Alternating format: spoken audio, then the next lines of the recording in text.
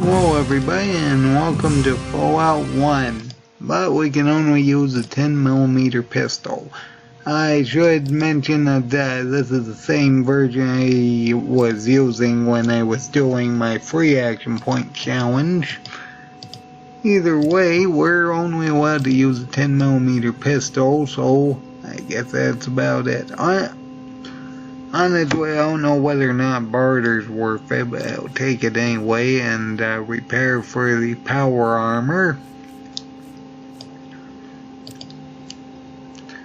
And thankfully, we are not actually restricted to free action points, so we'll be able to grab 9, get 9 for that.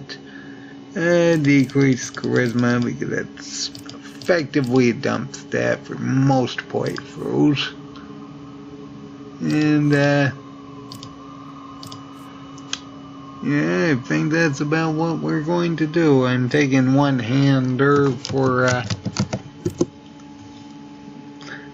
this particular playthrough because it's a pistol. And there's our weapon. Minimum strength 3, 12 ammunition capacity. And it uses 10mm ammunition, so not much else to say. 5 to 12 base damage.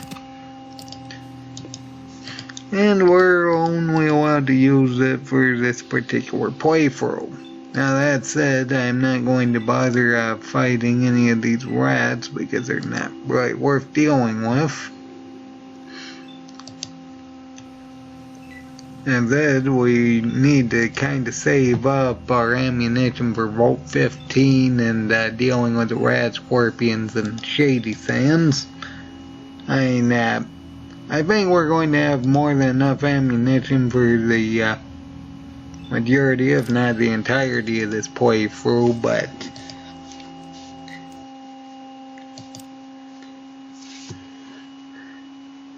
I'd rather save it if possible.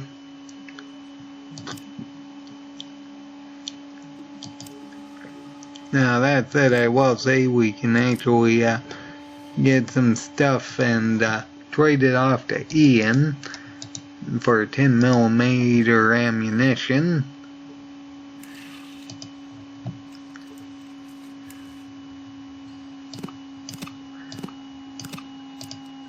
And by some stuff, 223 FMJ is included. Because I think he has a pretty decent supply. Okay.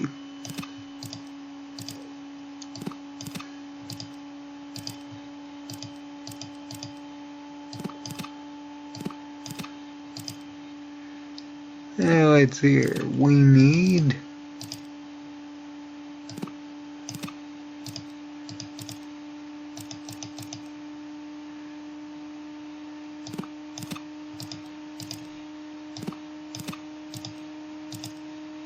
yep, effectively all of that. Yep, there we go.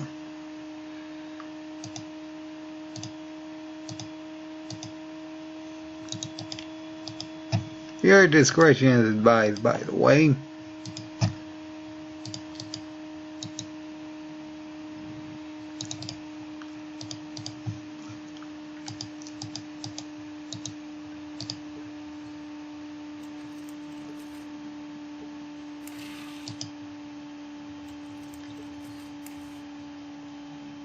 I forget whether or not this version allows us to actually talk to that one guy about the crop rotation thing to get some experience.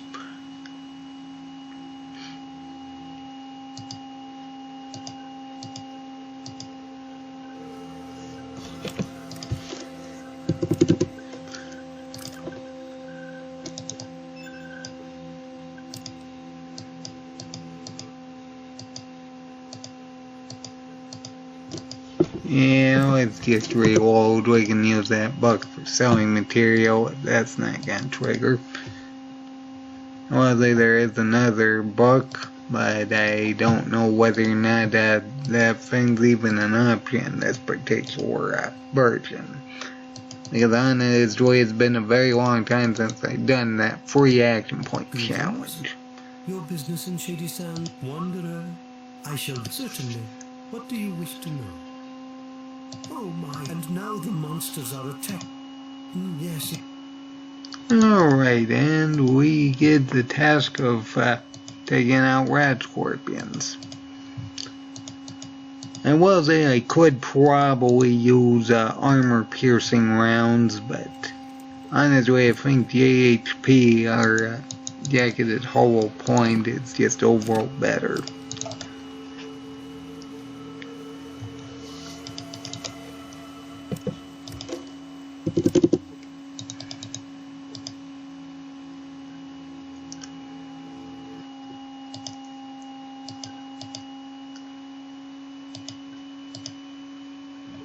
Alright, let's clear out the rat scorpions, and then we'll go to Vault 15 and come back to save Tandy.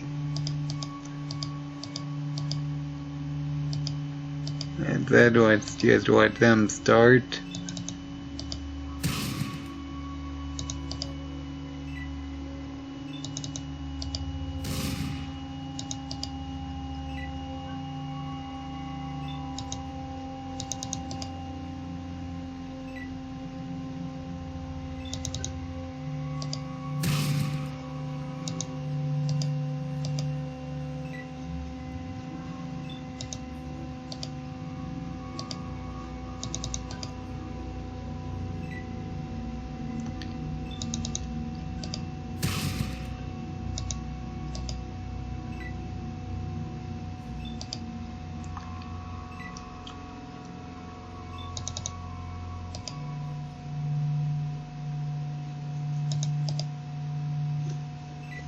While waiting for them, we can potentially grab some ammunition over there. I know there's at least one thing in that particular area.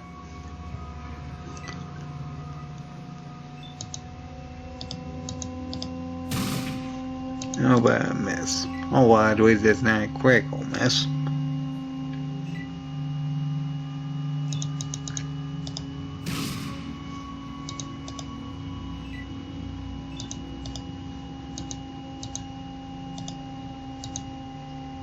Yeah, I think I better run. I also need to remember to get a tail for an antidote.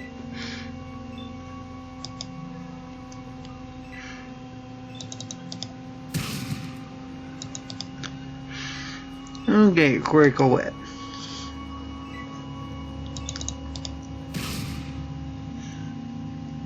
Alright, let's grab a tail and then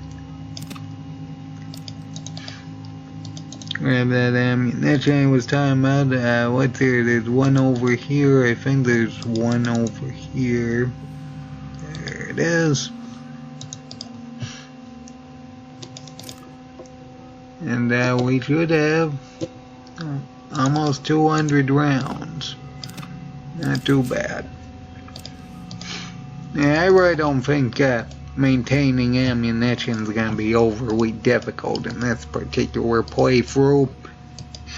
And I know we have access to at least 30 when we get around to that submachine gun in Vault 15. Either way, there's at least one here.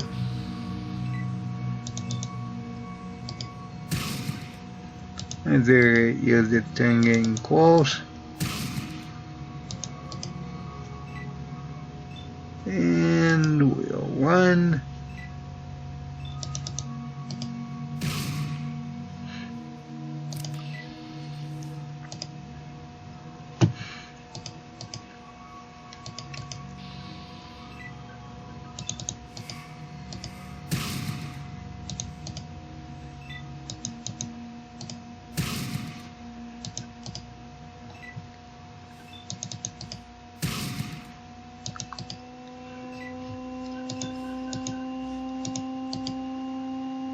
Trying to avoid damage if possible. Because if I remember correctly, these things can deal up to 8 if you don't have armor, and that's kind of a problem this early in the game. Especially seeing as if you're too close, I think they can hit you twice.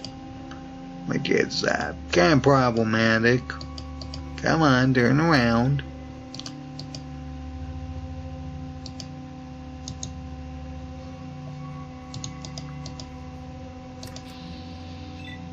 Yep, there's that one, and then those 4 over there.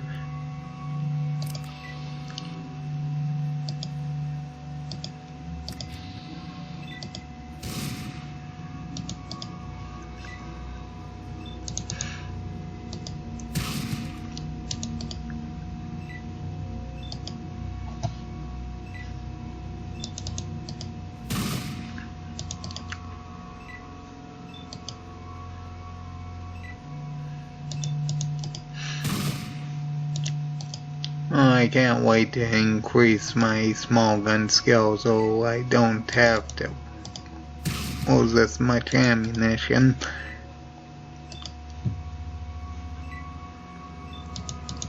Then 10 damage isn't bad. There we go.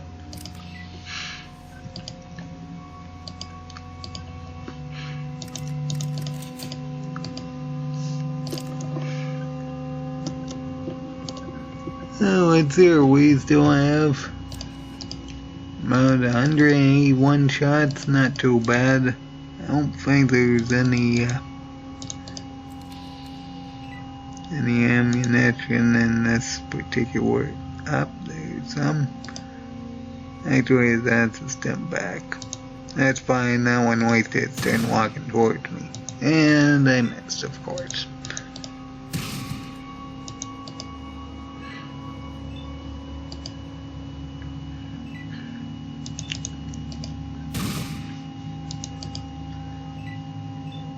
Ah boy, I missed with 95 accuracy. That's not good.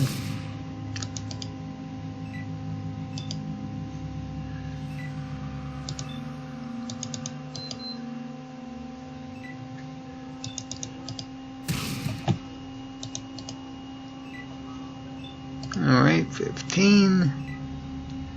I think all these have 25 base health. So we should only need 3 more damage.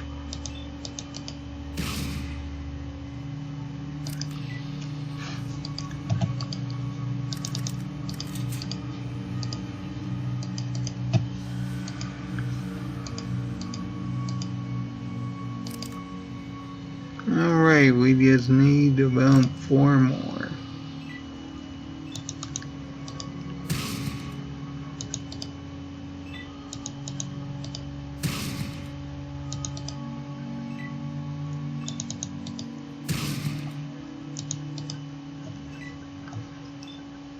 Okay, all we need is 1 more good attack. Nope.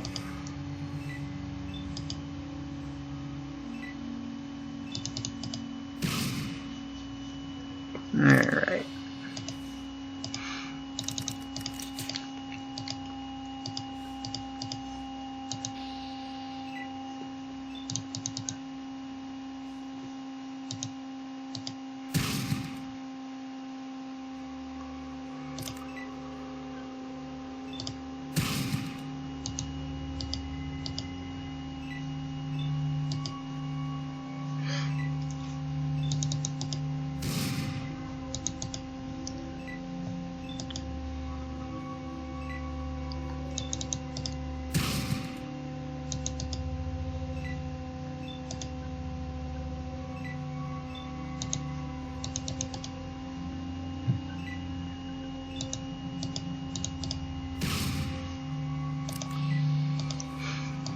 Technically, I could actually get some additional antidotes for selling purposes. I believe they're 50 each.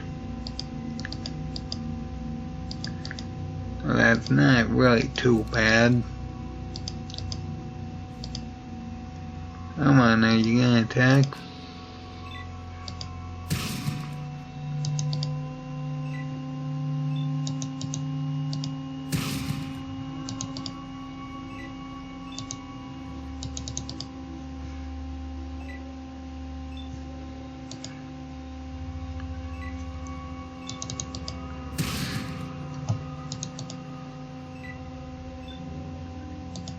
Oh, no, it's more than 25.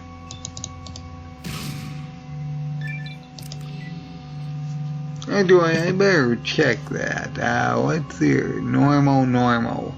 Okay, then I wasn't aware if I switched it back after my free action point run. I mean, I guess I could grab additional ones of those for selling material, but either way, we got a level up. We are going to increase small guns some. Yeah, let's do AD. Actually, wait a sec. Honestly, I'm thinking whether or not we actually get access to a Guns and Bullets magazine in that Bolt 15. I think we actually do, so I'm just going to increase it to 70. I should mention that there is an additional way to actually complete this quest, seeing, as far as I'm aware, if you use an explosive, I believe there's this particular area you can actually complete this quest. I think it gives you less experience though.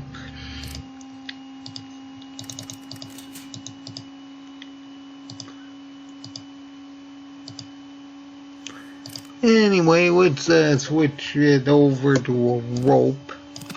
I guess we do need that for Vault 15.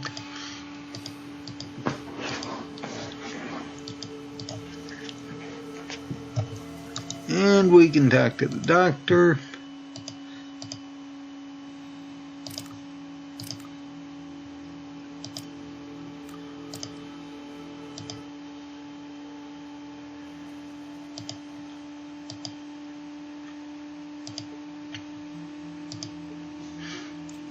Get 250 for helping him. And then using that particular antidote, we can actually go over. Cure this guy for some more experience. 400. And we can put that back on there and get our rope back out. And that should be good. How many more bullets we got? About 160. I'm including the ones in the firearms. Although I should mention that I'm not actually including the armor-piercing rounds, which I think we got 24 of them. So let's get going to Vault 15. We have a rope, so that's what we need for that, so let's get started. Assuming we don't run into mantises or something, we should be fine. There we go. Always nighttime.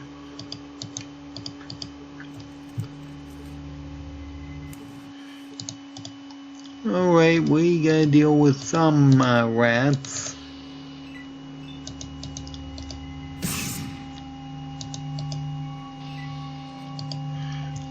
I'd rather save most of the bullets for the big rat up here.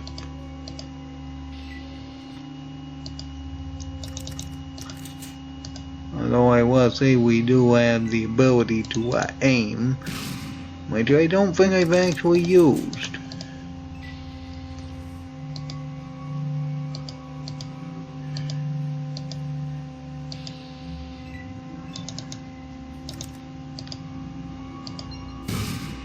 Oh, really?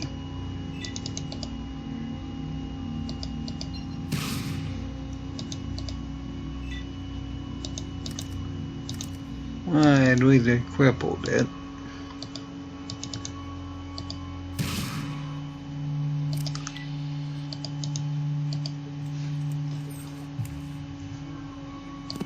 Okay, we got 6 more flares. I think they sell for about 35 each.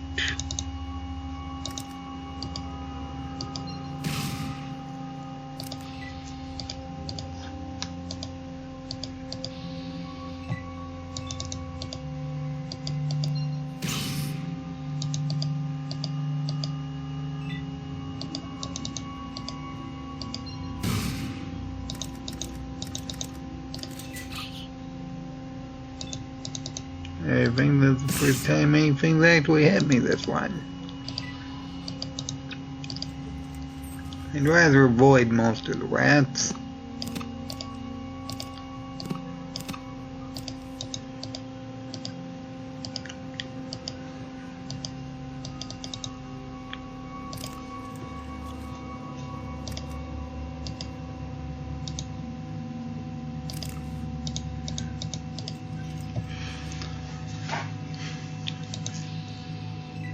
Alright, we need to get a hunting rifle out of one of these areas. Oh, really?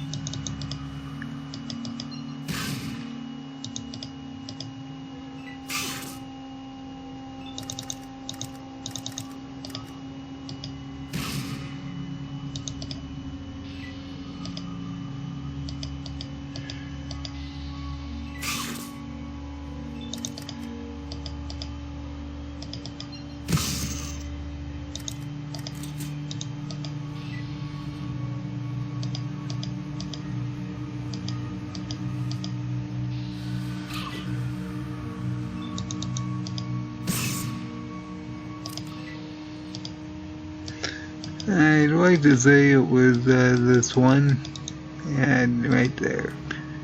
And that is 1,000 sewing materials. Oh, that's not too bad. Technically more because of the 223 ammunition, but either way, let's get this armor. And by armor I mean leather jacket. And an additional rope.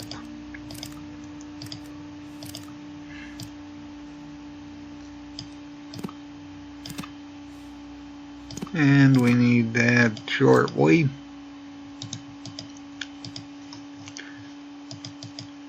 We may as well grab this ammunition. I think it's 223 SMJ.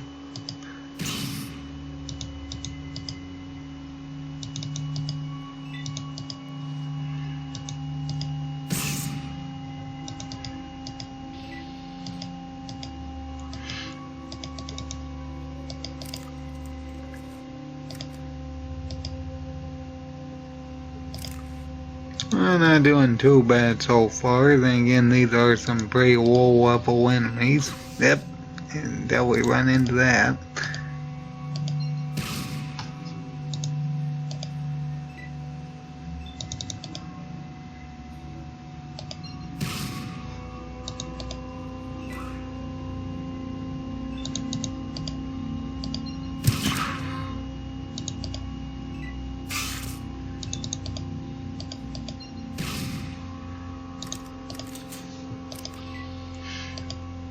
Alright, 170. And we're about to get our first perk.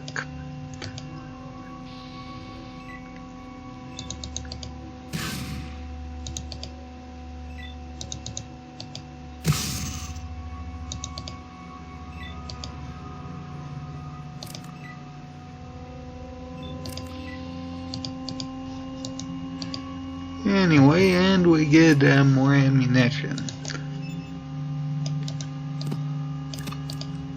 Alright, so that's 54, I believe. Not too bad. I thought some explosive. Yep.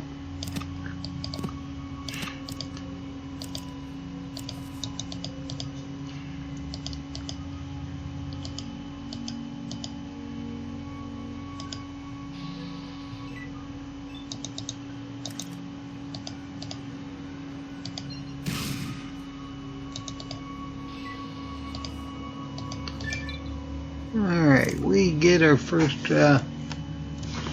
perk. What's there? What do we want?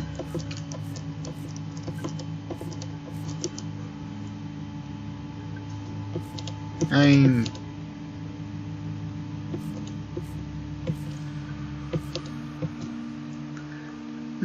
honestly, I really don't know. I think it's a toss-up between toughness and quick pockets. I think toughness is going to be overall more useful, so I guess we'll take that. Anyway, if I remember correctly, there's actually a police baton here. Yes, there is. Okay.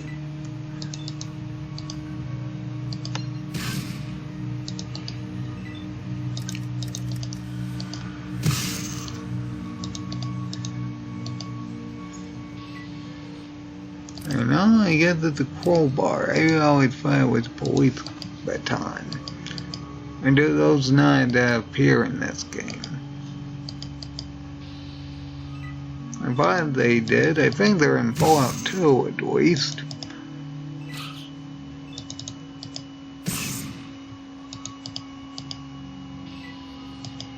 And while say bonus range damage would be pretty nice for a first perk, but I guess that's not an option. Too bad.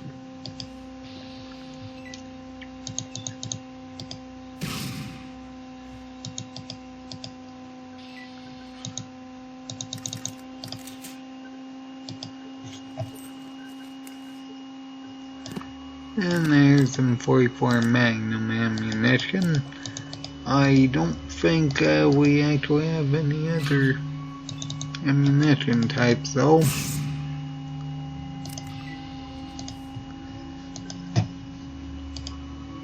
Not for this particular area.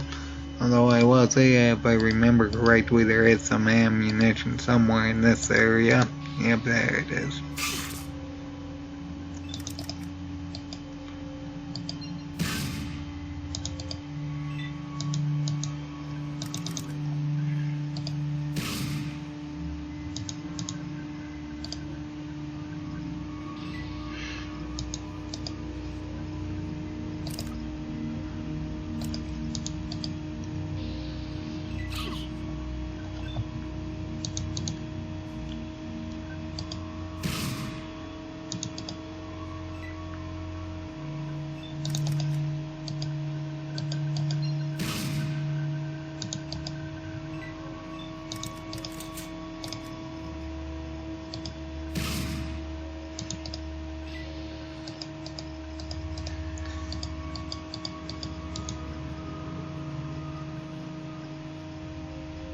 I don't see any more.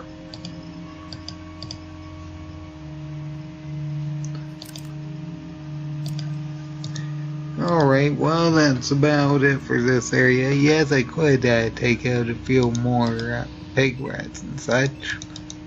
And to be fair, 50 experience isn't too bad for right now.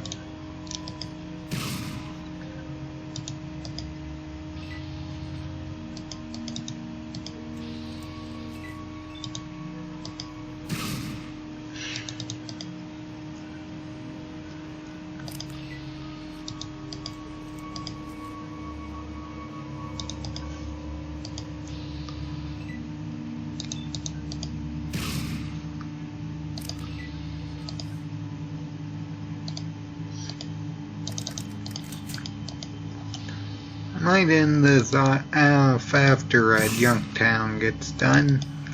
We will see.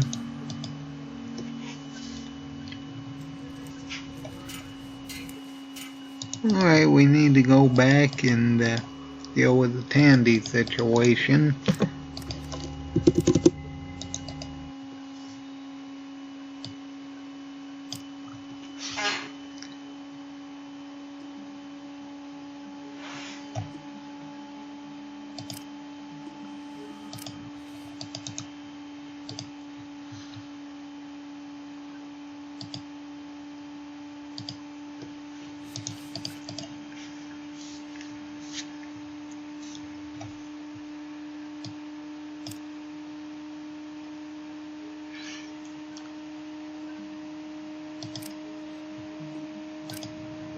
Alright, Great Cons.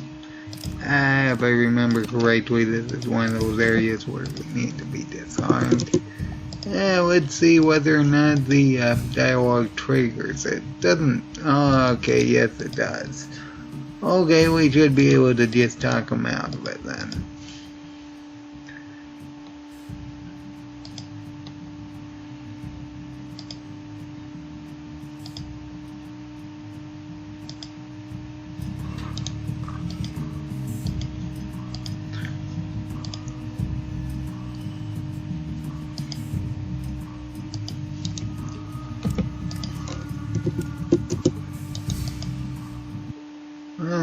thing's pretty easy.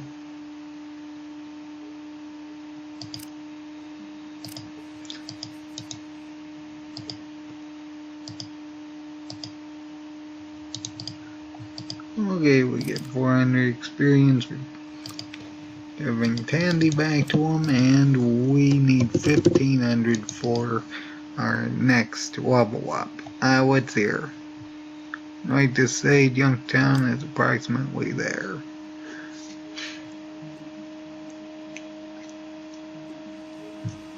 It's been a while since I played Fallout 1, so hopefully I'm in the right general direction.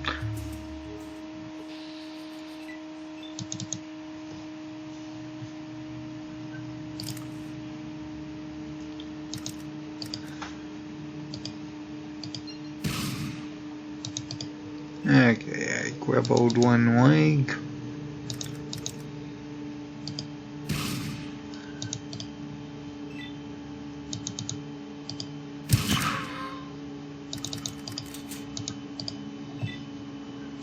I could just leave the rest of them alone.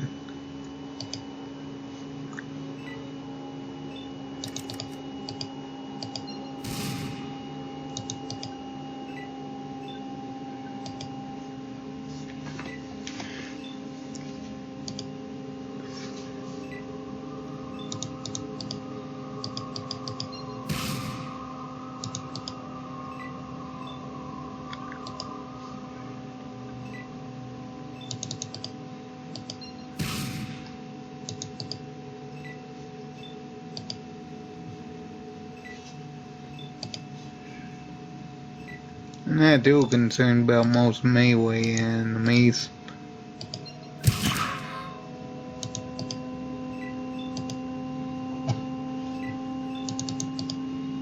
And I have more than enough ammunition to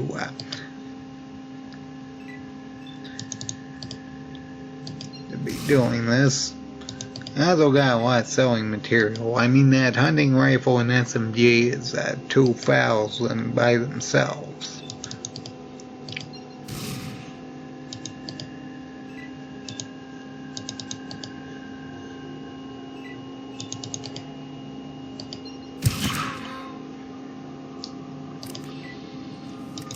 Not too bad. 195.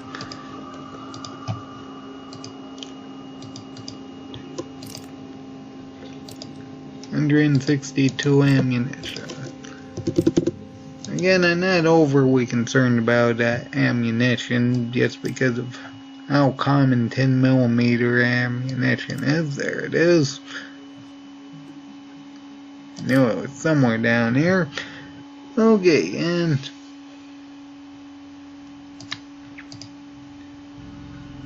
we gotta make sure it is daytime because we don't want to try going in when it's morning or early morning or night because the town guard are very touchy about that.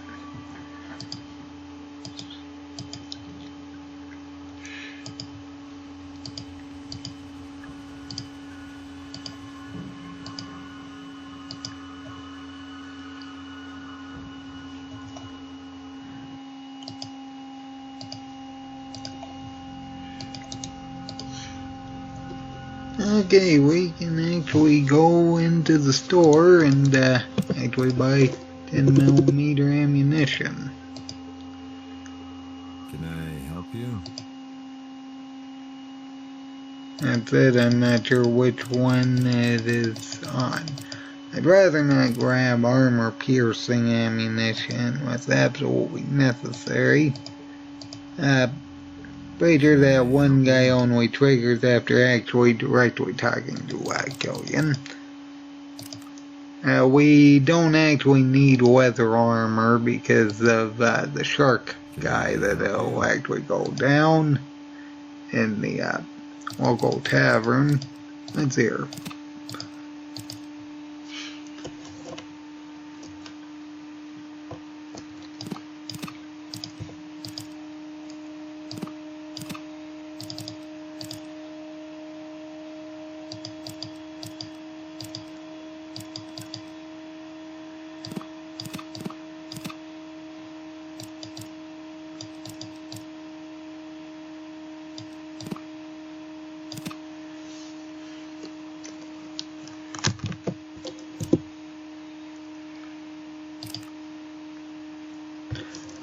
And, well, while I see that there anyway, I guess I may as well,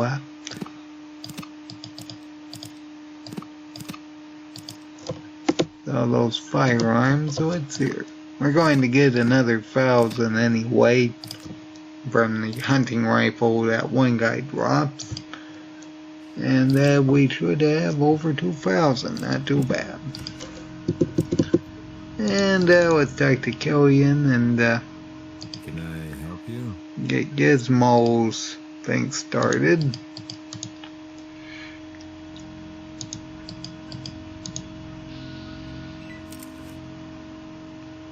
As long as we don't get accidentally hit, we should be fine. If we can disable his arm, that'd be ideal. Yes, we did. Okay, I think we did.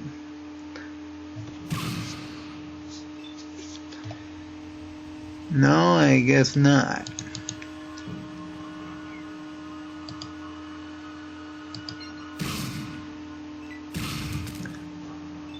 Definitely wants to turn though.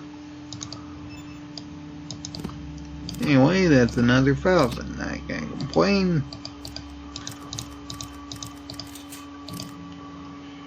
Alright, over 200 rounds. Listen, thanks for saving my life. It's a mighty brave thing to do. You have to wear a recorder and tape Gizmo confess. Alright. I wonder if it's light enough to actually trigger it so we can get weather armor. I think it might be. I think it has to be at least noon.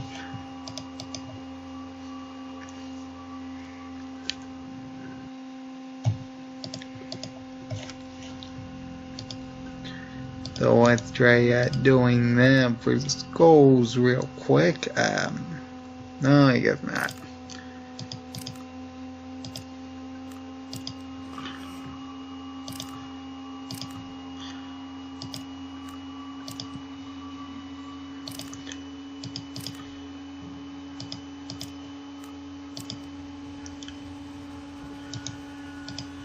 I think there's supposed to be more.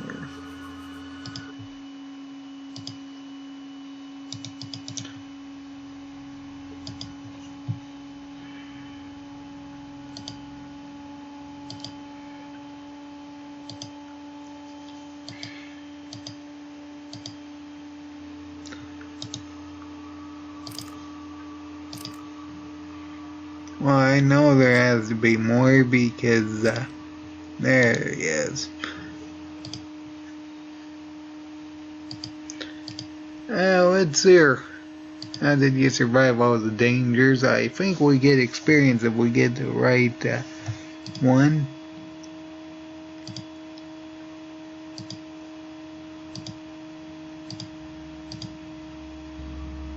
No, maybe we just get outdoorsman increase.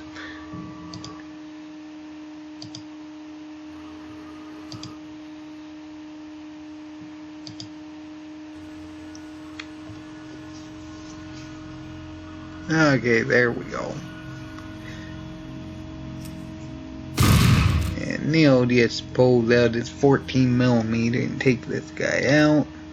And we get weather armor out of it, so I'm not gonna complain.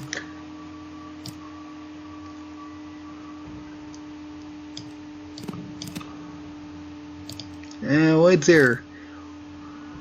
We have 100 carry weight. Okay. We're not actually doing too bad on that then. Alright, let's deal with Gizmo. Speaking of which, I think that cutscene does need to play out to actually trigger the Skulls quest line.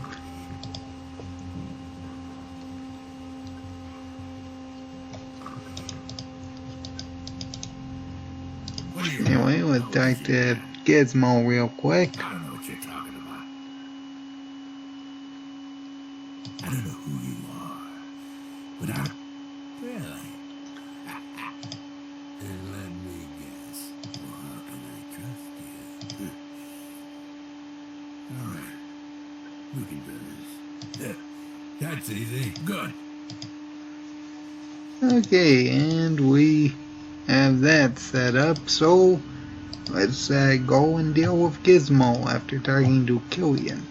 Lazo will give us our choice between things like stim packs, leather armor, and a shotgun with shells. I think a shotgun with shells is going to be the most cost-effective thing to get, though.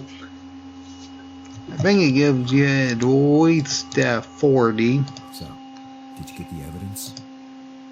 Which? Bug or tape? Let's hear it. That's the first time I've been happy to hear his voice. Well, thanks again. I'll go to Lars at the guards. Okay, and we get a shotgun with shells. Oh, he gives us 100.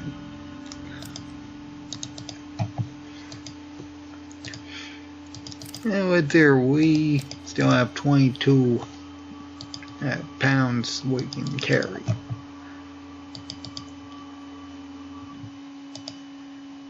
And we are level 3 at the moment. We'll get level 4 as soon as we deal with Gizmo, though. Alright, let's save and deal with Gizmo. Honestly, I don't even know if we're going to be able to do a Mauser run. And that's mostly because of how rare the ammunition is. Well, BBs are actually quite rare, but at least there's a few hundred of them. Mauser rounds, there's only like maybe 40 of them I can think of offhand. That's not exactly much to deal with.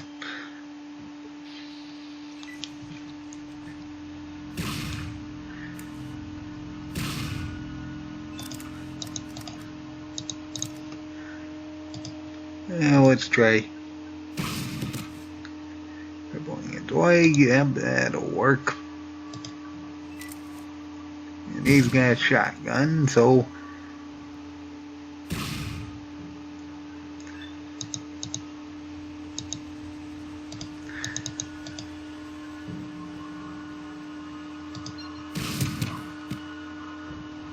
okay, we knocked that one unconscious, and he is currently crippled, so we shouldn't have too big of a problem dealing with him.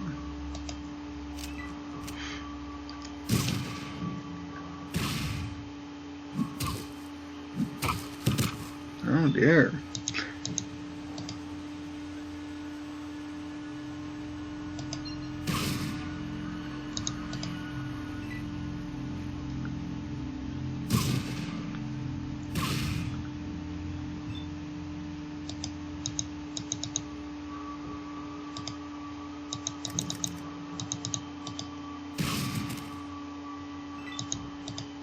Okay, and we deal with both Gizmo and Izzo.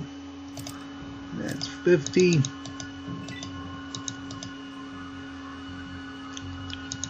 I mean, there's 20 here, there's 25 in total because he fired a few. I think one of the hub merchants sells maybe 20. Seriously, there's not much of a chance we're going to be able to do a Mauser run. I mean, unless it's one of those ones where we're just fishing for insta-kill criticals. Okay, and we get 600 experience and another level. And speaking of which, let's just go to the exit grid and teleport back to the casino area.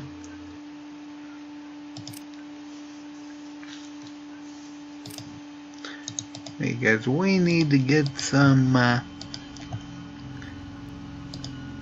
things from Gizmo's room. More specifically, I know for a fact he actually does have a gun and bullets magazine. I think this one's Izzo's and the next one is Gizmo's. That's it, I forget whether or not it's actually locked. It might be.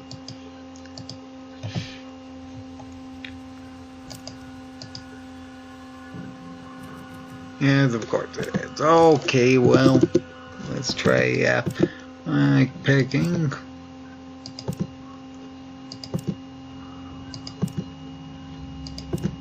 Okay, there we go. Oh, I'm glad we can't lock the doors unlike Fallout 2 where we could, which might actually have been a bit of a problem. Alright, and we get 100 money. Alright, so let's read that book. We are currently at 70. And by reading it, we should increase it. 76. Okay, not too bad. 6 points, that's free skill points.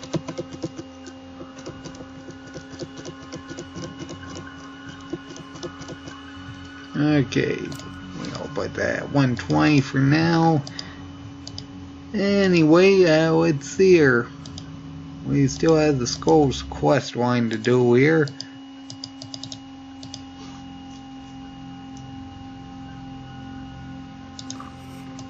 We need to only speak to the leader. I know if you do the wrong dialogue for certain characters, yeah, they turn hostile real quick.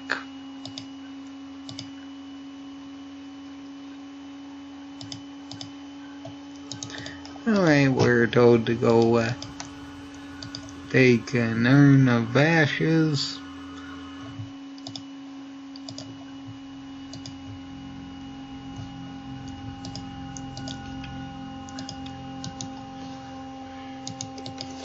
Yeah, hopefully we don't have too many problems doing this.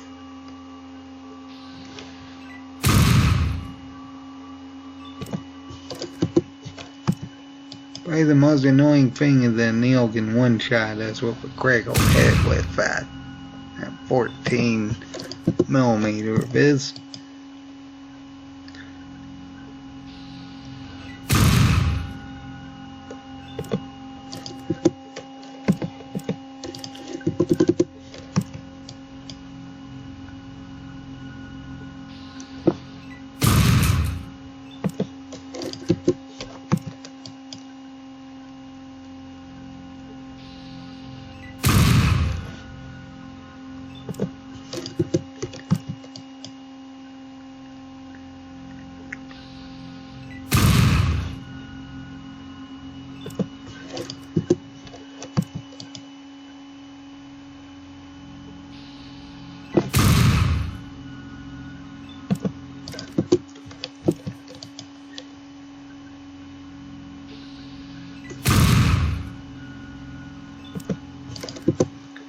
Honestly, I don't think we can actually do this like we could,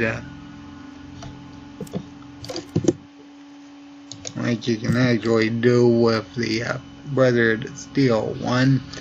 And you can just use the combat system to effectively get out before they really do anything.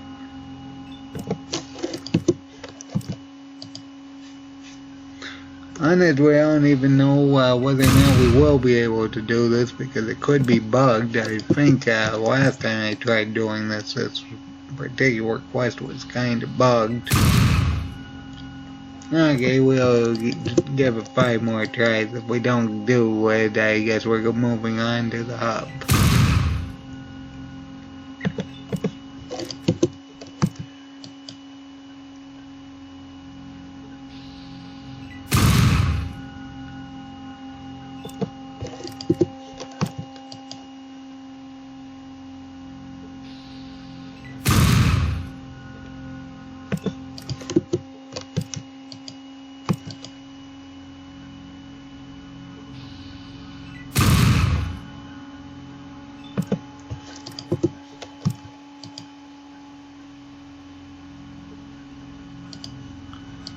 Well, last try, I think.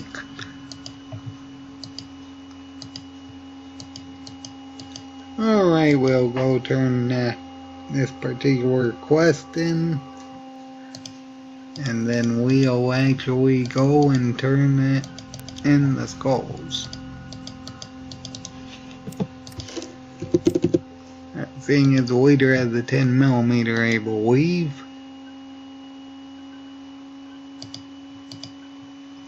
We should get some ammunition off of them too.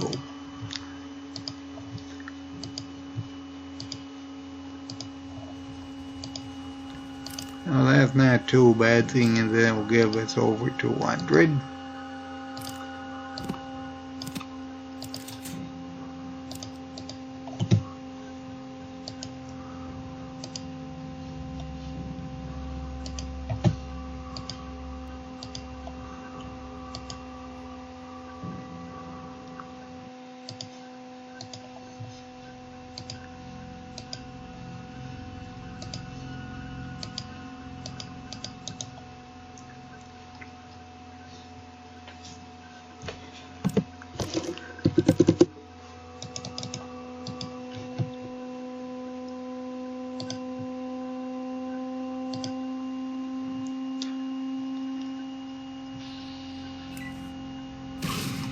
Okay.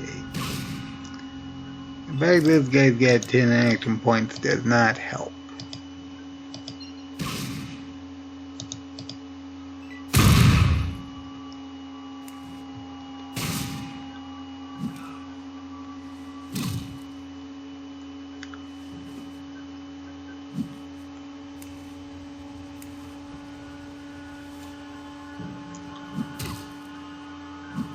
I don't give him another turn.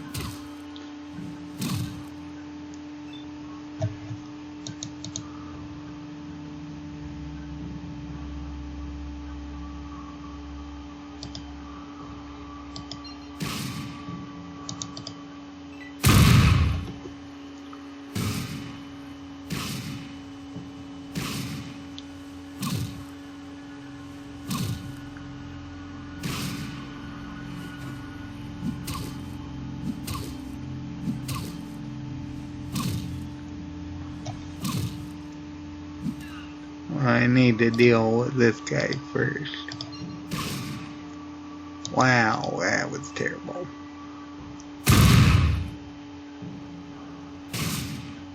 Okay, that one's running away, so one of the firearm next. Uh-oh, I may have to reset it. I might have turned the card hostile. That'd be terrible. You know what, I'm just gonna immediately reset. I really don't know. I really don't feel like potentially fighting the entire guard.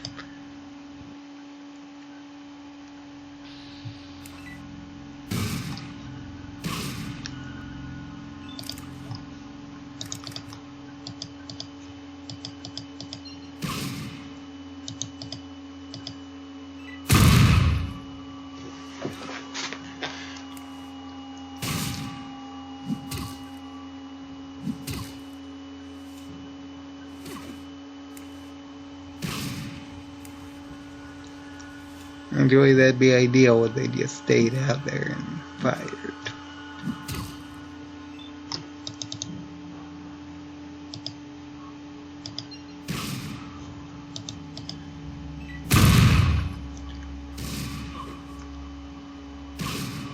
I was gonna say, I'd be concerned if he lost his ammunition, because then I wouldn't be able to get back.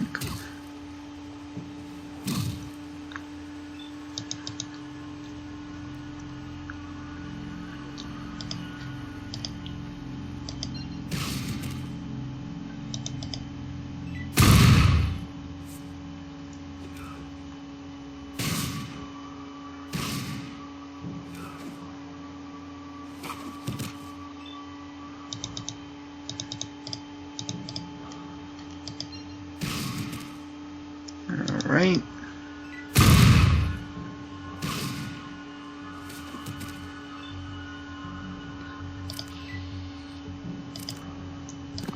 Okay, we get about 665 experience, not too bad.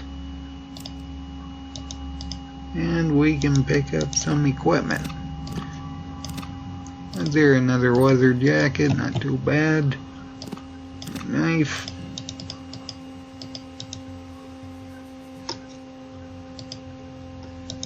This guy picked up that guy's 10mm pistol. We can get rid of the BBs. What's here?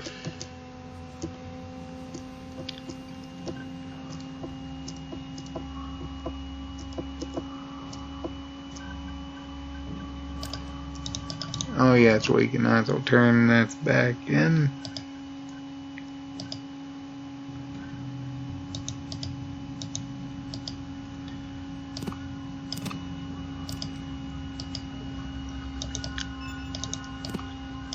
More ammunition and alright. Okay, we should be able to carry an extra knife. And we have 4 knives and 2 weather jackets, 2 extra 10mm pistols. Before I forget to mention, for this particular series, I'm only going to be allowing the 1 active item swap for for a single weapon run. So I'll only be allowed to have a 10mm and 1 active item swap.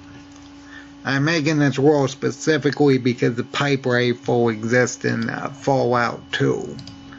Which, yeah, that's gonna be absolutely terrible. I mean, it's has the same damage as the 10mm pistol. The big problem is it only has 1 ammunition capacity, so you're effectively reloading constantly, which is just gonna be awful. But either way, let's rest.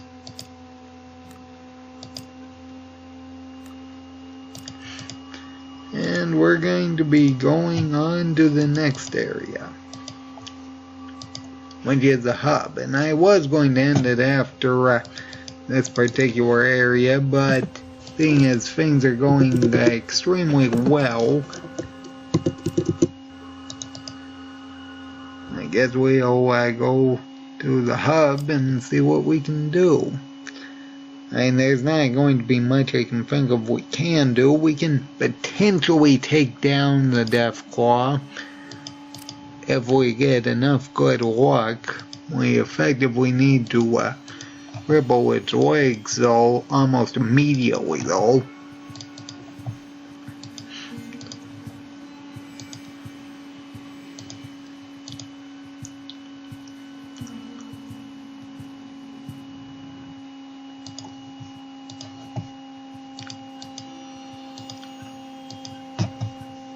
Alright, let's see what exactly this lady has for the inventory.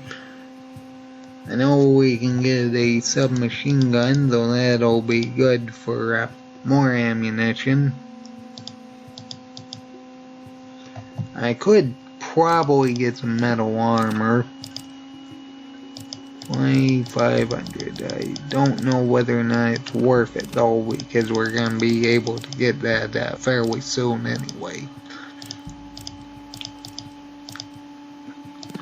Either way, let's grab ammunition.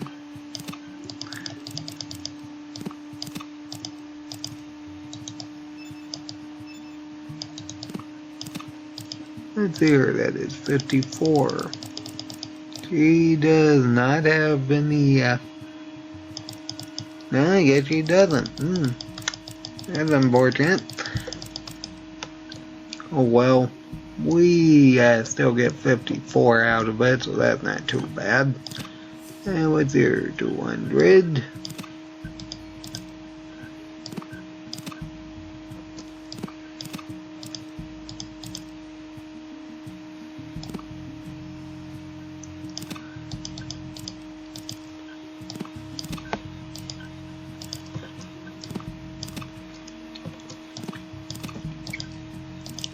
And we have those two.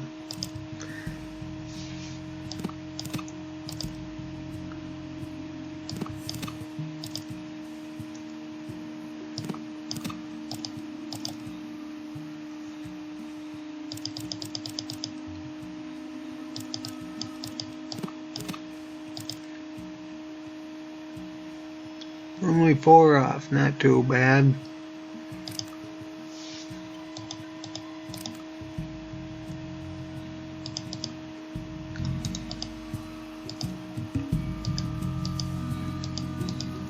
Anyway, let's go to the other merchant.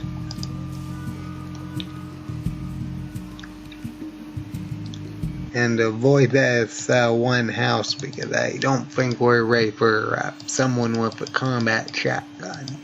And yes, if we do manage to cripple his arm immediately, we might be able to last against that one, but I don't think we'd last against the ones with submachine guns.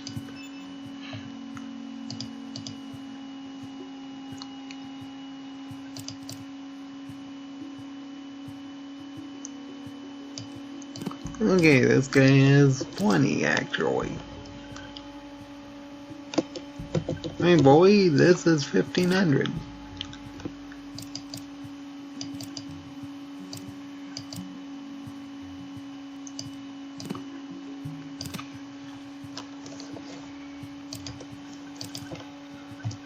Alright, we got that.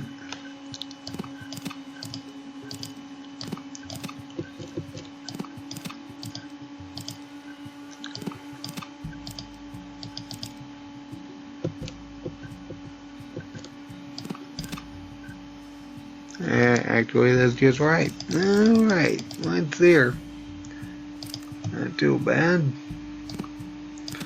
If I can get even more. I'd rather get enough for the agility and plant when we get to the Brotherhood of Steel area.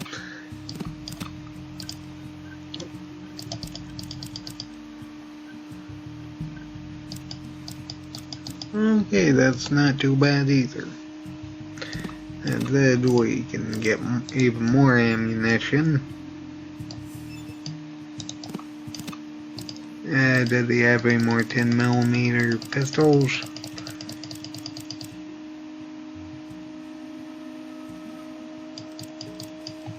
Yes, he does. Oh, those were the ones I sold him. Okay, well.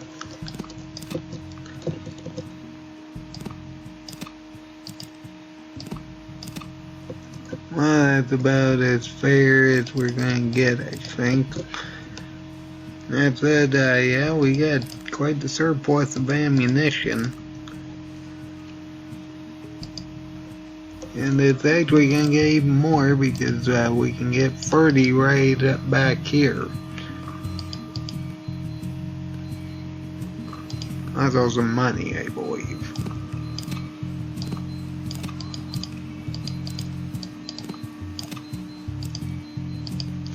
Well, let's go and deal with the Deathclaw then.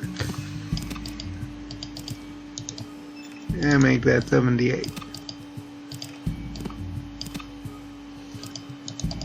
Yeah, as I said, ammunition is really not too big a problem for this particular run because it's effectively everywhere.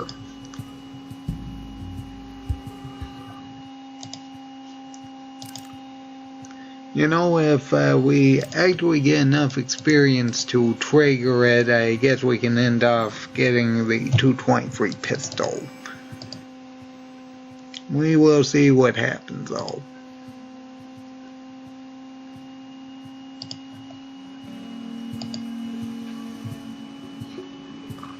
What do you want? Time is money, chit-chat is not money. You hear about the job? Well, it's count simple. Find out who's done and done.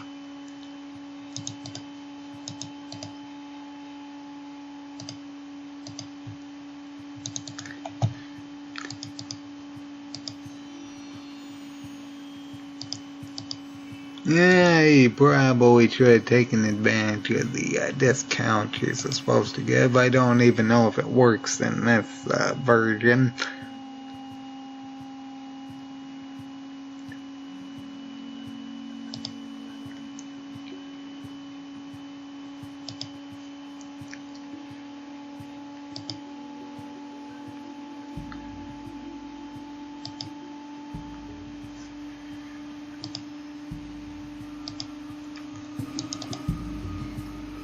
Well, let's go deal with a Deathclaw.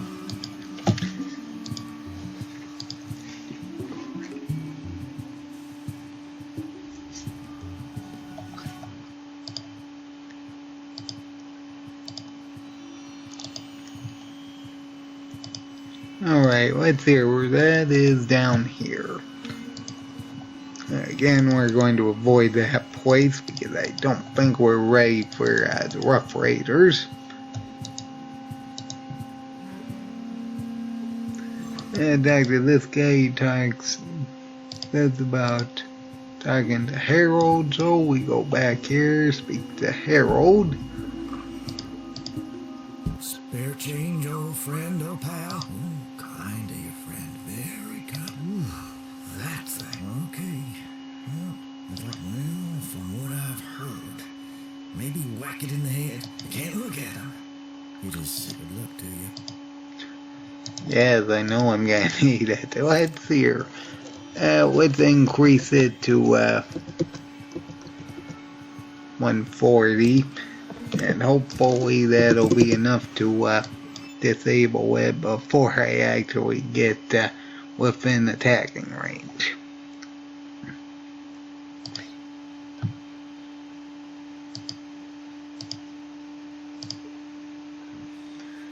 Alright, that's 800 experience, and we'll get another 1,000 after we take down the Death Claw. I don't know if we get any other experience for that, after that, though.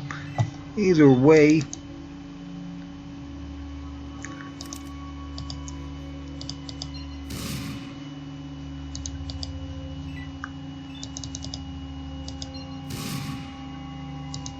wow, 2 misses. That's not inspiring. No damage. Wonderful, wonderful.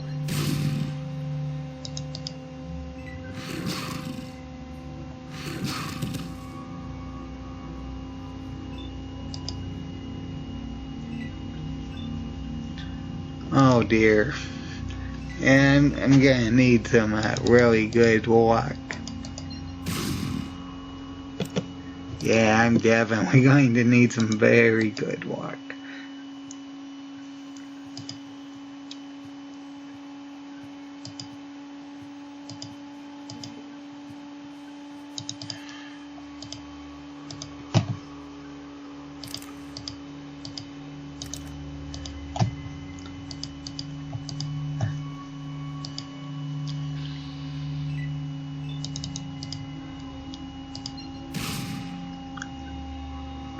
Okay, a serious wound is inflicted. Does that mean no, it does not.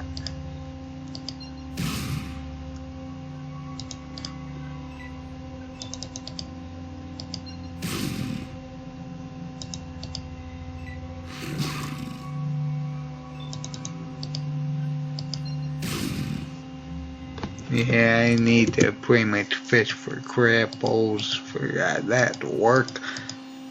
Okay, you know, let's try dealing with the Rough Raiders. If we can disable this guy, we might be able to do it. Maybe.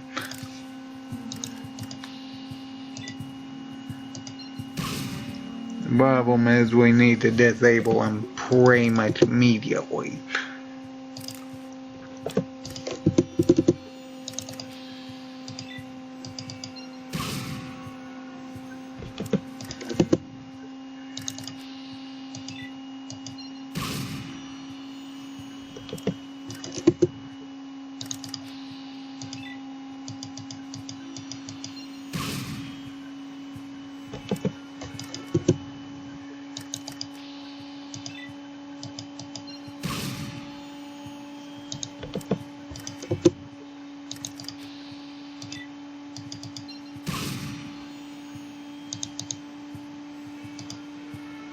Okay, we might be able to pull that off with that happening.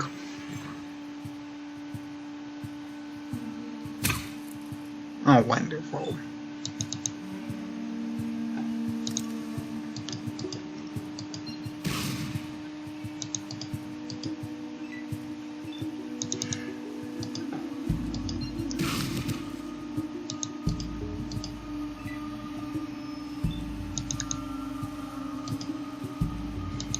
As long as I don't accidentally hit someone else, we should be fine.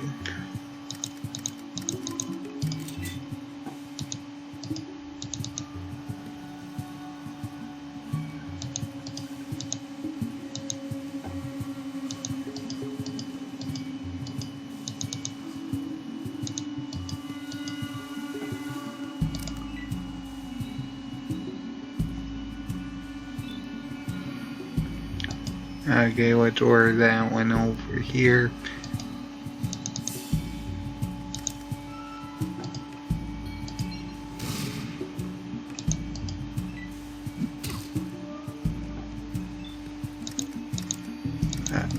I think that's the one with the spiked knuckles, actually.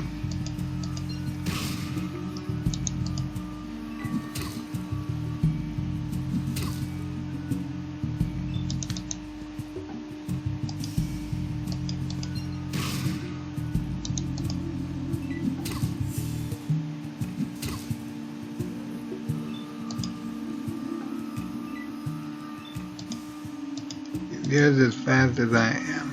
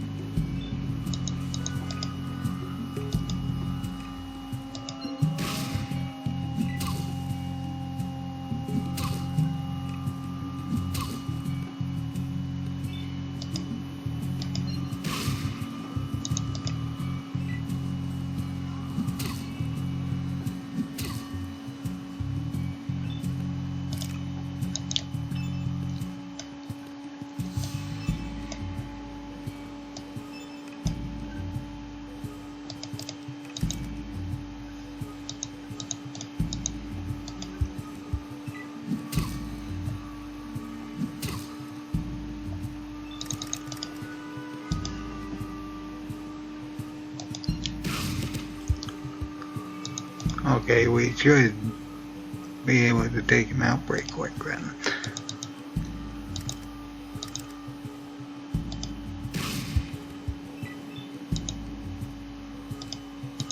Okay, that went much better than I thought.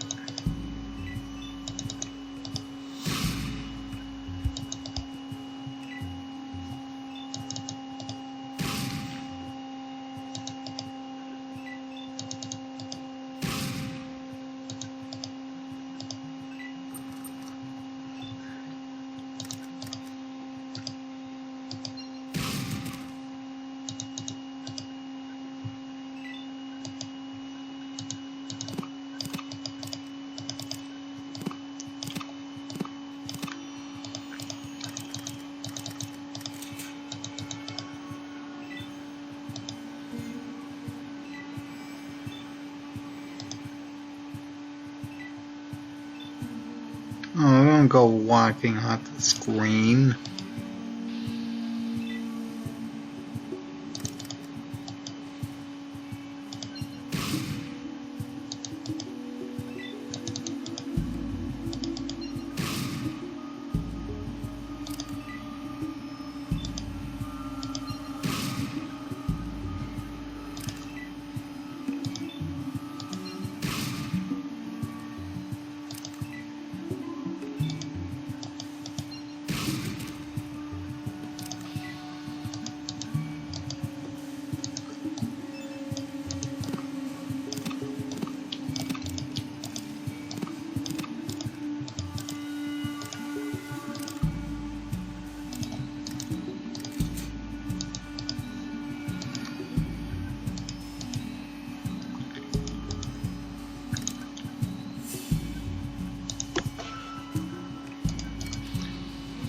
There's the one. I dealt with two of them at least. I don't see the fourth one. I think there's a fourth one. What's there? 1, 2. Oh yes, and I dealt with that one over in the building. Okay, that is 4. All right. But I still got this one to deal with. Okay, that went well.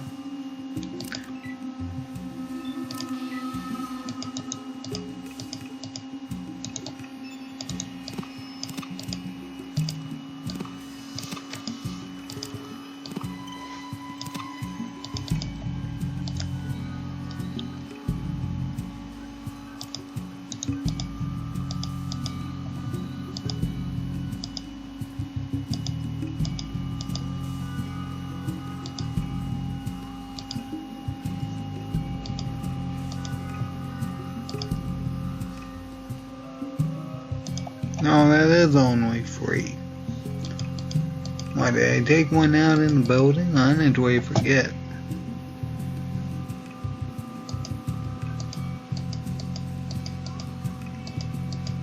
I don't know then. Doesn't matter, we had already dealt with most of them. What's here? I might have to blow this door up. I actually unlocked it second try, not too bad then. Too bad we don't get the experience for saving this guy until after we get to the Brotherhood of Steel.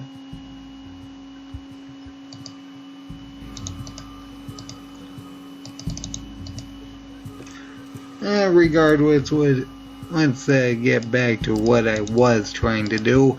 On its way, I was hoping I'd get another level so I could at least deal with the guy who gets the 223 pistol, but oh well.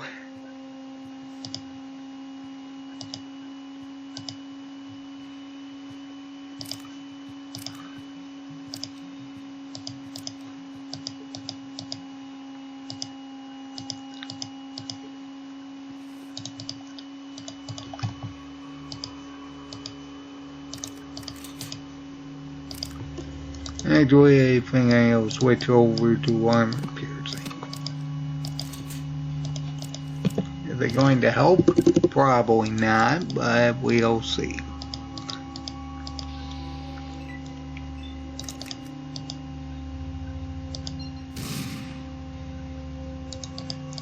We definitely need to cripple leg though. There's no way we're winning unless that happens. Even if that does happen, I don't know if we'll be able to win either way. Okay, well, we crippled it. That's good.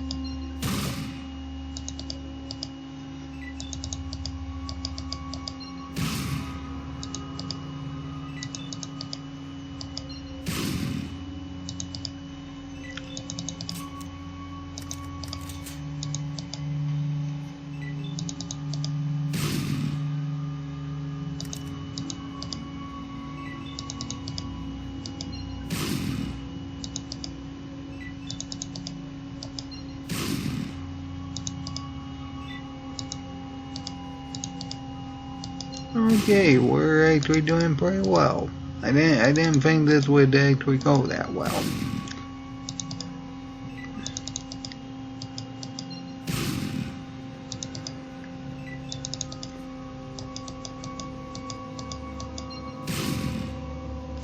Okay, one more thing like that and we should win. Yep, here we go. Okay, I think level 5 is high enough to actually get the 223 pistol scenario to get activated, so I guess we'll do that and then end the episode.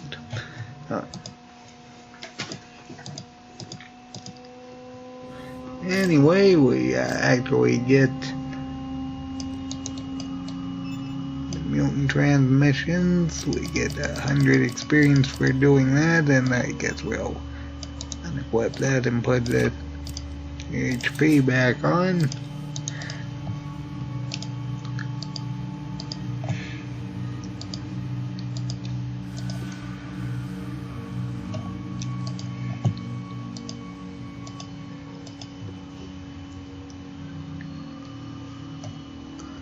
And we'll go back to downtown and speak to the Fargo guy, Butch and the other guy. I think the other guy is who actually gets us our reward. Well, what do you got for me? What, do I look a crate shy of all you...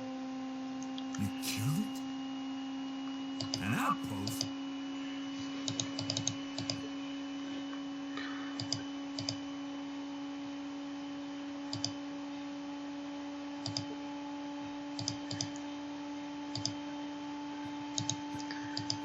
Okay, and we get 1,000 experience. Not too bad.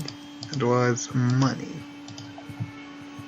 Speaking of which, I think we have more than enough for the agility increase once we get around to it. Oh, not too bad. And seeing as I do have a bunch of shotgun shells and the combat shotgun, I guess we can talk to this guy and see what he has. Stem bags aren't too bad. I don't see any 10mm, but that's okay. We do need some more stem packs, so it's here.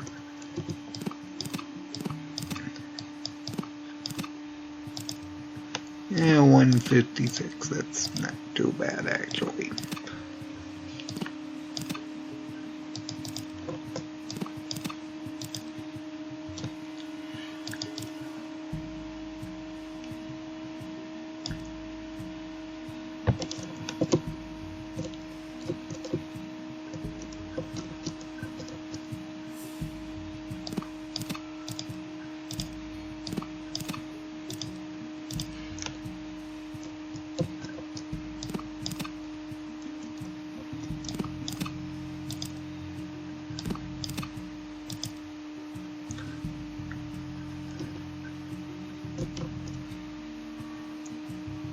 Alright, well that's probably about as close as we're going to get. I know I could switch things out for optimization purposes, but it's close enough. Alright, we have over 600 shots if we use both types of 10mm, so we're not doing too bad on that front. Yeah, well, let's rest, and I think at level 5 we're actually capable of doing the guy who actually does the 223 pistol scenario, so let's get that over with and we'll end the episode. That said, there's like 5 people that we had to deal with. I think one of them has the shotgun and the others have things ranging from a 14mm to a Desert Eagle. That said, I think we do outrange a guy with a shotgun.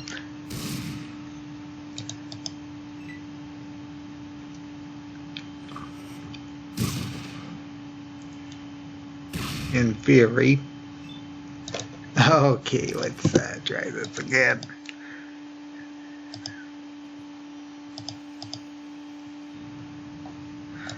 And the big problem is I don't think there's any windows, and I don't think we can actually attack from this window.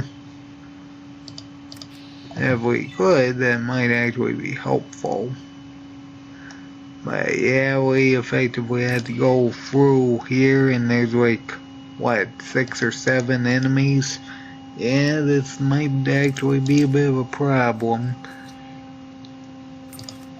That said, we do effectively need to disable this guy for sure.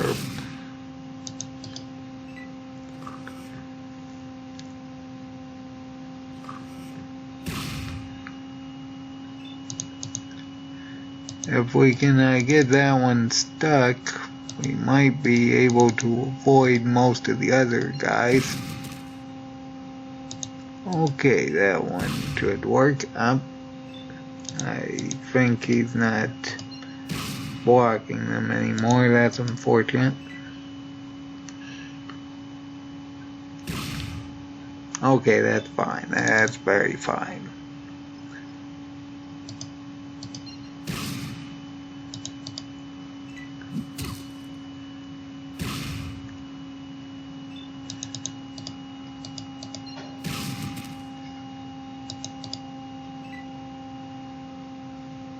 If you could fire on them, no, I could not.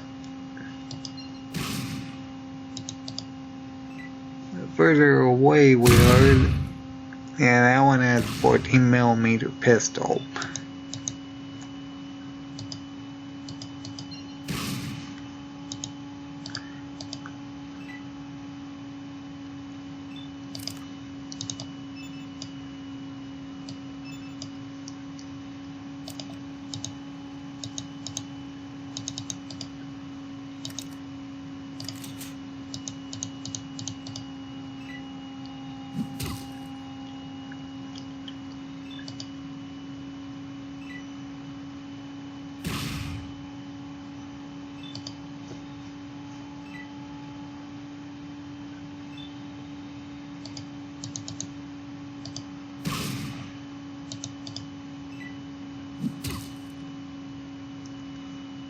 Okay, that one's running. Hopefully we can now run these ones. Apparently we can.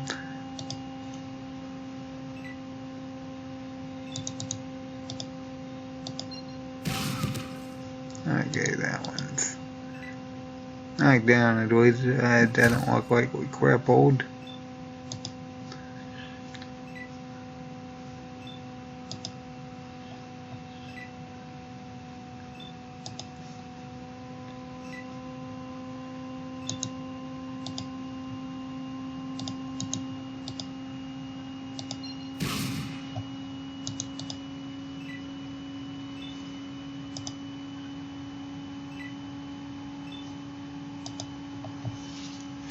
Okay, we have to plan our attack very carefully.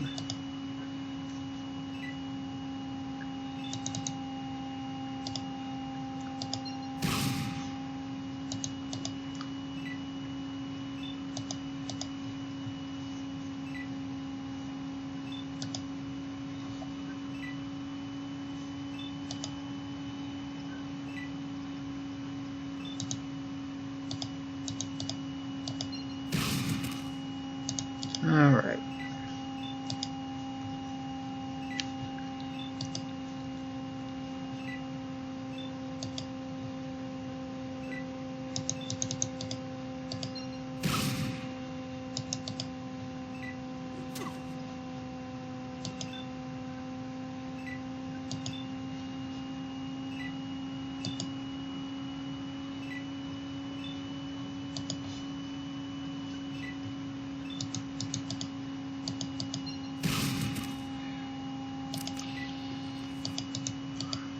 Okay, there we go.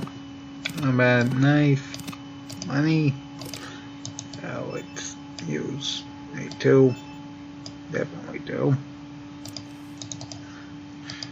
And let's reload.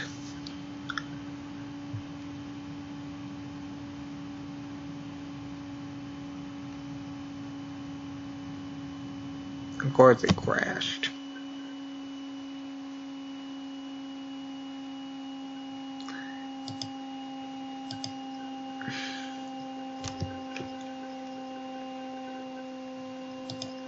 Of course it crashed. Why wouldn't it? Well,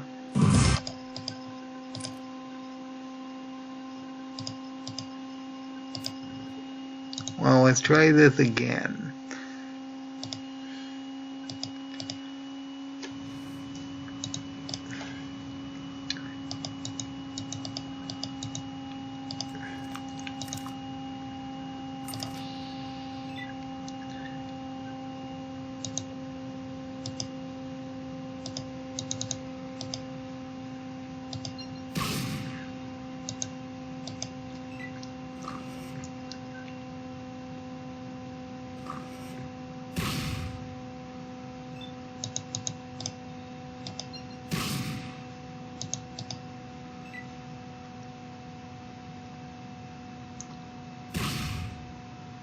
Of course it would crash right when we were getting down to actually beating them.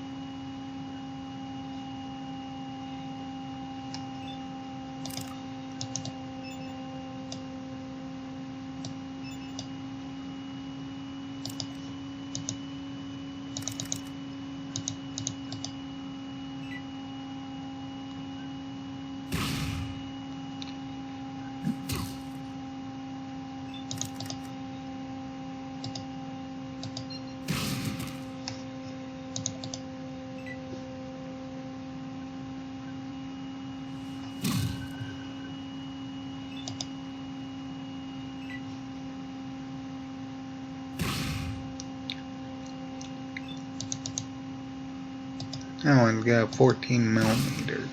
I'm more concerned about that one.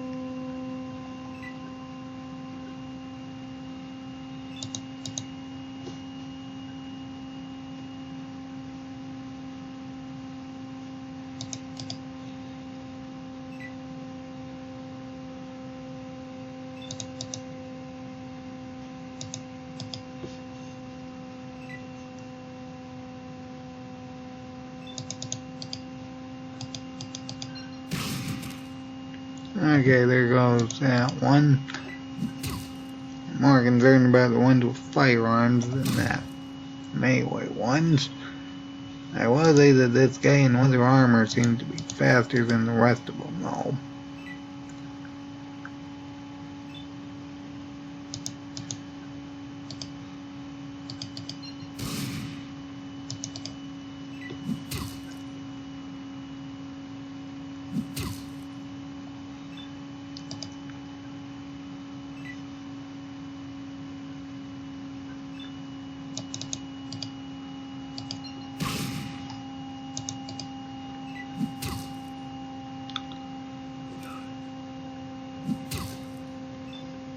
Yeah, I'm definitely gonna have to disable that one.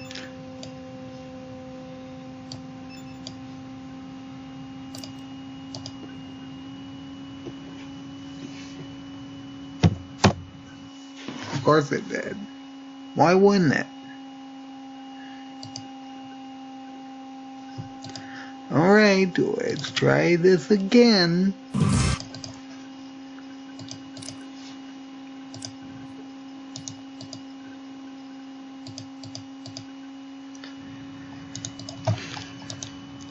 We may have to skip this if it keeps doing that.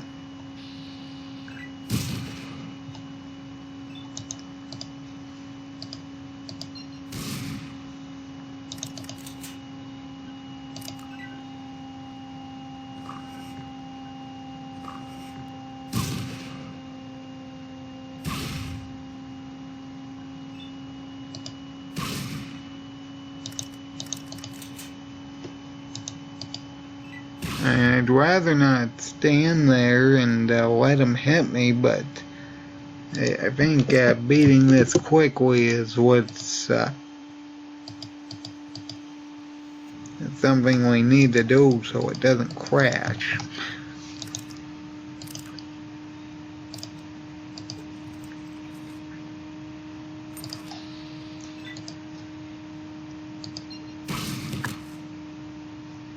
Okay, that's a good start.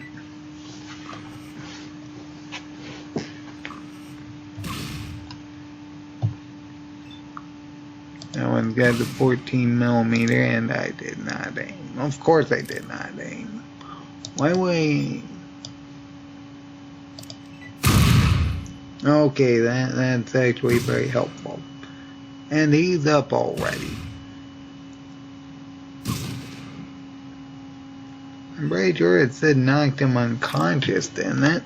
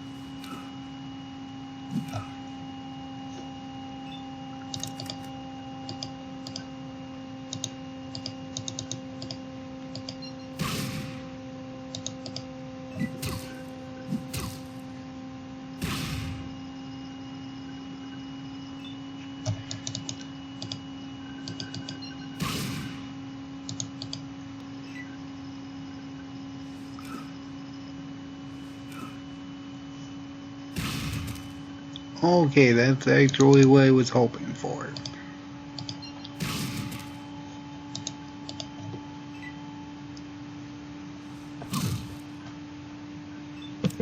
Okay, I'm going to save in combat if it's just gonna start continuously crashing. I'm gonna have to do that.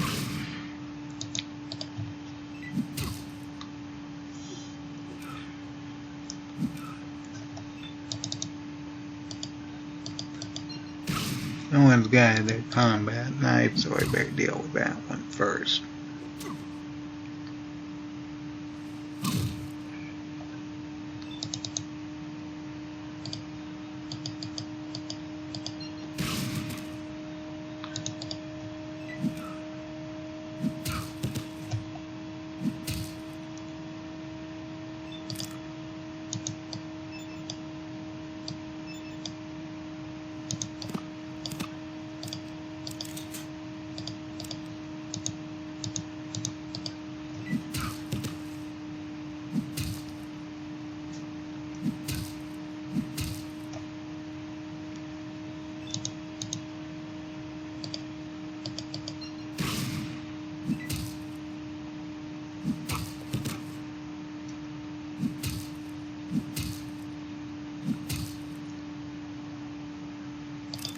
Wow, they hit hard.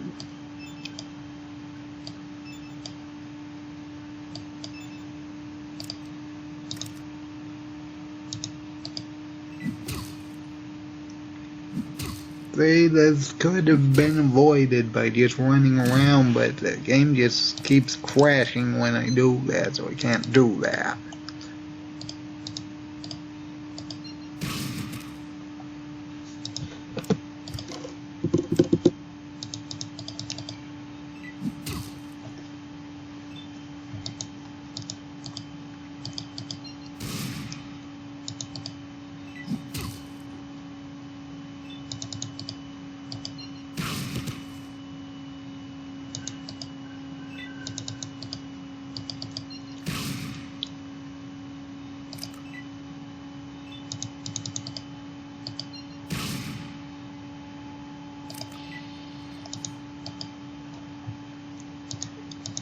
Okay, that one's got spiked knuckles.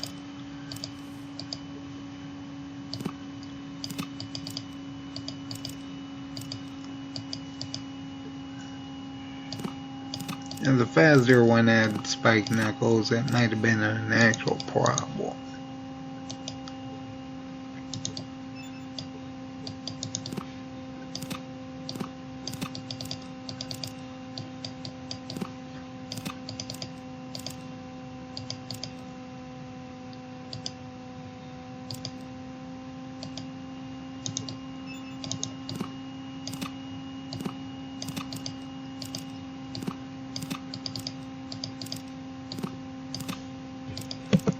Alright. I think that one guy is that. Oh, that's left. I think I got the guy with the 14mm at the start.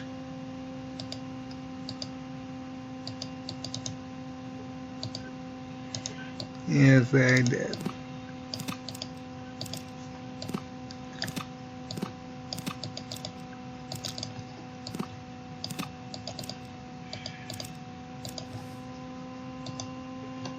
Well, I'll say that the 10mm pistol isn't having too bad of a showing. I mean, outside of the fact we're crashing consistently here, which is really not a good thing. We're doing surprisingly well.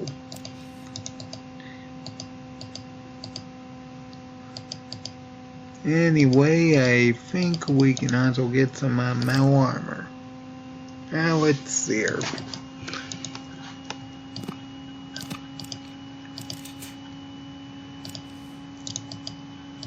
Now let's put some of our ammunition over onto this bookshelf while we figure out how exactly to pick this up.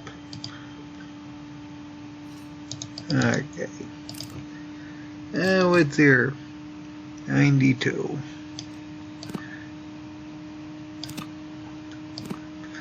It does have lower armor class, but it has increased resistances to pretty much everything. Alright, let's see what exactly we don't need.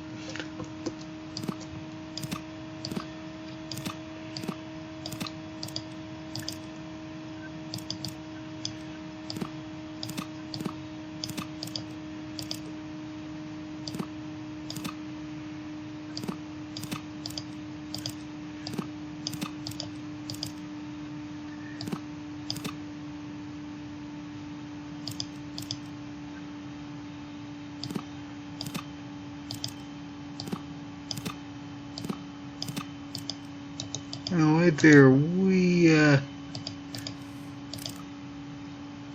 don't actually need that anymore, do we?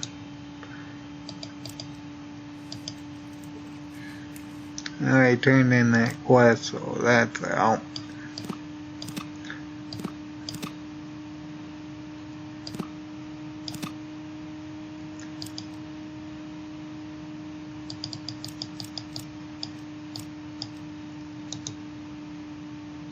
I don't think we actually need a tool. Right there, that's we don't have enough to actually pick that up. That's fine. We can still pick up some ammunition, I believe.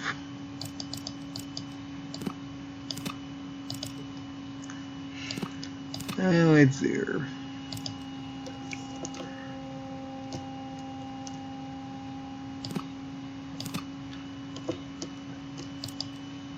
Yeah, unfortunate that we don't really have much else to pick up.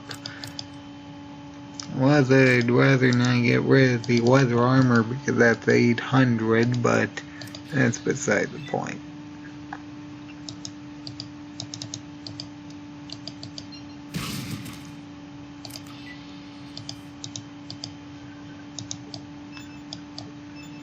And this is 800 too.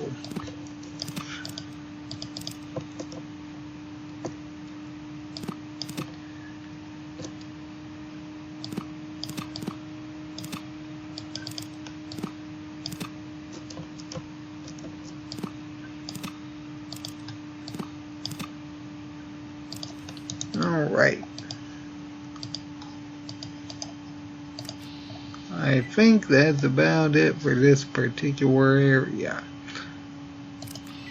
So we just need to go back and claim our prize.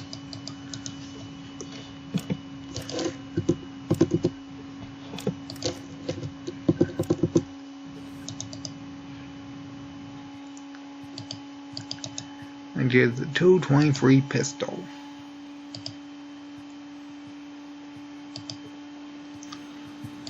Oh, the rifle, but the pistol. 20 to 30 and 223 FMJ. Of course, we're stuck with 512 with 10 millimeter GHP and AP. Either way, yeah, that's about it for this particular episode. We're not doing too bad, seeing as we already took out the Rough Raiders and the that group and the Deathclaw. That's it. I guess we'll be doing Necropolis in the next episode. So I guess I'll get to the entrance of this area and in the episode, because there's really not much else I can think of to do in the hub outside of Decker's quest. Either way, I'll end this episode here. That being said, I don't think this is going too terribly so far. So, I hope everybody has a good day. Hello again, everybody, and welcome back to Fallout 1 Part 2 of our 10mm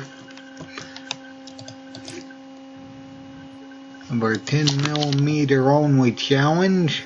And we'll only be using the 10mm pistol. And this is part 2. And, well, I actually dealt with a lot of things in the last episode. I mean, I dealt with most of Junktown, I dealt with the Deathclaw, I dealt with the Rough Raiders, surprisingly. I dealt with that one guy to get the 223 pistol. I a lot of sewing material. Well, I guess I could go to the boneyard. Let's just go and try dealing with Necropolis, because there's really not much else I can really do until I get access to power armor, because I don't think going up north is going to be overly useful. Either way, Necropolis is over here. Yeah, right. Over there, and is this a truck? No, it's not.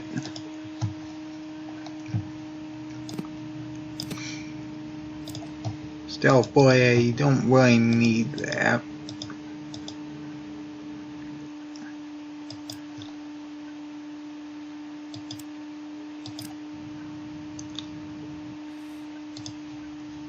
Alright, let's deal with Necropolis.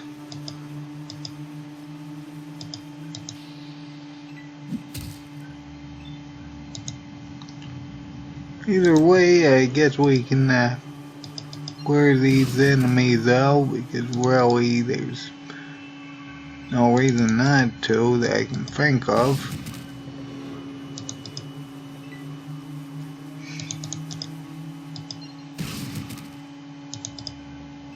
Your discretion is advised, by the way.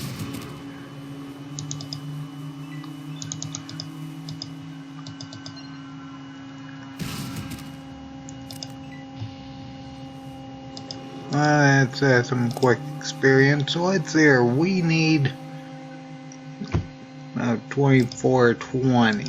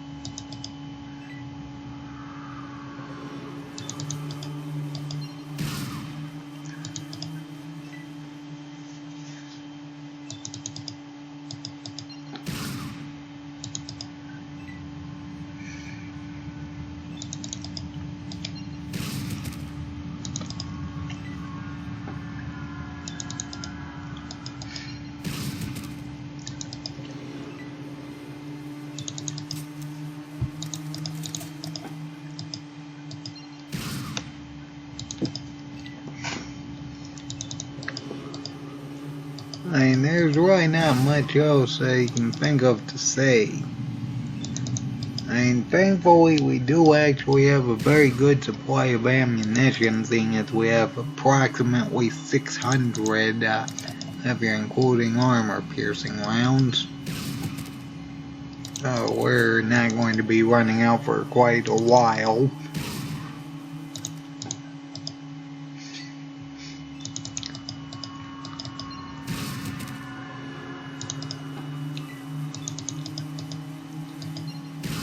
And we haven't even gotten to the gun runners in the boneyard yet, so we still got more places to get 10mm ammunition. That's not even mentioning the glow has a few hundred rounds, I think.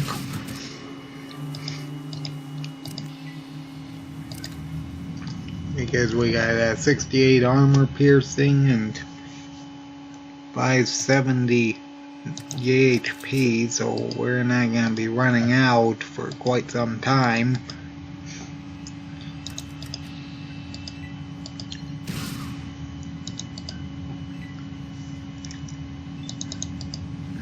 Well, I can't wait to get better criticals. It's going to be much more useful than what we are currently dealing with. That said, I think Bear Criticals is actually level 9 instead of 6.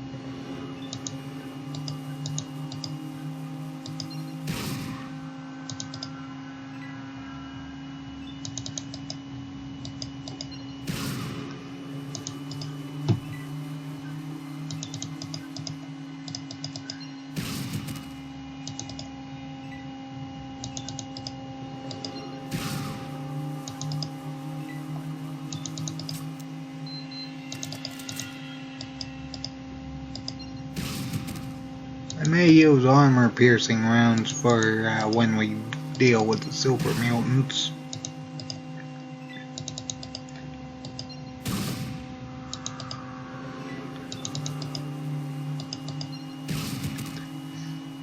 I mean, thankfully we'll outrange most of them.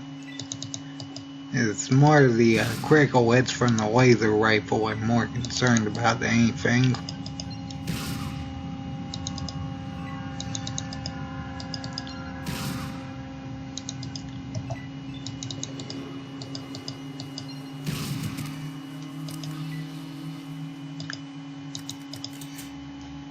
Alright, and we still need a bit less than 1800. And we got one more set, I believe, just this one.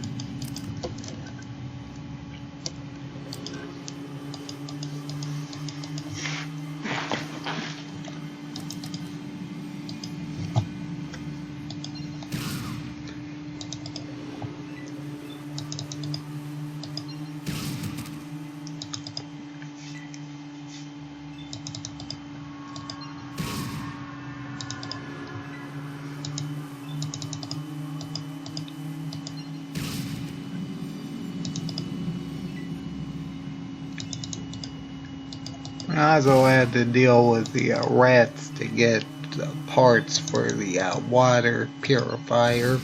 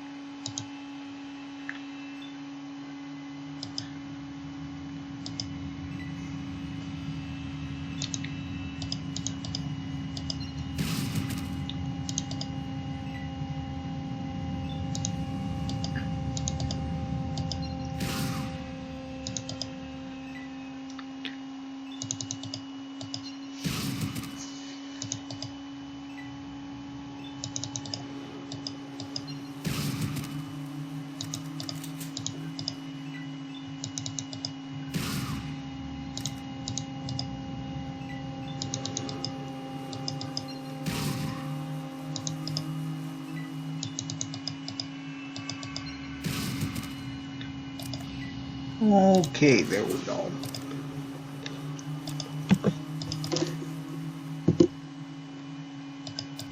I gotta make sure I don't overwrite anything important. I don't want to accidentally restart because the thing crashes.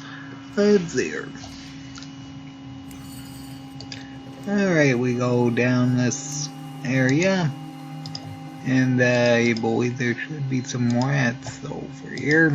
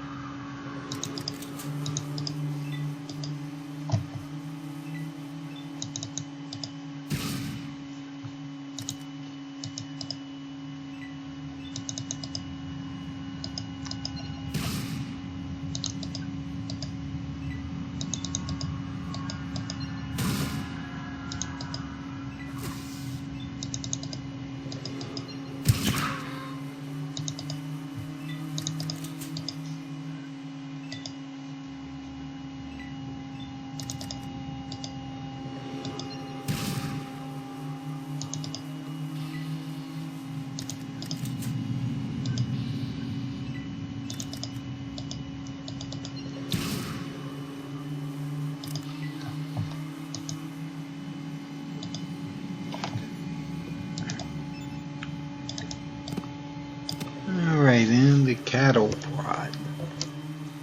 Oh, were they using armor piercing? I didn't mean to use armor piercing. I must have switched because that was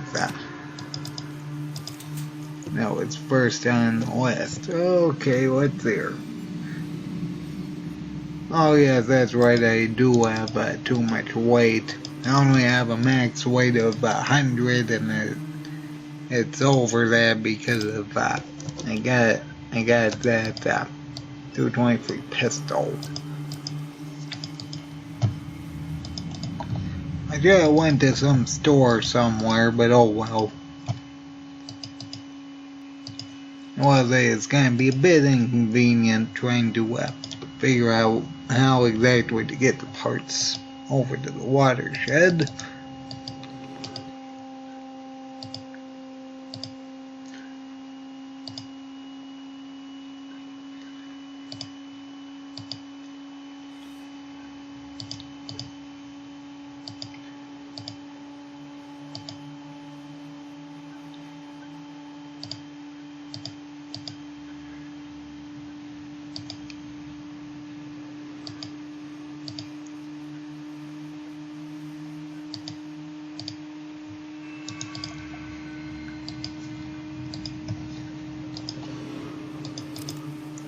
Let's see, our repair skill is 39.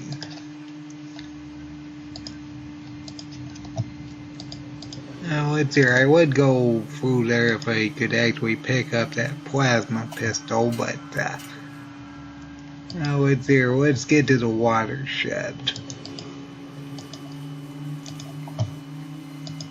And deal with getting the parts first. Or maybe I should deal with the super mutants first and then deal with the parts.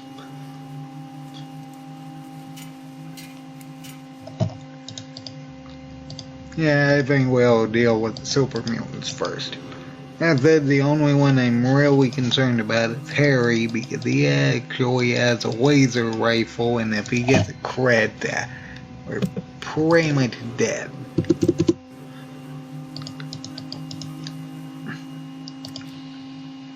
So let's get started by hopefully disabling his arm.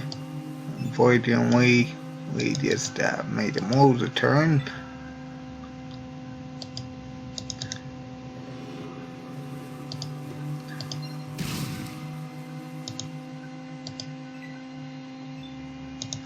We made him lose another turn.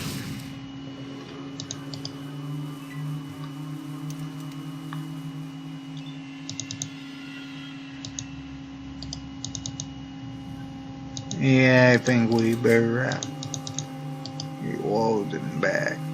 Up there we go.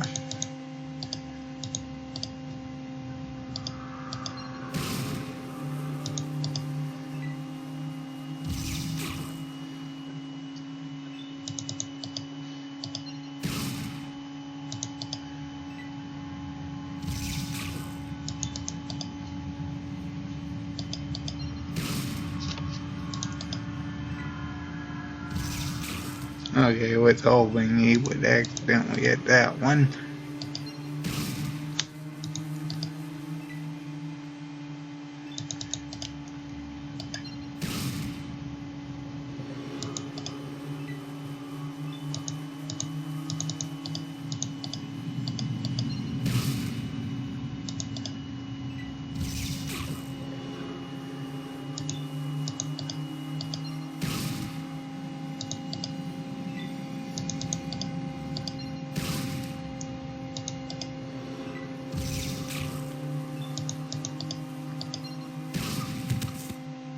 Okay, there we go. And that's a laser rifle, so once we pick that up, that's 5,000.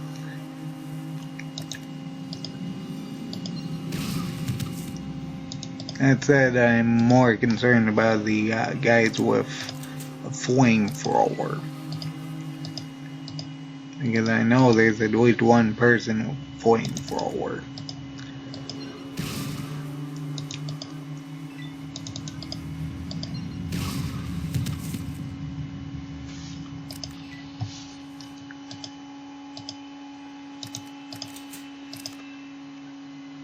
Okay, one more, and that should be enough to get a level up.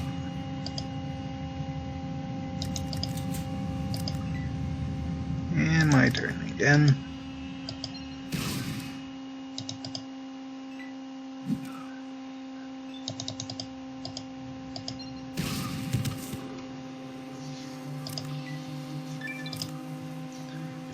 Let's see here. Do we get better criticals?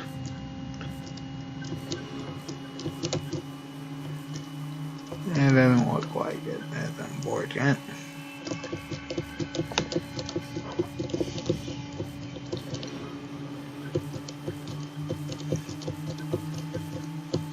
That said, I think bonus range damage is going to be our best overall option because it does give flat damage bonuses, I believe.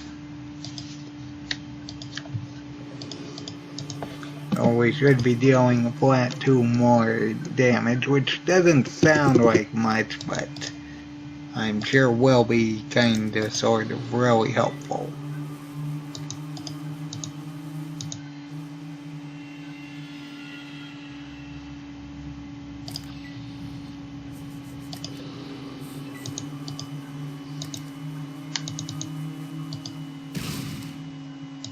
Hopefully he'll be able to get away far enough so he doesn't hit me with that. Okay, there we go.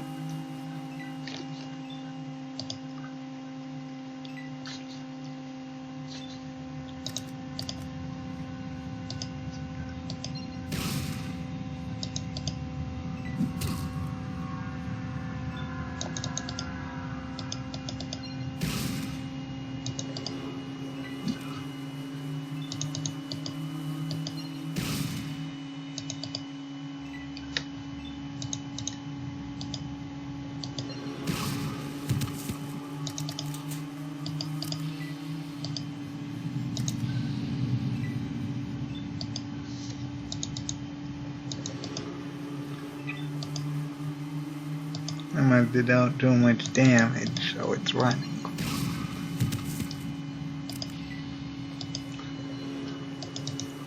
Alright, well, let's see what we're doing here.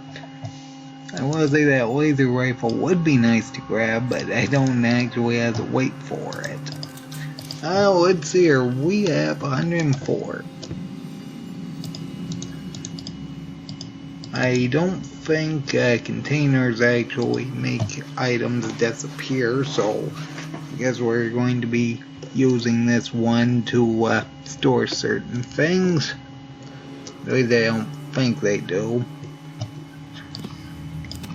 We're just going to put away these ammunitions we really don't need.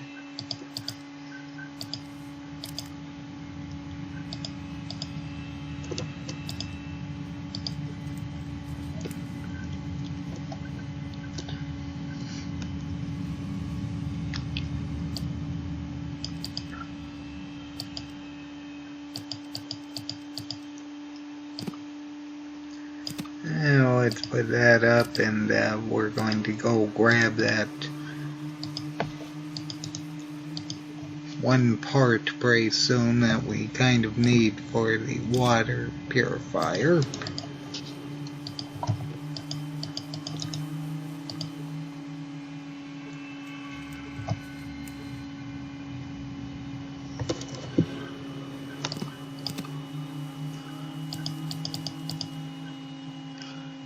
Alright.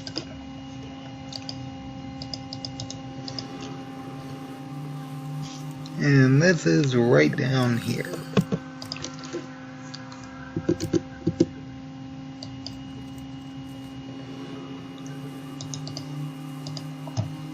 And we have to go and, if I remember correctly, these are unique rats that are actually stronger over in this area. More specifically, I think that the normal rat version that is actually stronger.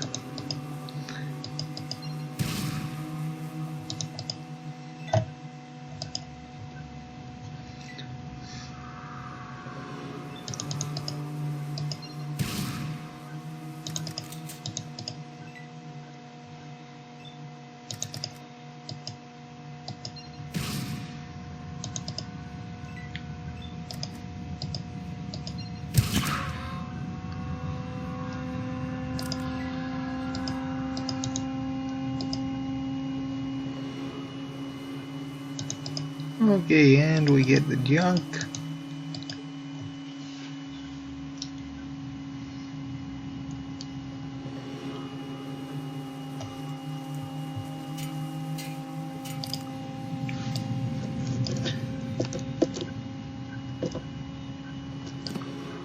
Alright. And we are actually going to be going back down into the sewers.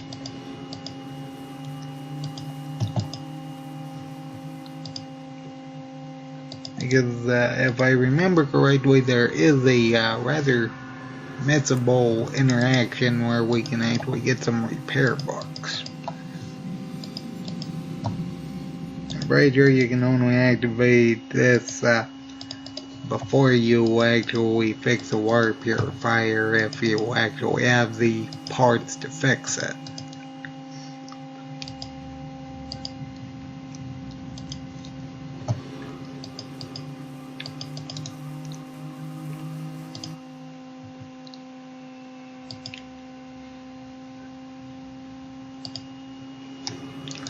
Alright, and we get a few, 3 of them actually, DMZ Electronics. So that's not too bad.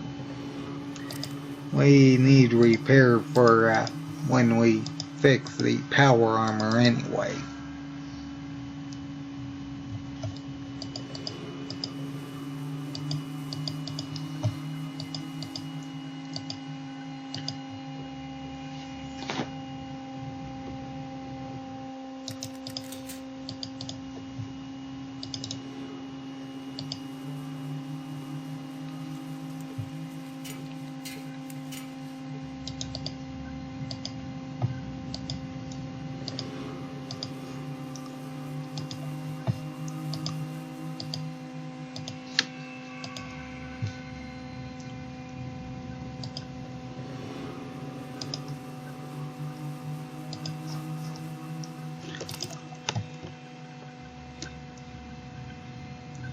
Alright, we need the junk, and we can use that on this, and fix that.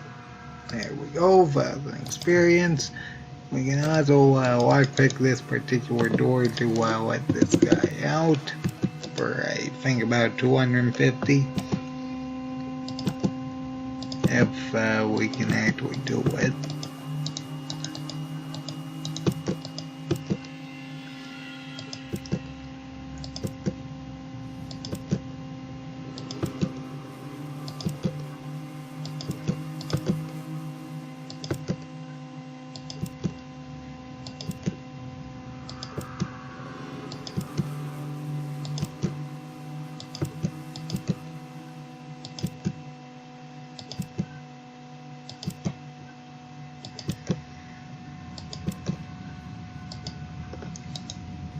Wow, that does not want to open. Okay, we'll just leave that alone then.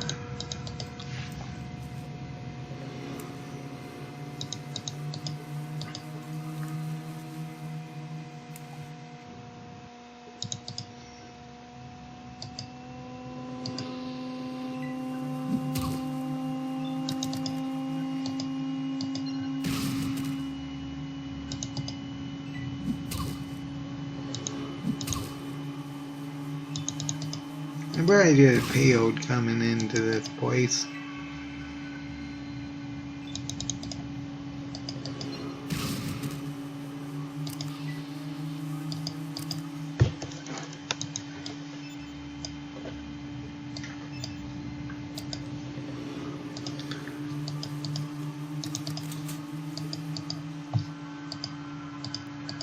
Honestly, I don't remember there being any items outside of the water chip in this area. So I guess we'll just speed right by to get that. I don't think there's anything in the lockers either.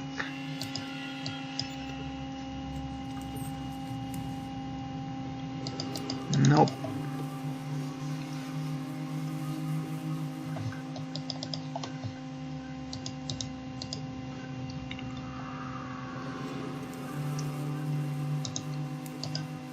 Alright, we get 1,000 for getting it, and we'll likely get a level up as soon as we get back to the Vault 13.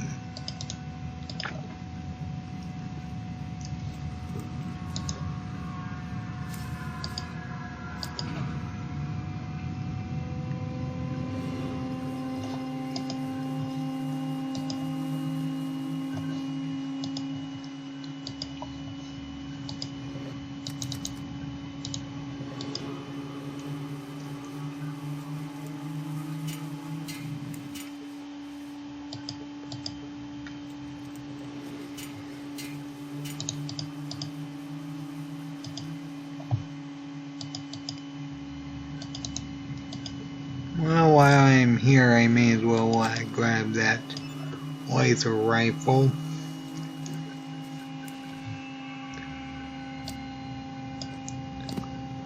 We can always come back. I don't think these containers reset.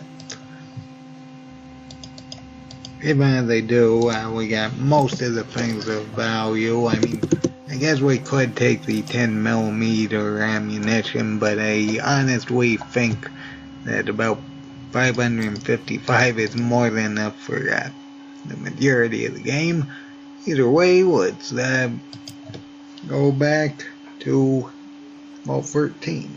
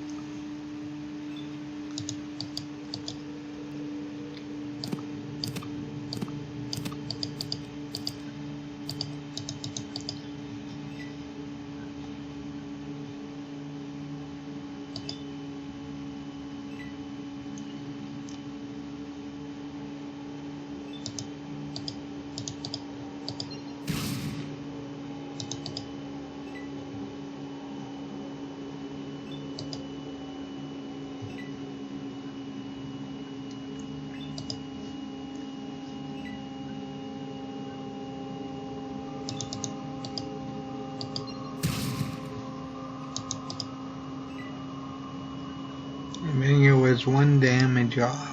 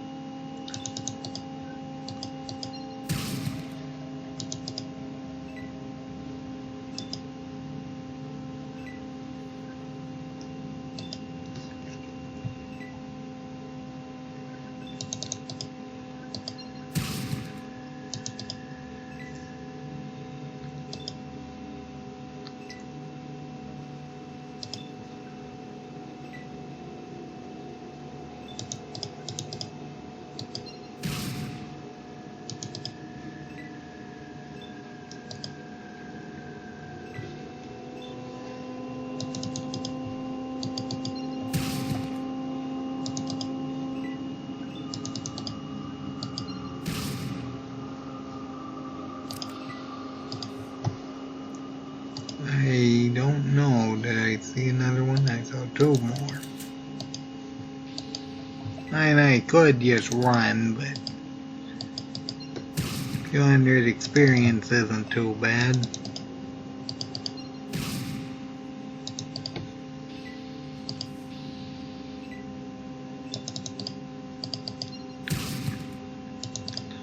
I guess I could always take down the cons as well.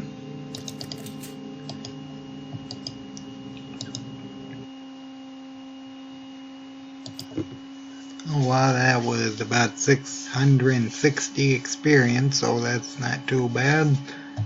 Is it a truck? Nah, it's Bob.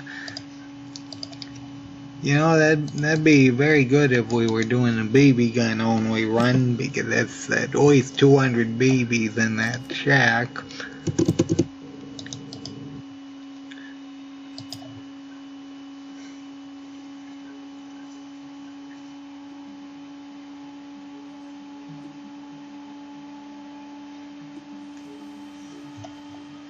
Alright, let's go to Vault 13 and go to the command center. Now let's see here. Doesn't seem like it's yeah, it's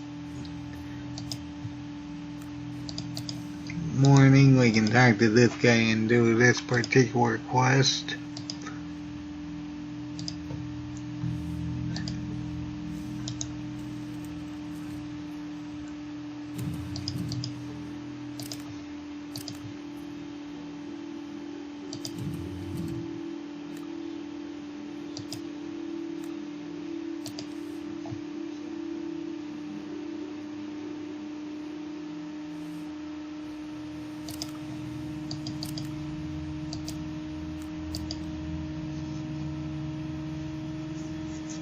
Involving the water thief.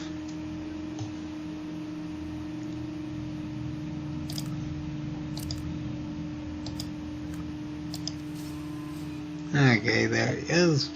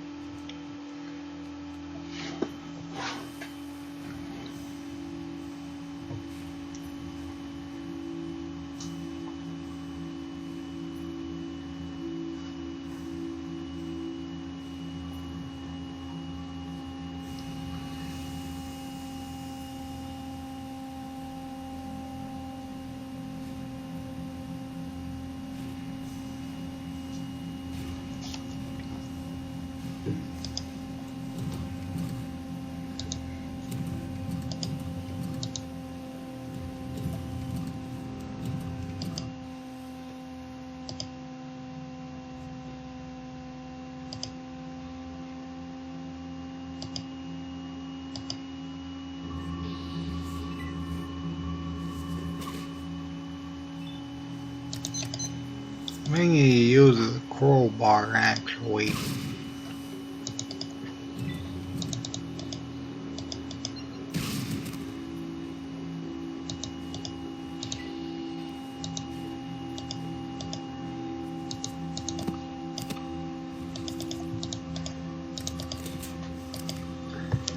Now let's see, we still have over 500 shots.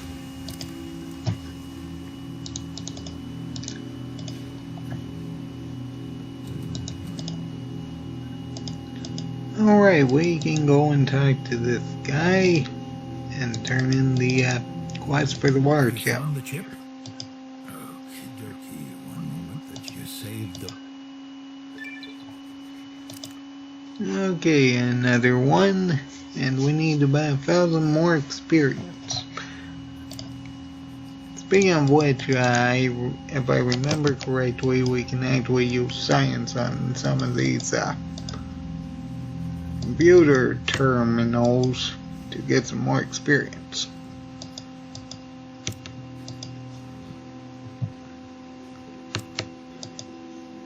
Oh, was it only these ones? Yes, it is. Okay.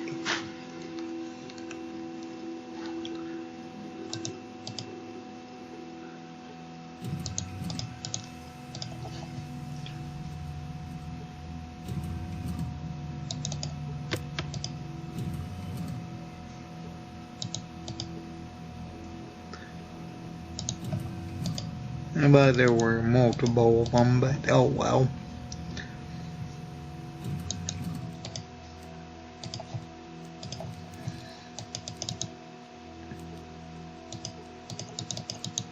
I just wanted to let you know, I don't like your reports.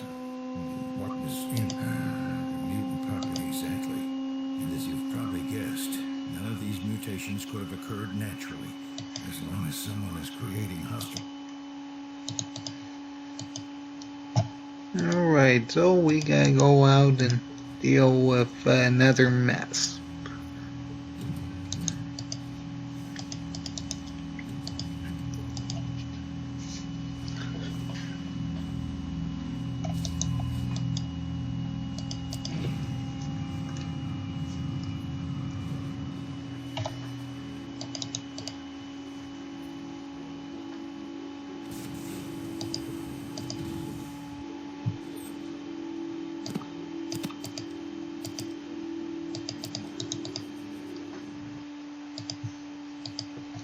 Alright, let's try avoiding these rats. And I could obviously take them down. I mean, I was taking down super mutants and mole rats and rat scorpions and a death claw and the rough raiders. To be fair, the death claw and rough raiders, we did need quite a bit of luck, because if we didn't disable certain limbs, there's no way we could have done that.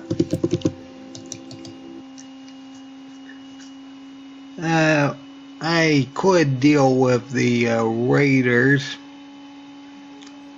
The problem is they don't really have enough carrying capacity to really warrant doing that thing, as they wouldn't be able to pick up anything. Either way, we effectively don't have a time limit.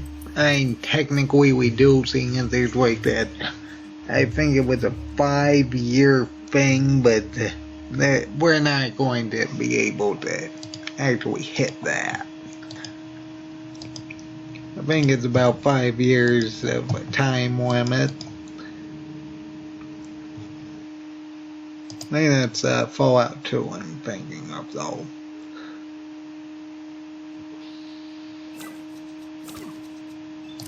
Good thing I saw that before I actually engaged. That would have been terrible if I flubbed it. Okay, what's there?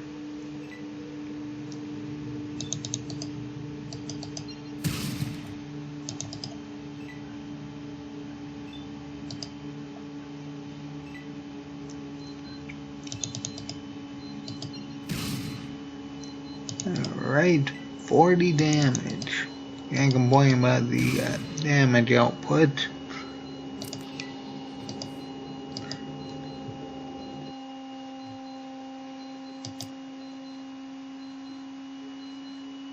Yeah, well, let's go to the Weather of the Steel area and get the location for the glow so we can get that started. I gotta go over to the boneyard anyway. What's here? Let's talk to Cabot. Hello and welcome to the Brotherhood of Steel. Yeah, that's great. Well, I talked about. You have to go to the ruins of the ancient order. Except this place is high tech.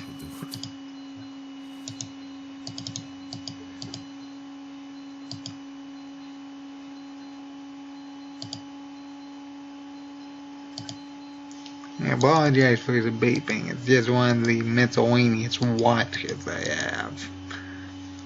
Either way.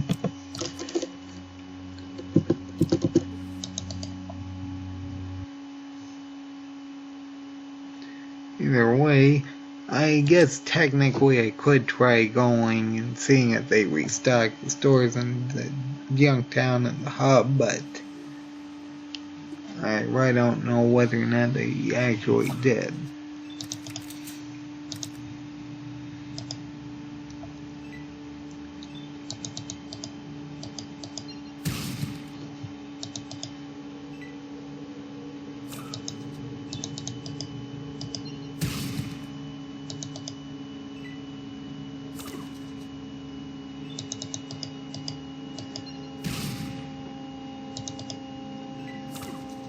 And I got metal armor, so these things shouldn't be too big of a problem.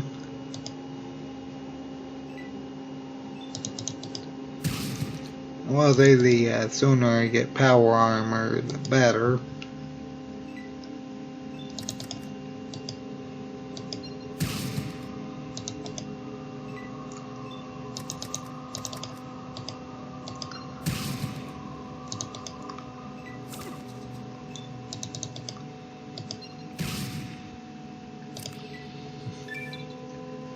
Okay, another level. Oh boy.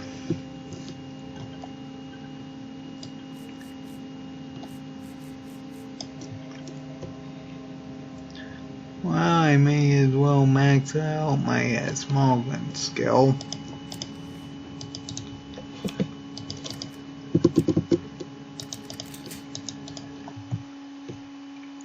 Alright, then let's go to the boneyard.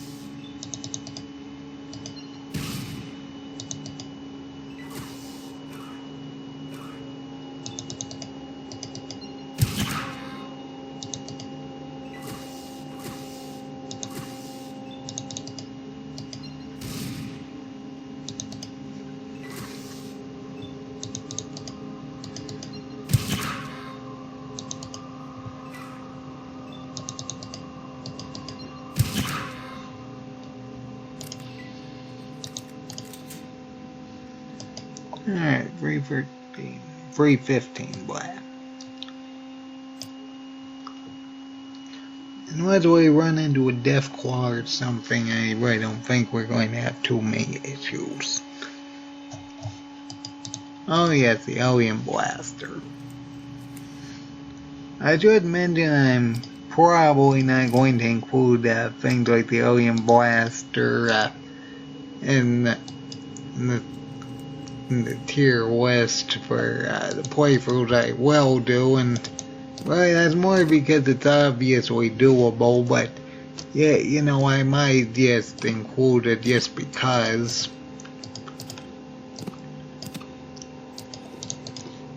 Now that for our purposes today, it's effectively selling material.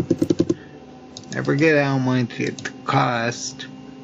No, I'd like to say it was something like 4,000.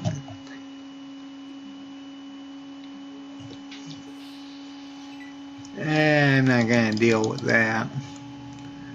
If they were mole rats, then we're giving a few hundred experience. That might be worth it, but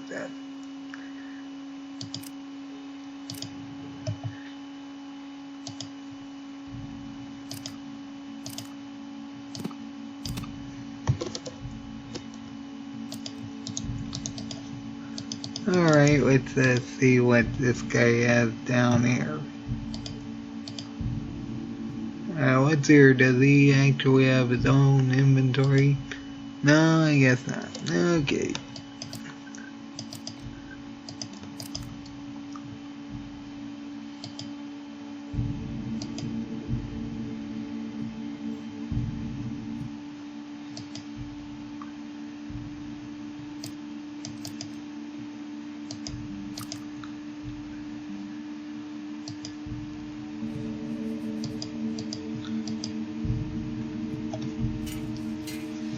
Well, we're gonna have to go to the gun runners to see what they got. And then, let's get 10 luck. That should be rather simple. We just talk to this guy a few times.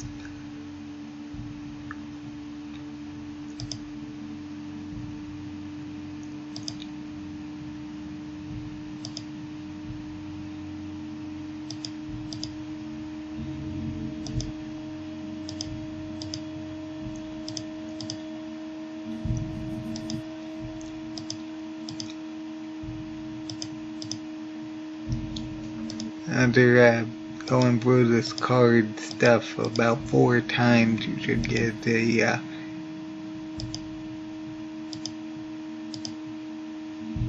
or was it only 3?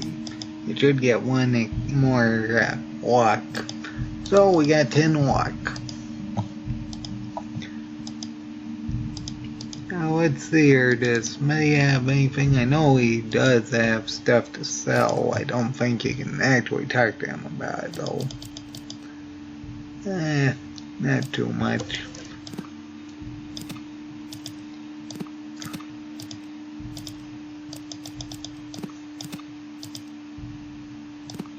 Actually, that's not too bad.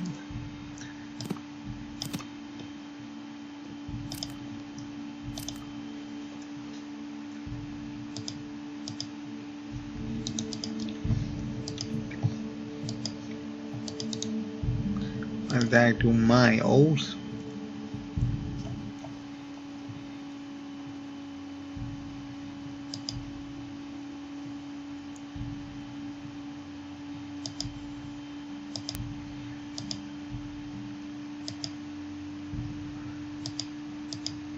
Alright, and there we go. We can actually get those parts and give it to them.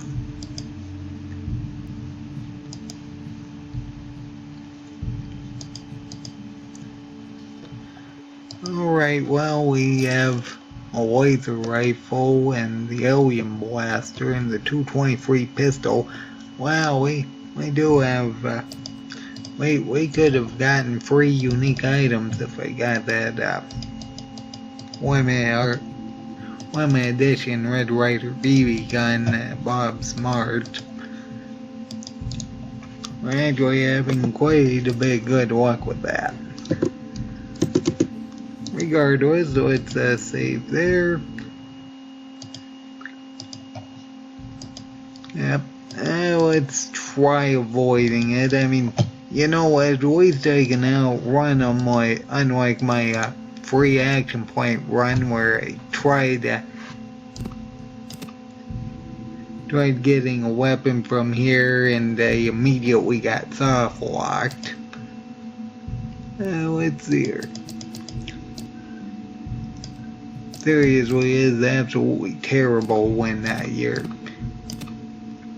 you're incapable of outrunning something and it just puts you right where I think there were 2 Deathclaws right in front of me, which was kind of problematic.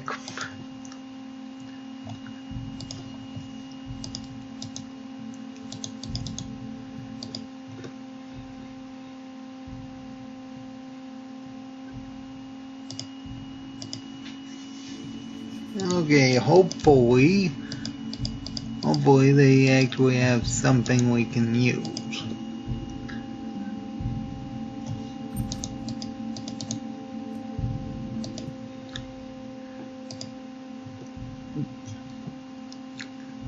See, like that. That we can use. That we can definitely use.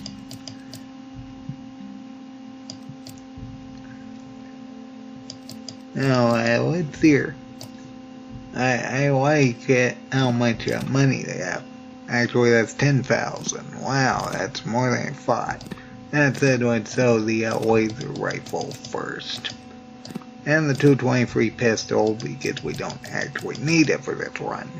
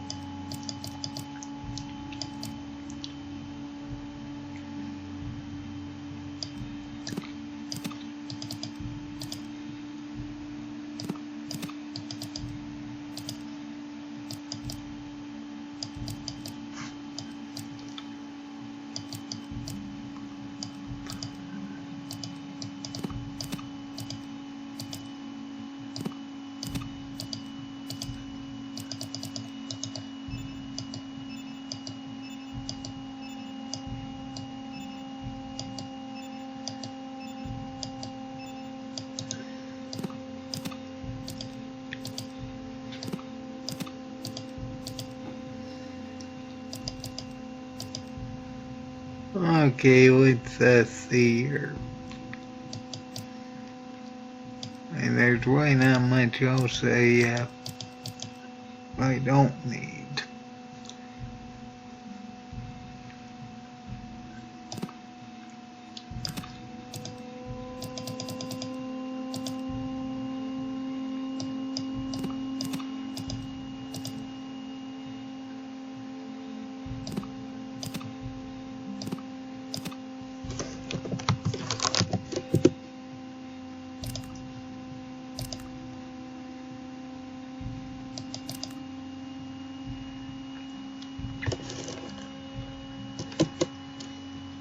Almost 1,000 rounds.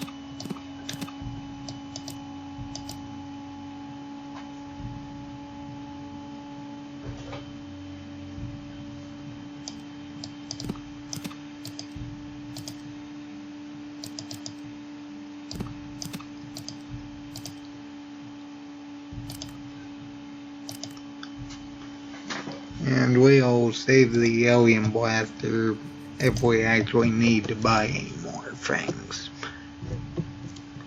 That said, we do have enough for most of the implants we actually do want, most notably the agility one, but that's about all we really need. I mean, while I'm here, I may as well talk to him about the Deathclaw situation.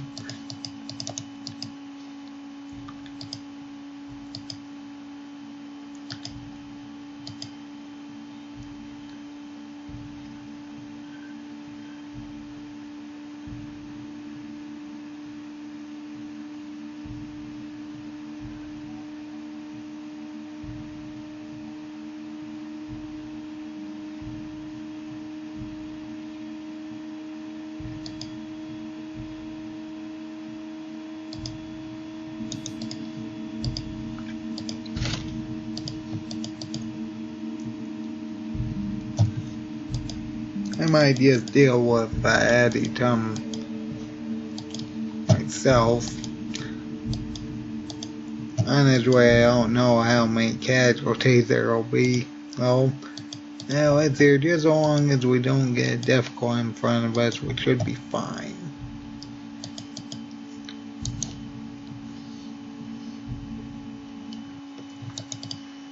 Actually, I have more than enough ammunition to grind on them if necessary, but I seriously doubt that'll really be required. Let's hear. We need to turn in the quest to bring back the garden parts.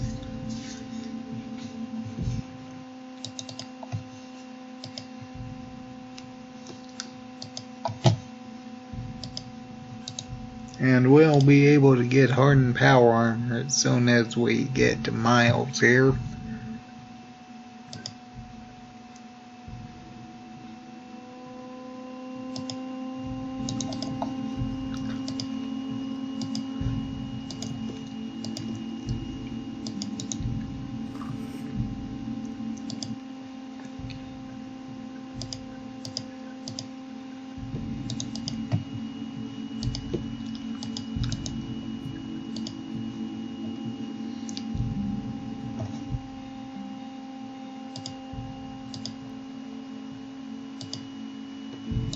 Alright.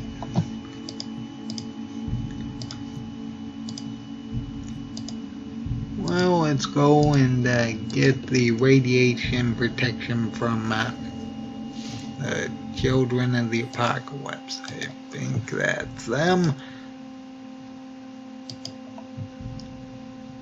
Followers of the Apocalypse, I meant. Blah.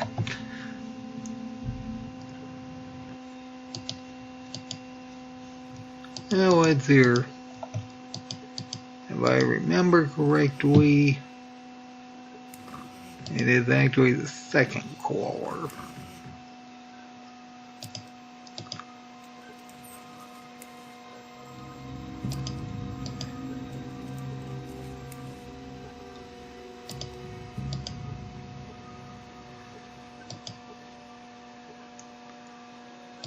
Oh boy, there are so many people. Now it's here. There we go. Oh yes, I almost completely forgot that we need a rope. Yeah, we do definitely need a rope. Okay, how many pounds are we overweight? Okay, 4.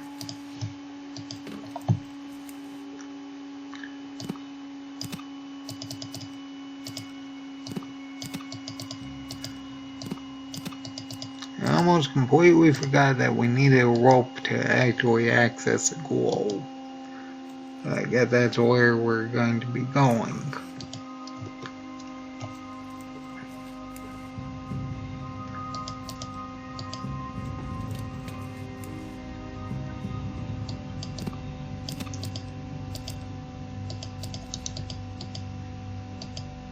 I'd like to say there was another container where there was actual equipment.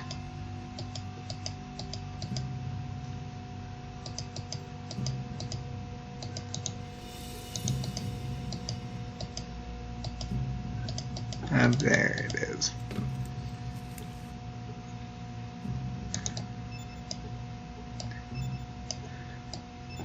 Oh boy, look at all that ammo we got.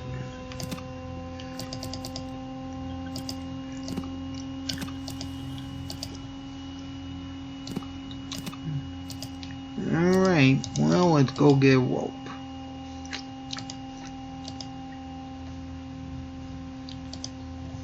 I forget whether or not we actually need to go to the hub for that, or there's one in this one area where we can get explosives.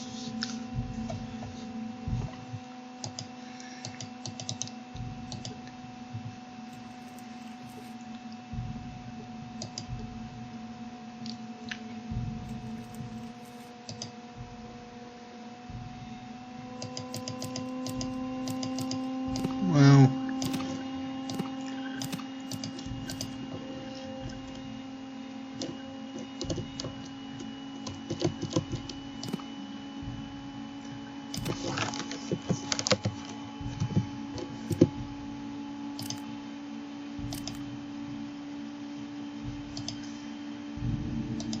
That's not bad for the stem packs.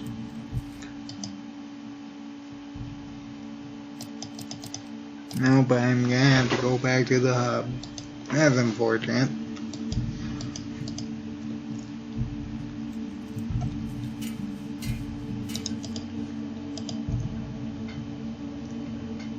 Oh well, it's just a short detour.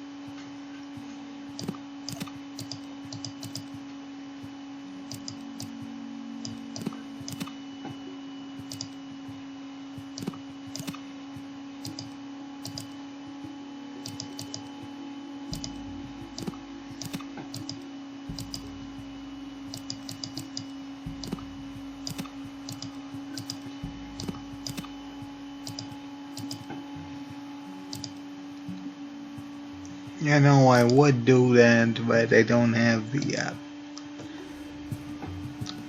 I don't actually have the weight capacity for that. Let's see here. Actually, I think it'll be easier just to,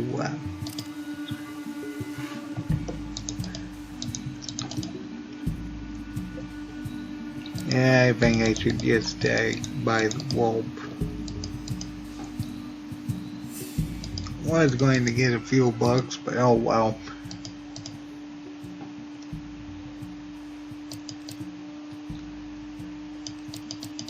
Oh, it's here.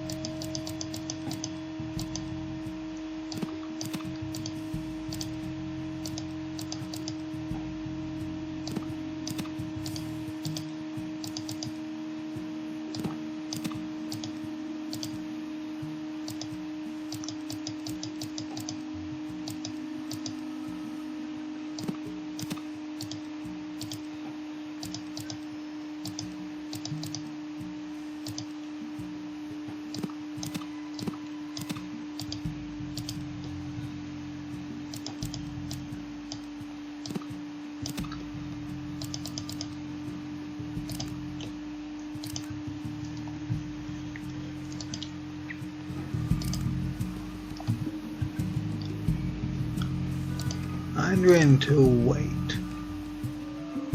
Carry weight 100. I really don't know why it seems to be going over what it should, but that's fine.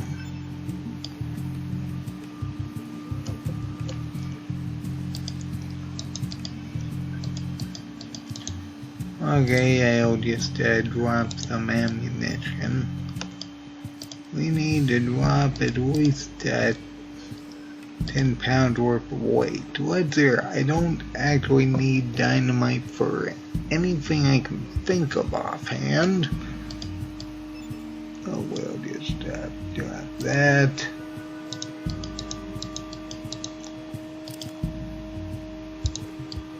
And drop that much, and we'll barter, get some rope, and deal with the gold.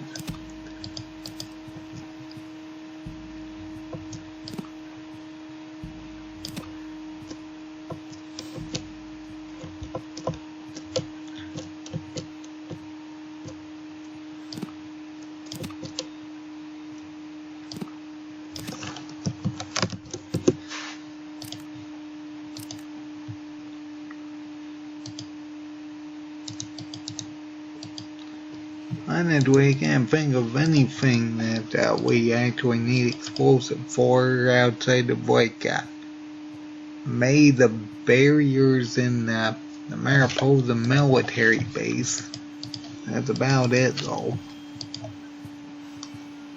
And even then we can use repair to disable those, so that's not really important.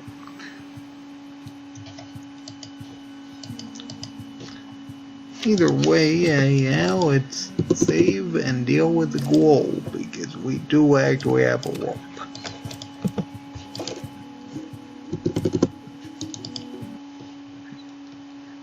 And we had to go to the globe.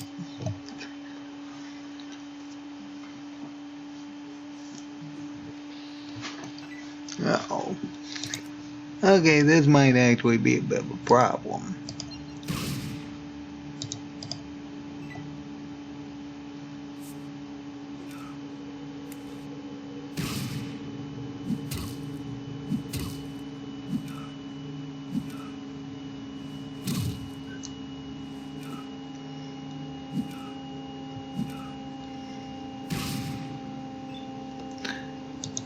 Well, I was going to attack that guy, but he's actually helping.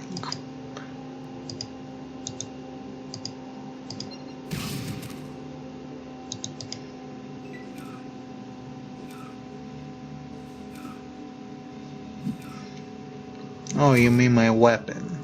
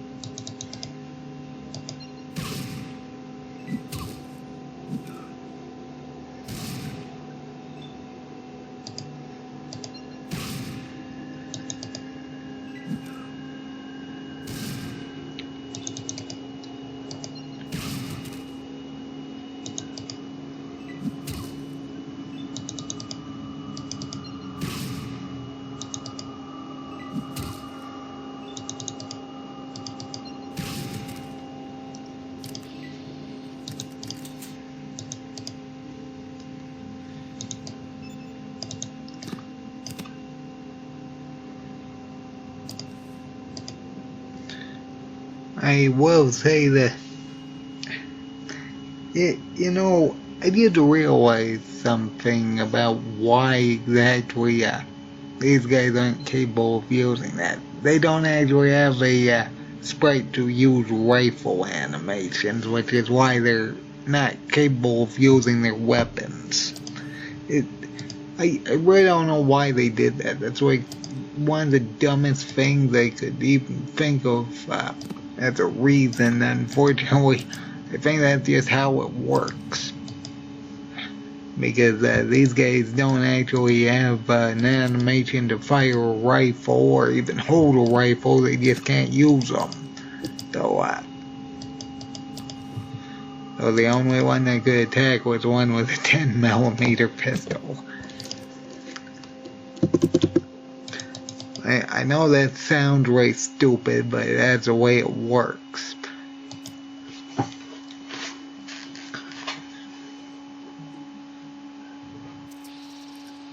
Uh-oh.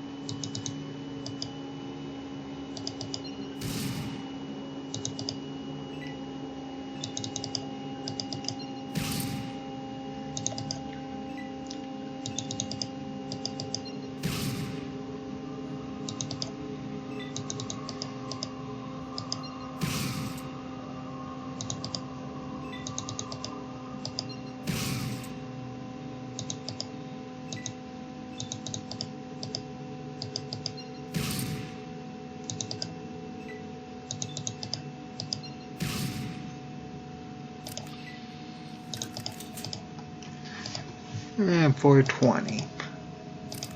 It could be worse. Let's see here.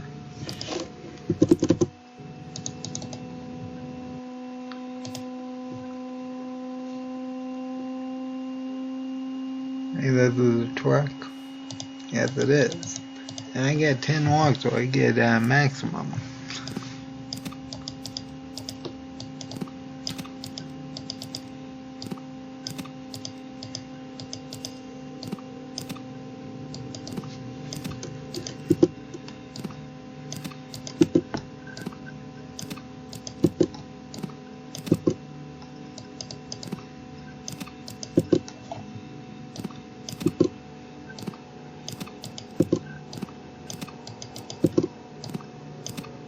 I'm not used to using the enter key to do that.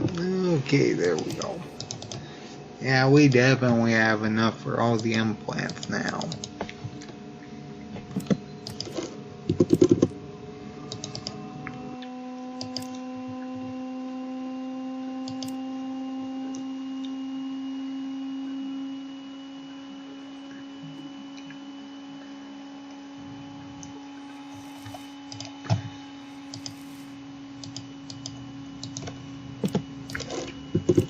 Oh, at least this isn't Fallout 2, otherwise they'd be the exploding variety, and you do not want to run into them.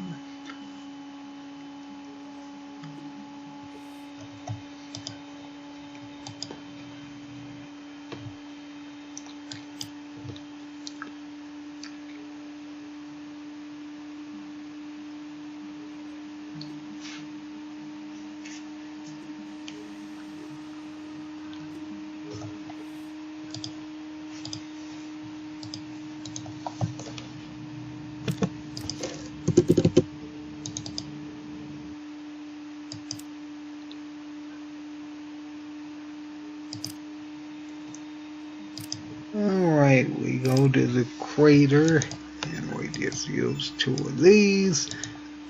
Switch over to a rope.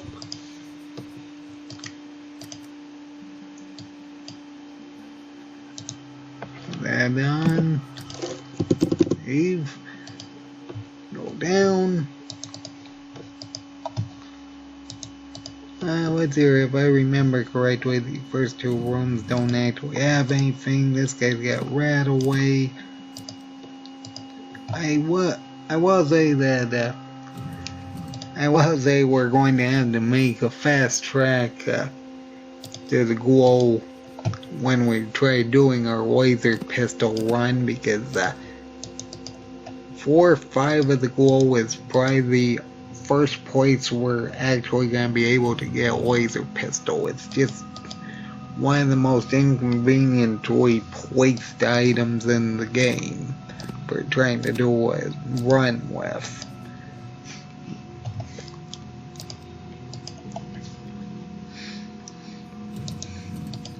I mean, seriously, most people probably went to Necropolis before the glow. And probably found that plasma pistol in the sewers, so that pretty much immediately makes the laser pistol almost entirely irrelevant. And the only thing the laser pistol has going for it is it has the best range of all the single-handed energy weapons. That's about all it's got on it, any of them.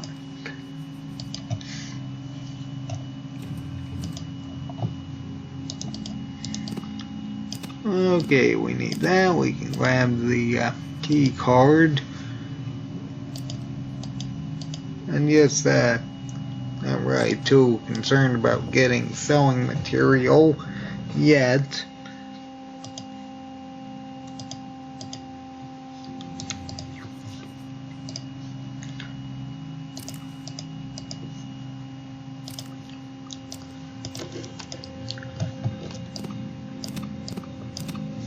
And I guess I can go through the lower floors. Yeah, I knew that would happen. Right here, there's also one somewhere in the start of this area. On the second floor.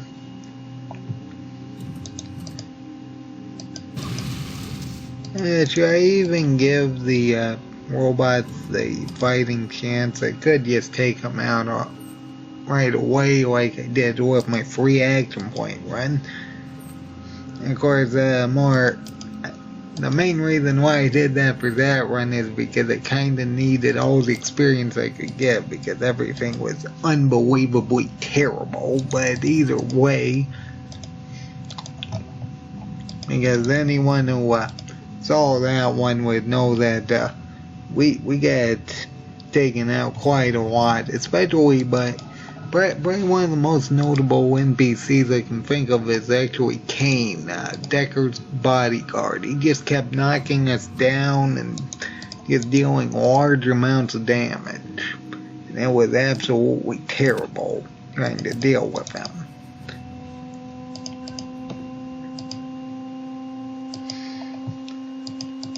I mean, it didn't really help that if I remember correctly, he could attack 4 times a turn, so that was problematic. Seriously, when you're doing a free action point run and one enemy knocks you down, you lose your turn, that's absolutely terrible.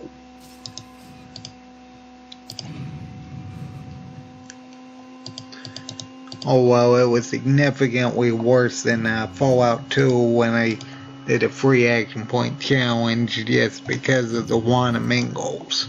Oh, that was absolutely awful. I mean, we got brick walled when 2 Wanamingos showed up really hard. We just got brick walled constantly. I will say it was much easier in the tanker just because the floaters were more or less separating us from the Wanamingos, which I know sounds terrible that we're using an enemy to defend against another enemy, but the big problem is Wanamingos, for whatever reason, you seem to have a really high chance of knocking you down.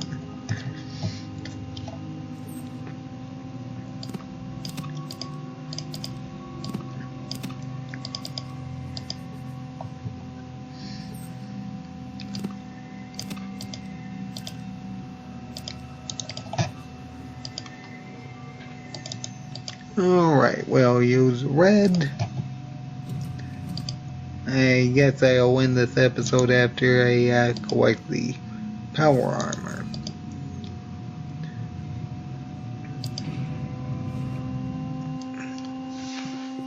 Oh, it's here.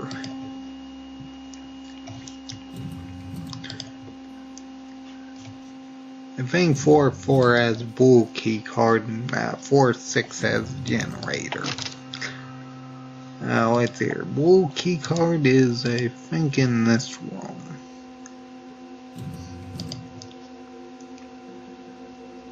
There it is. Okay, there we go.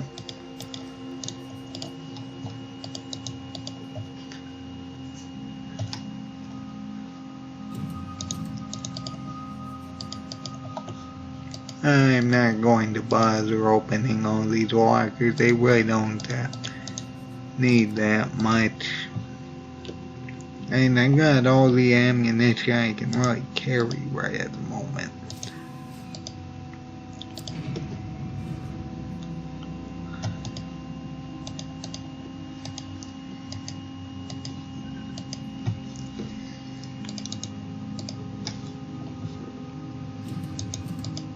Alright, let's fix the generator.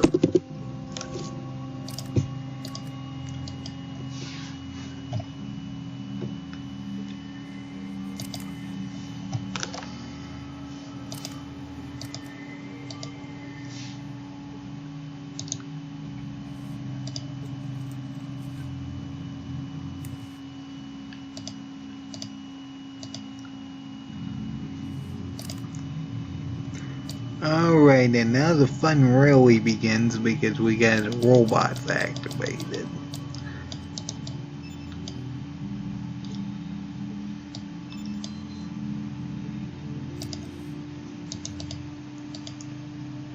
On that way, I think I should probably switch to armor piercing.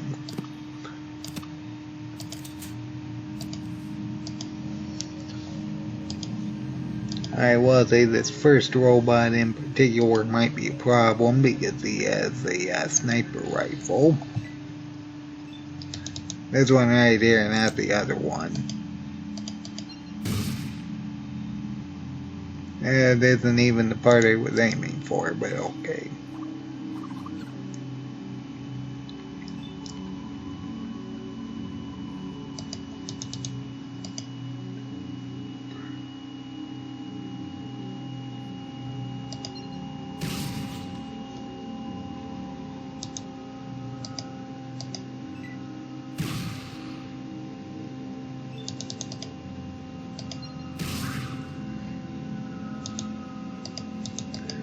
Oh boy, this is not going to work.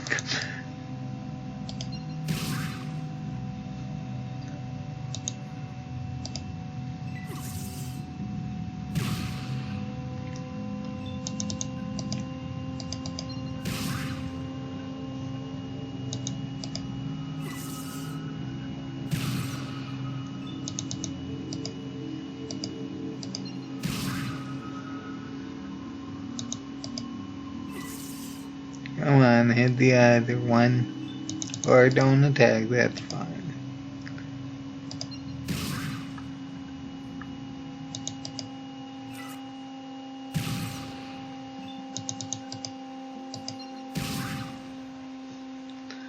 Oh wow, this is gonna be awful.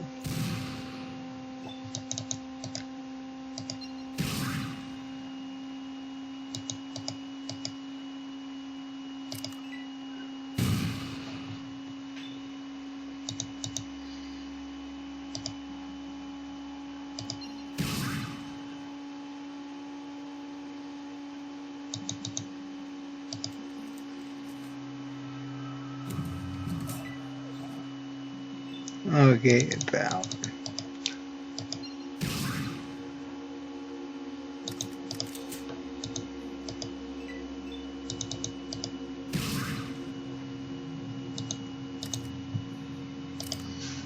Now let's trade your HP.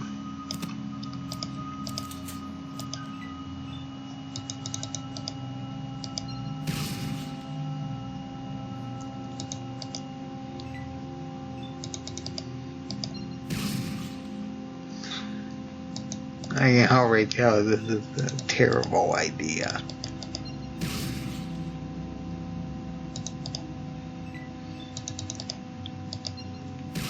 The only thing going for us is the fact that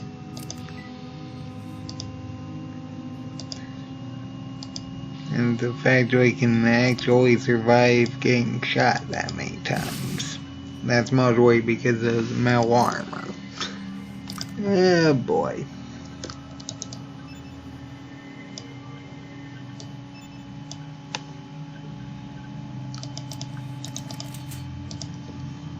Oh boy, do I want to go to 4-5? Well, let's try it. Honestly, I don't even know if we can access it through this 4.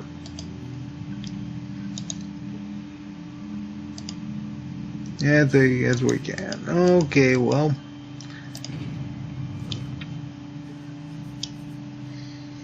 Okay, I see 3 robots. Another one.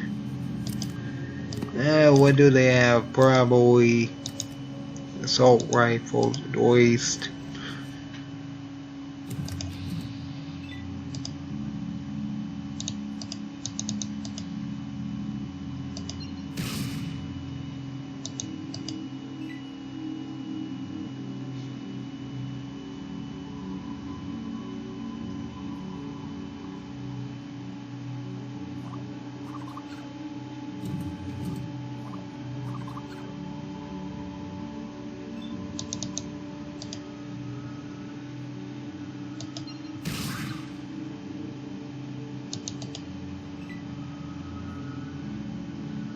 If you could burst and hit them, that'd be ideal.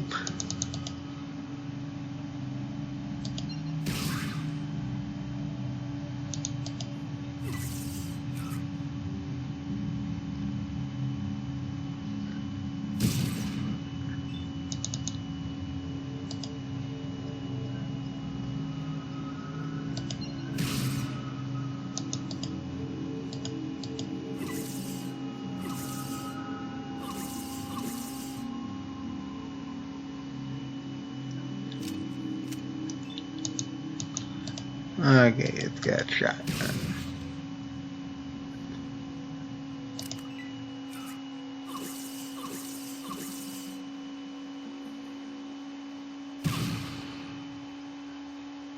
Oh dear, that one hit hard.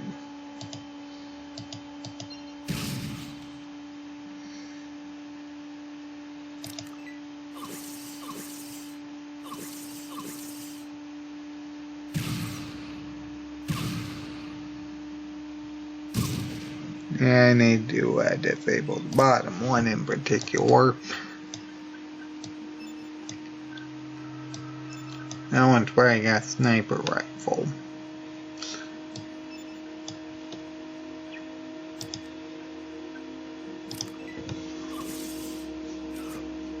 Could use a cycle.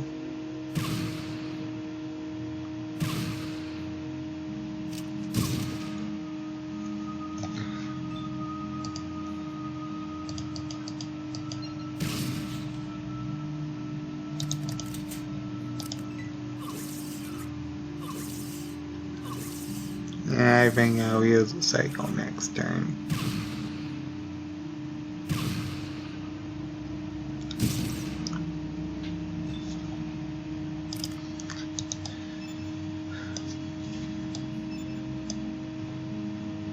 Whoopsie, I almost dropped it.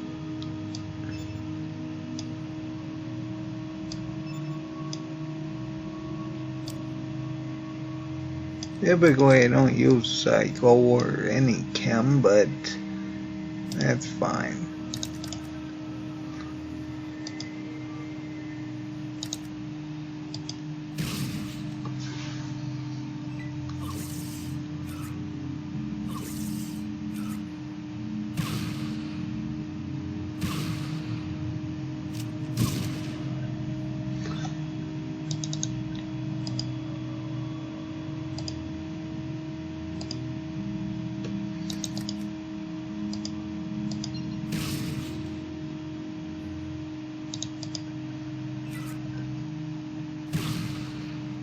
I have the capability of attacking 2 times a turn now, if necessary, but the problem is I don't know whether or not it's actually worth it.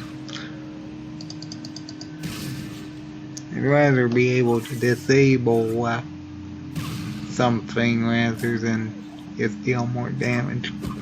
Okay, thankfully that one's out of ammo, so that's good.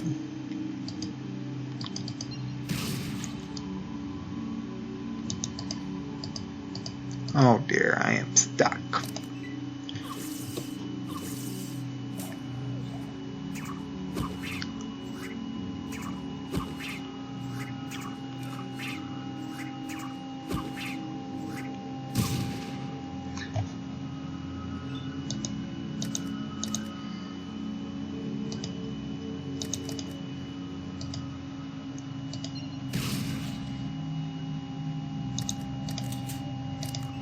Okay, next time we'll shoot that one twice.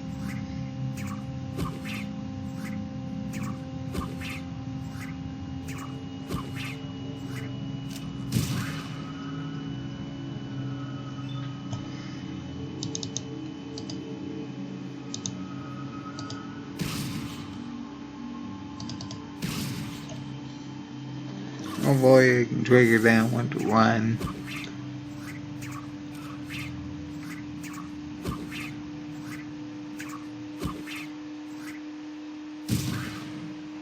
Okay, that helps.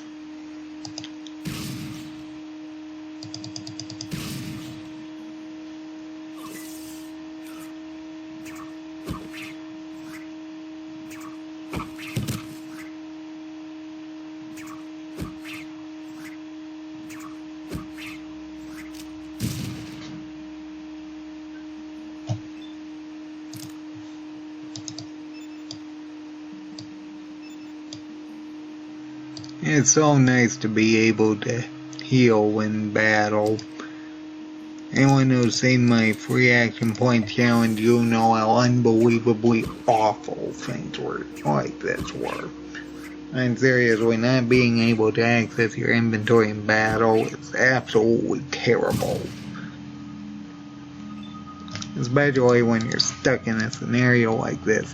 In Fallout 1, you could keep a stim pack in an active item slot, but it was only one-time use, and it didn't replace if you had another one in your inventory, which was absolutely terrible.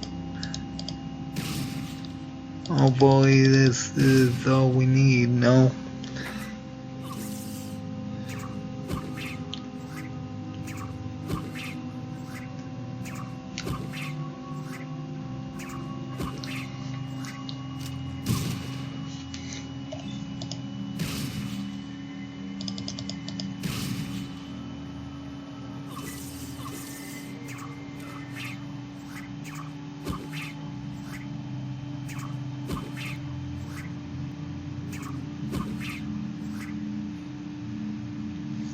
Okay, that one's running. We're fine. And once these ones get a critical hit, we're fine.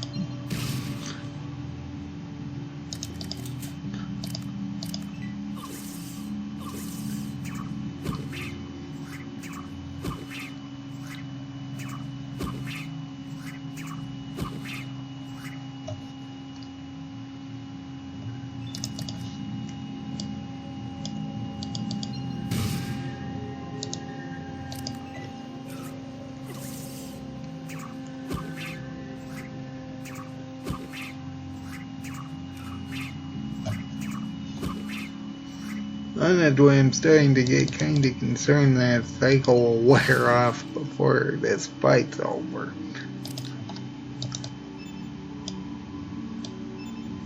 That's fine, I can just turn it off if necessary.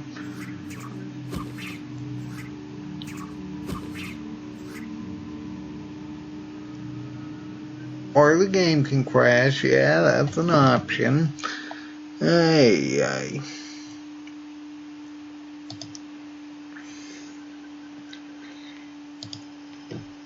Wonderful, absolutely wonderful.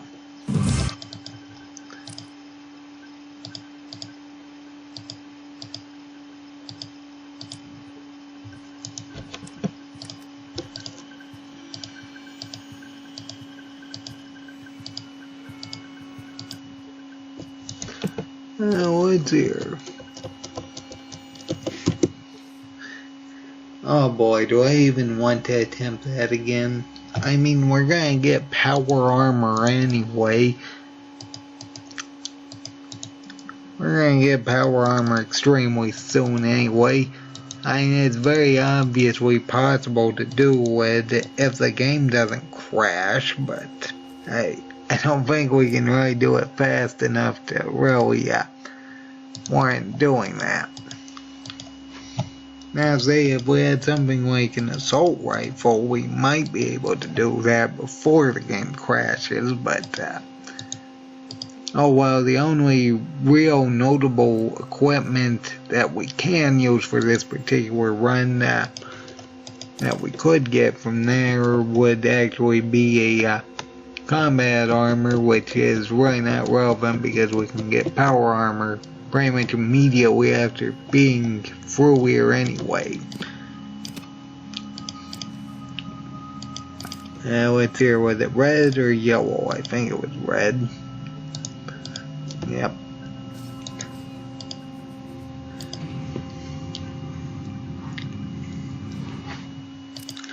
Let's hear, we got 73 repair. I think that's more than enough.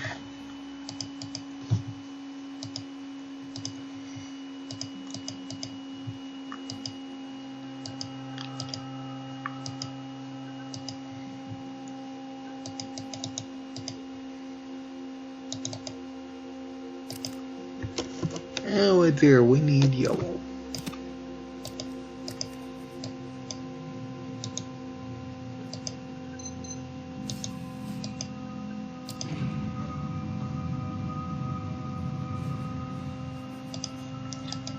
Alright, let's go get some power armor and some implants, and I guess I'll end the episode.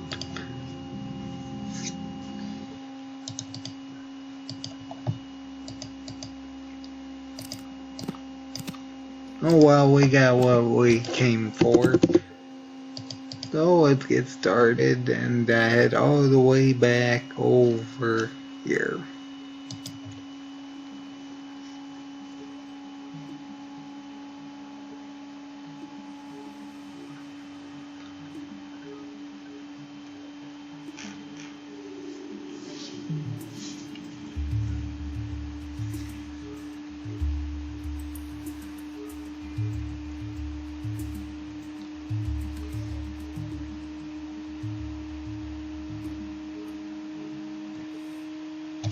Let's start this. Doctor Who reference.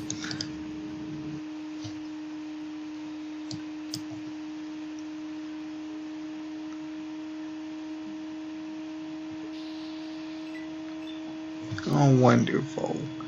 Which one has the firearm? Well, but that one is down. Yep, it's definitely this one.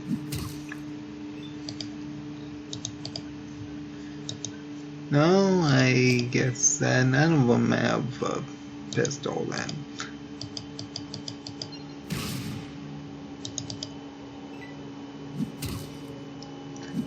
Again, the reason why they can't use them is because they don't actually have the sprite animations for them. I know that sounds really stupid, but that's the way it works. And actually that's the way it works for Companion and Fallout 2 as well, because if a character sprite doesn't have an animation for a weapon, it can't use that type of weapon.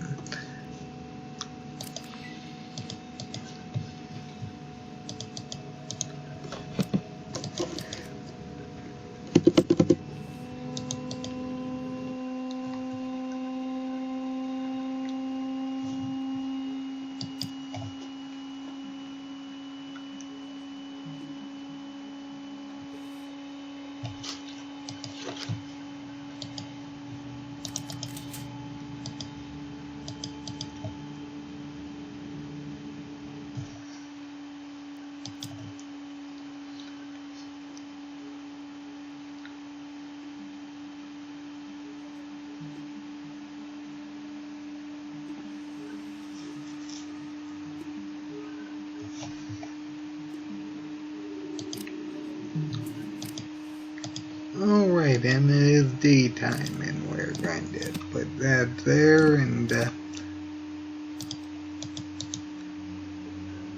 Hey, read the cabinet. Yep, sure did. but this is great. And we get 2,000 experience.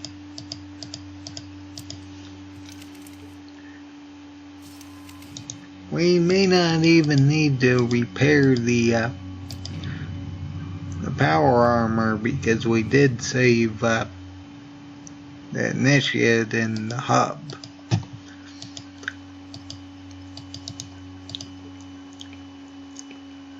We'll see if we can get it here. Power armor. Okay, and doing it this way, we don't even need to worry about weight carrying capacity.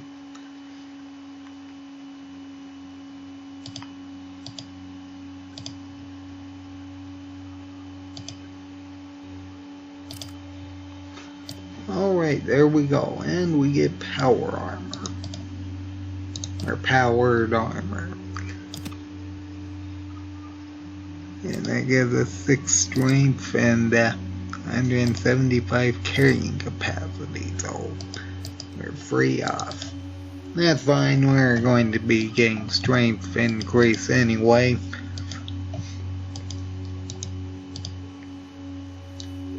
mean, I guess technically I could probably fix it for some more experience. Oh, it's here.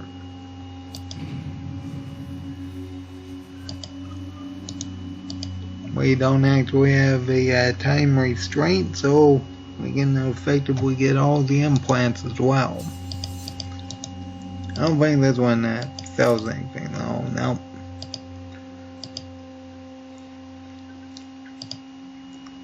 Agility, it's the most important right now. That's it. I think I got enough for effectively all of them. But either way, agility, endurance, strength,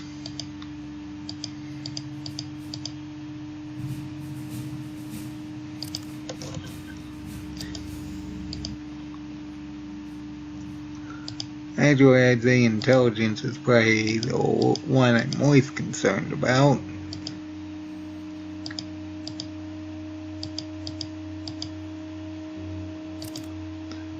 Okay, and we effectively got about as good stats as we can get.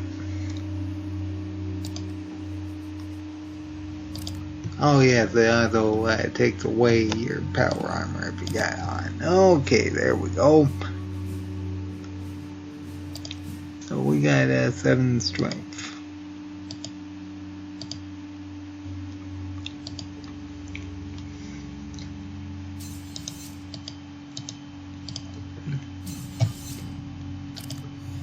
And that also makes 200 carry weight.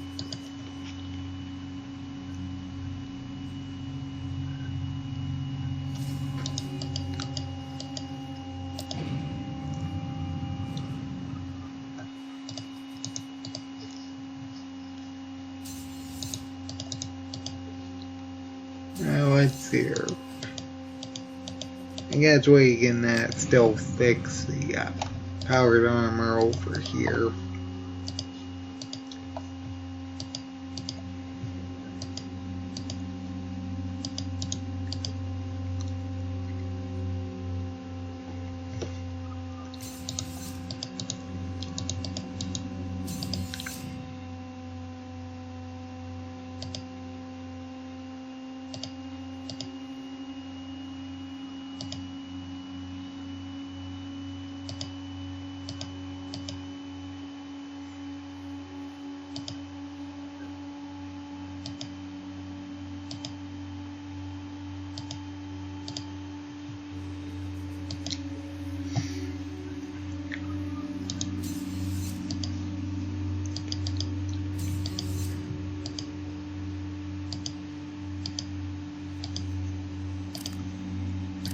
Okay, and I'm going to rest until midnight.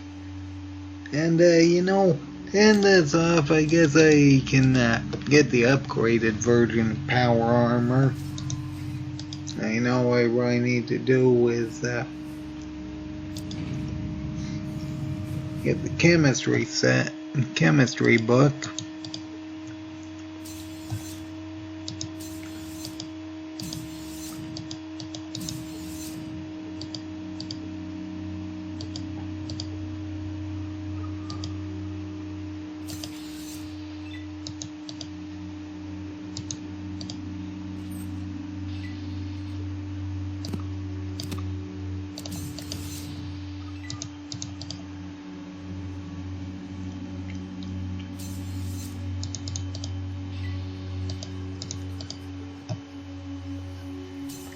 Yeah, you can get the motivator pretty quick like that using the combat sequence.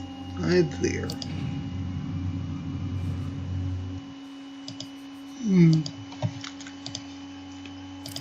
Either way,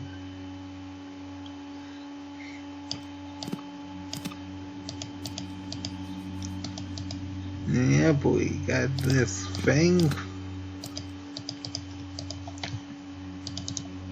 And hopefully we'll be able to get a level by doing that. I think we're just a bit off though.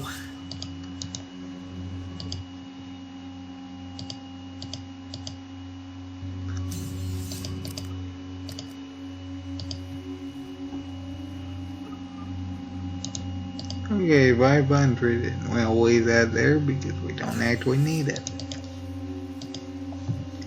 We can't actually carry it anyway.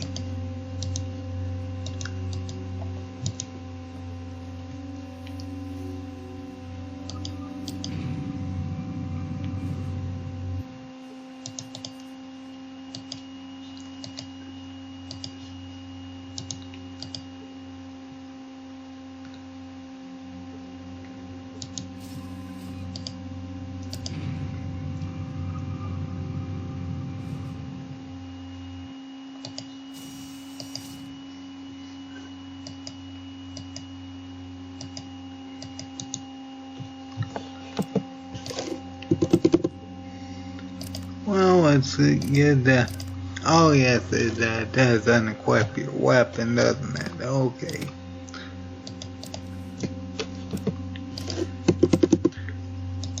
Let's get hardened power armor then. We need to go over to the boneyard and to the hub, then back to the boneyard.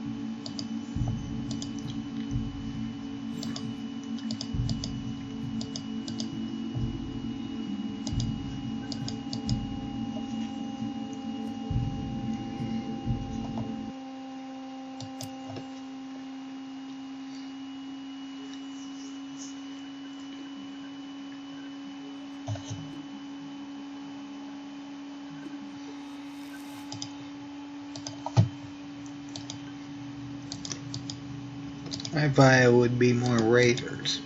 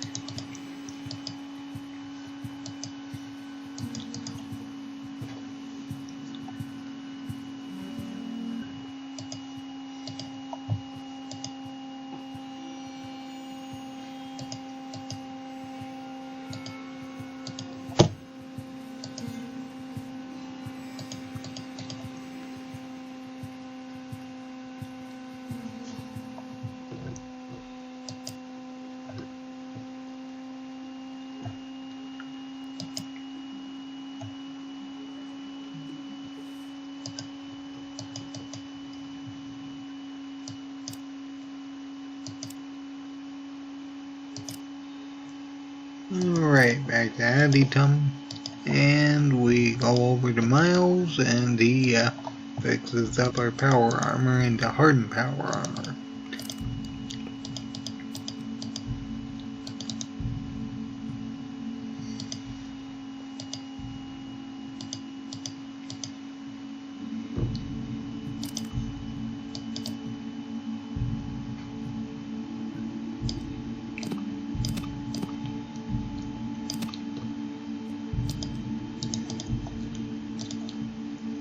And I really don't know what else I'm going to do for this particular series.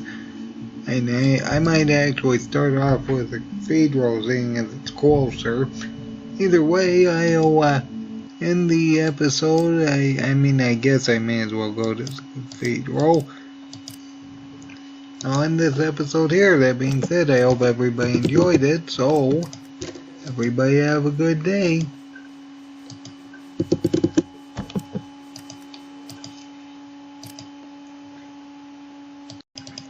Hello again, everybody, and welcome back to Fallout 1 10mm Pistol Challenge Part 3. I believe this is Part 3. Anyway, I tried the cathedral, and the game crashed, but yeah, we are not dealing with the cathedral. There's just way too many flamethrowers at the moment. Let's hear, so if we can actually figure out how to get out of here right there, I guess we're going to be doing something else. I mean, we still have the area of Adatum we can free, so I guess we could do that. We can also deal with the Death Claws. Of course, we are one level from, about 1,000 experience from actually getting our next perk.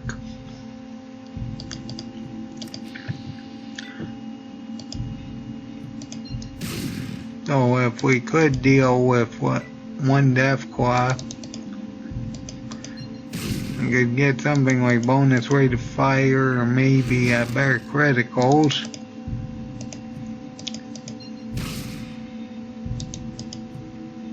Okay, is it actually crippled or not? I don't think so. I say if we can cripple a leg for that, that's ideal, but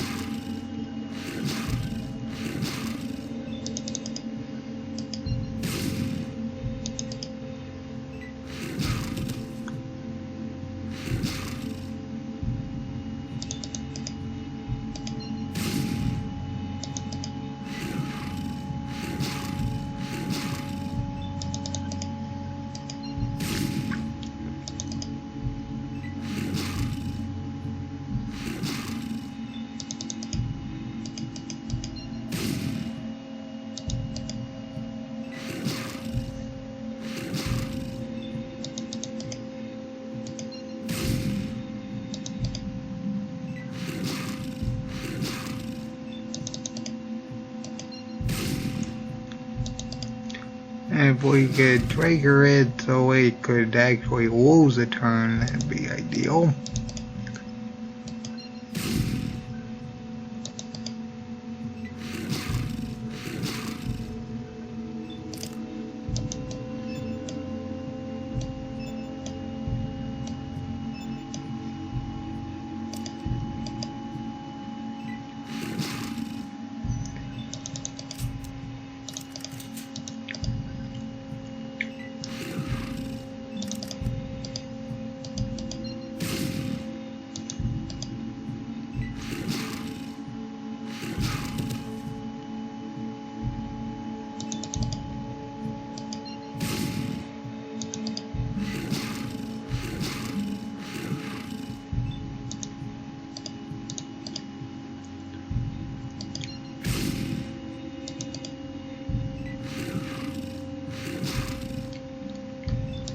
Thankfully that perception decreases, really cutting down the amount of hits it's actually getting.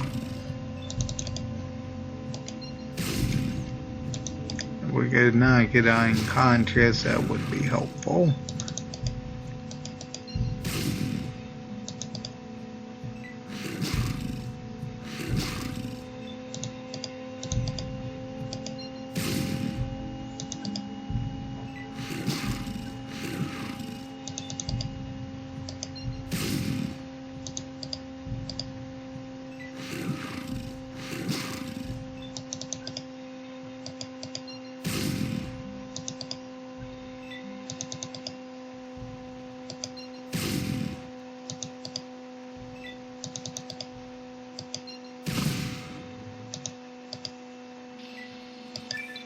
Okay, one more level. Oh, what's here? Well, it's between better criticals and bonus rate of fire. Honestly, I don't know whether or not we will be able to get free more levels before the end of the game. I mean, technically I can just grind, but how much more do we need? We need at least 9 more Death Claws to actually get another level. Yeah, that's going to take a while. Okay, well, let's get better criticals and mostly because if we do get critical hit, we got a higher chance to potentially disable a limb, which is very, very useful.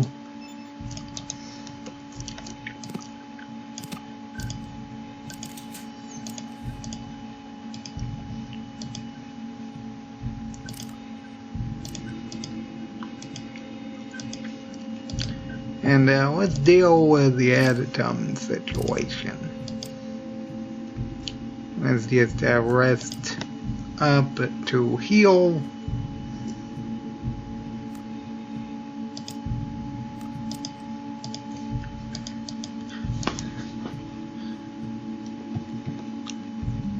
Back to the leader over here, and then we'll trigger the fight.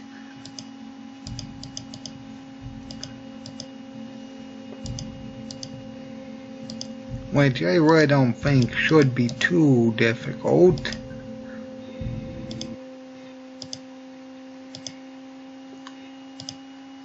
Everyone has a gang problem.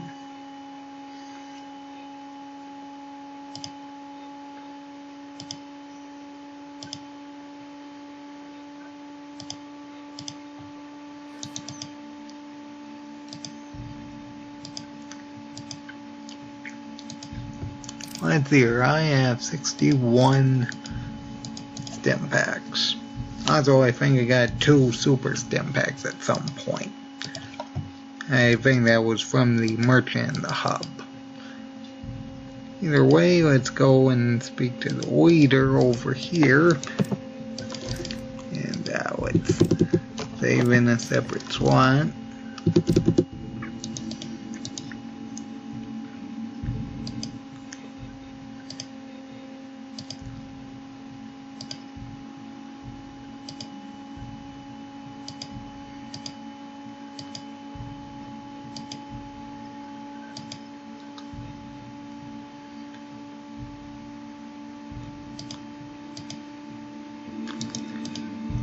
Alright, yeah, we'll take care of them ourselves.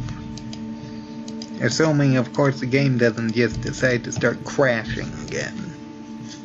Well, I've actually had quite a few problems with that for this particular playthrough.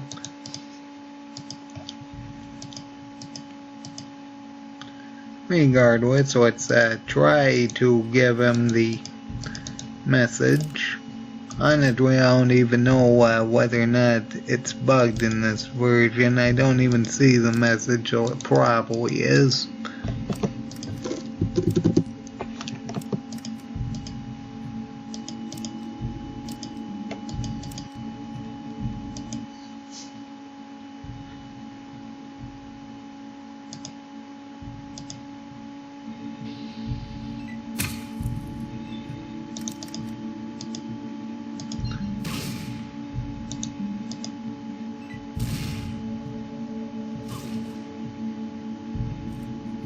And oh, at least one of these guards actually have a sniper rifle, which is potentially problematic. I think that one's got an assault rifle. I think this is the one with the sniper rifle.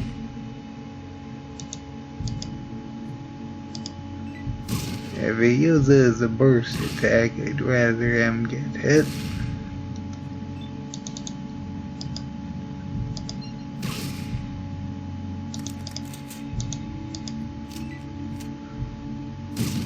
No, he just has a shotgun. Really, I thought he had an assault rifle.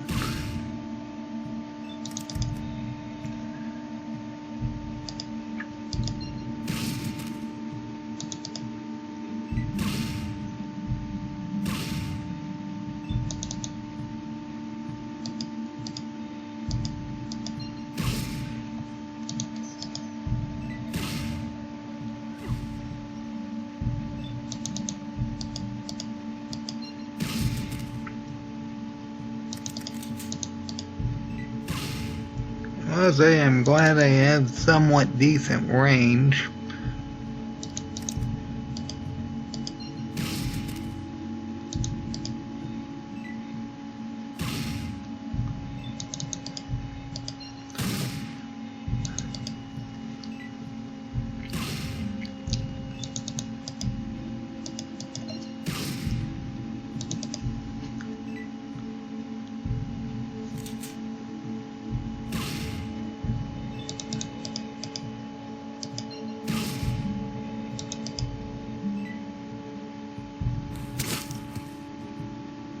throwing knife. That's the only thing I can think of.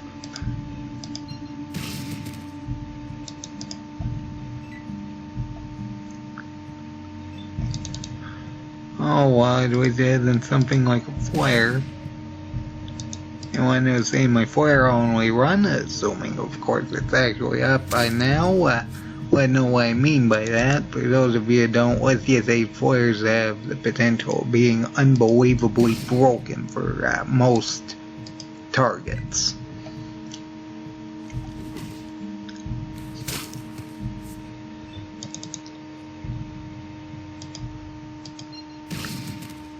I've got a submachine gun of some sort.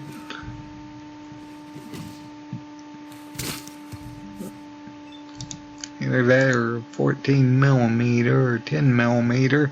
It really depends on what exactly the sprite they have. Yeah, it's a 14mm. Oh well. These damn bags can't complain.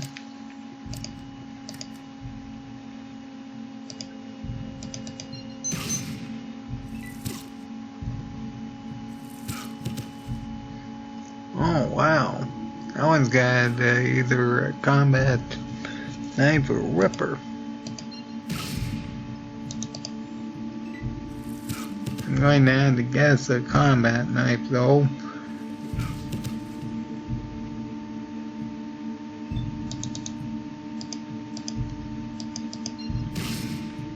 Not the one I was aiming for.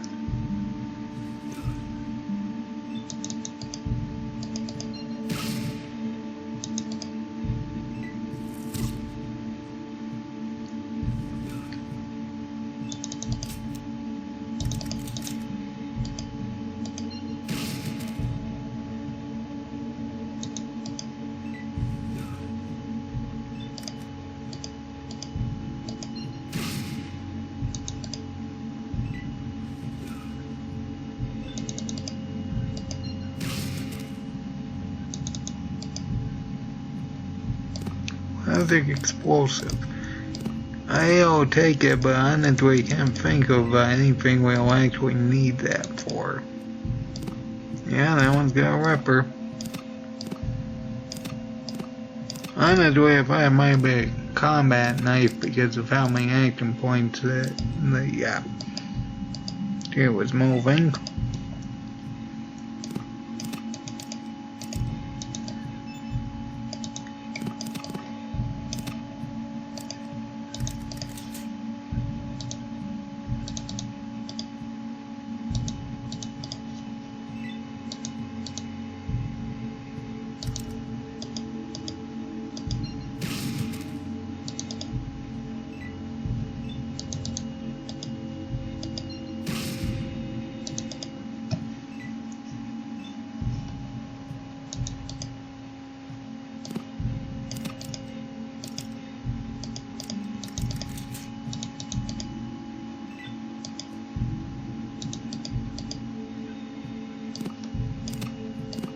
I complain about the amount of stim packs I'm getting.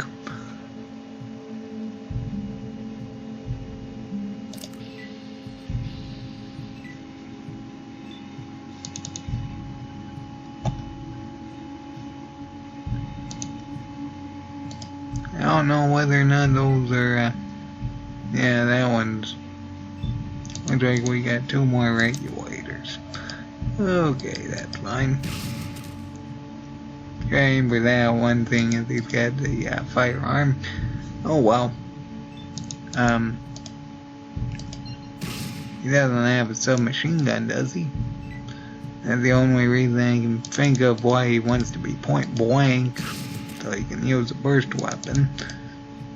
No, I guess he just doesn't know how to use the pistol.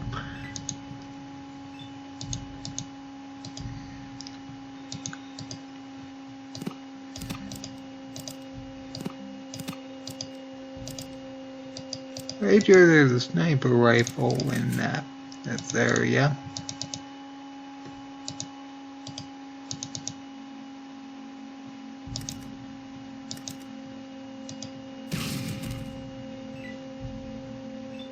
And This one's obviously hostile.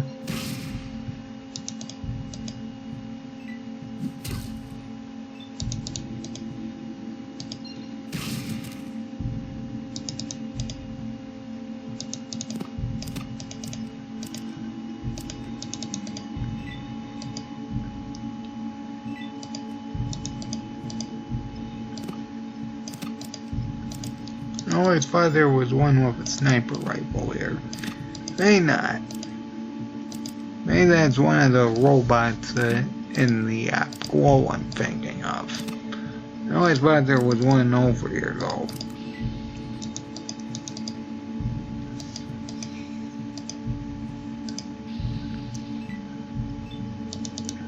Okay, there's one. Possibly two.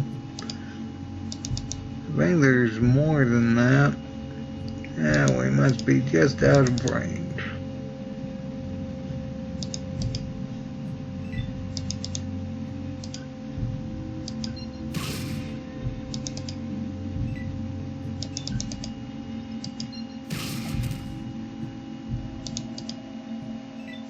I knew better credit codes would be worth it.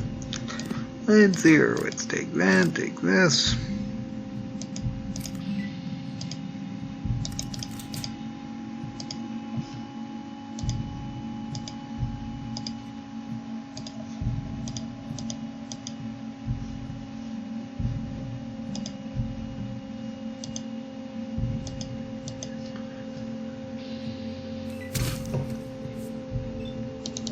Okay, where was that one from?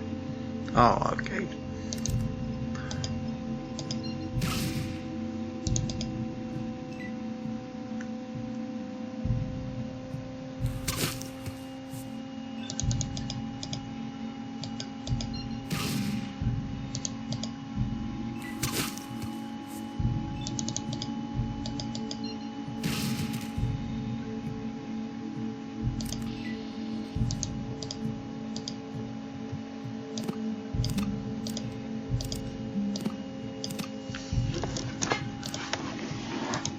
Still got over 1,000 bullets worth.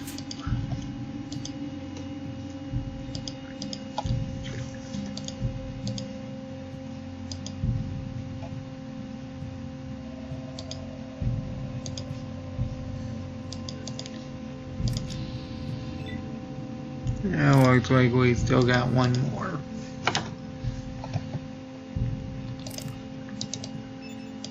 Yeah, let's see, it's 1 or 2. Yeah, that should be more than enough. Hopefully, unless he gets a crit.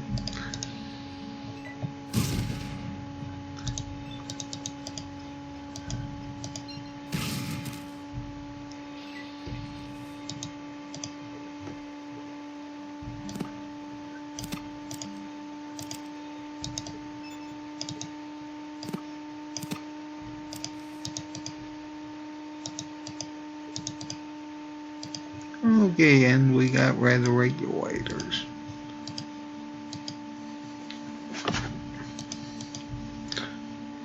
I always thought there was a sniper rifle in one of them, but oh well.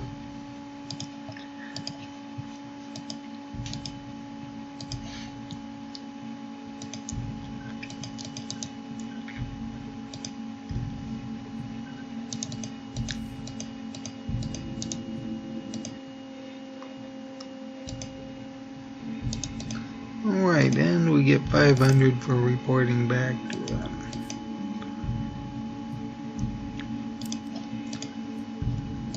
$7,000 experience.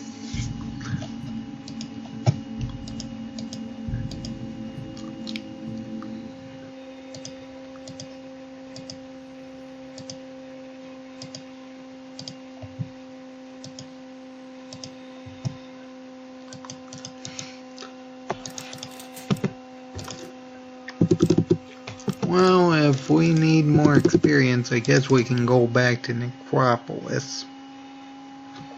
We can also deal with Decker real quick.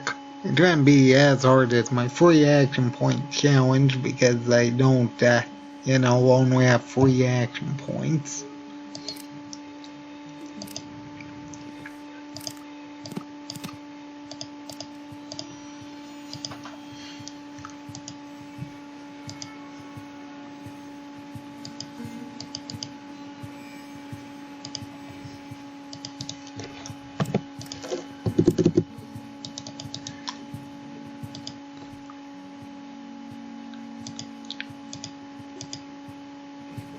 So, well, the background, quite simple.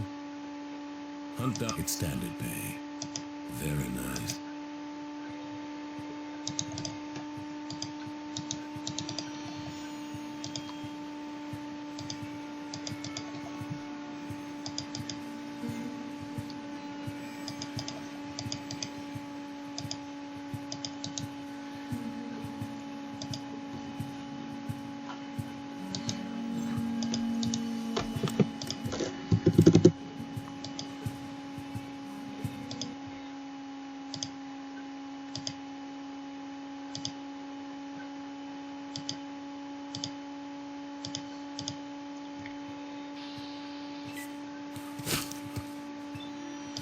And that's a mess. Well, let's take care of Kane first, because during my free action point challenge, he was a huge problem. Just kept knocking us down repeatedly. Although we apparently can attack 4 times.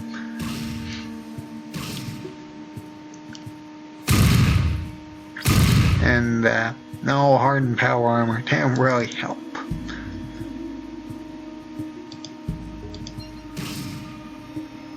Uh-oh.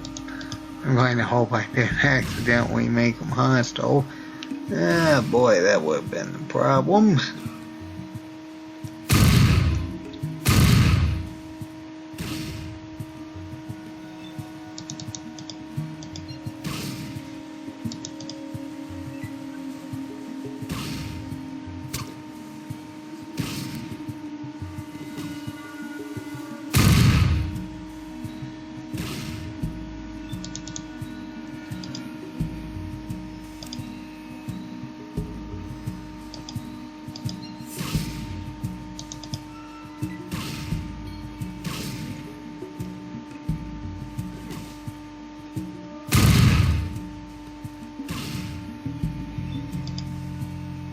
Not what I meant to do.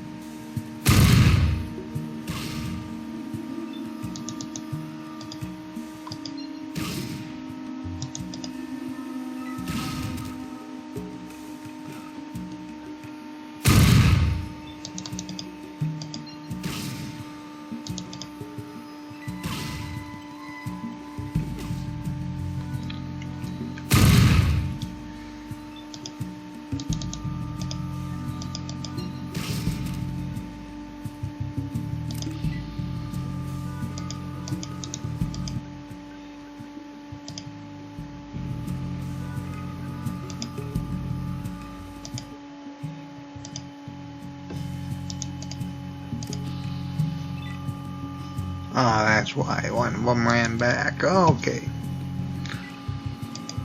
I think that's Kane, actually.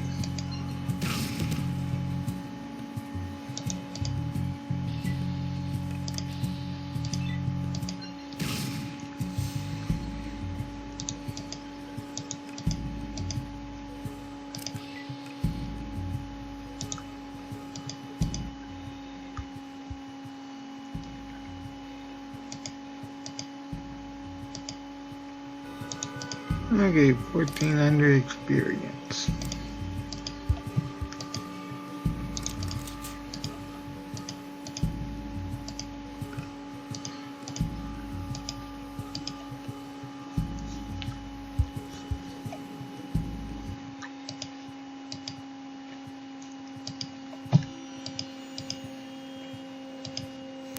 Well, I was planning on dealing with the cathedral first, but unfortunately it didn't just work out.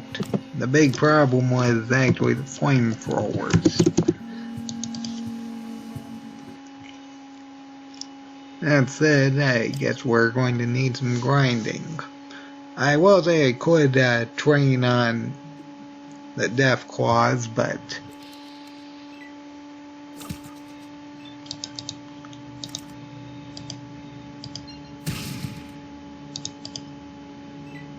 I think we're going to get better experience from dealing with the super mutants that's probably taking over Necropolis by now.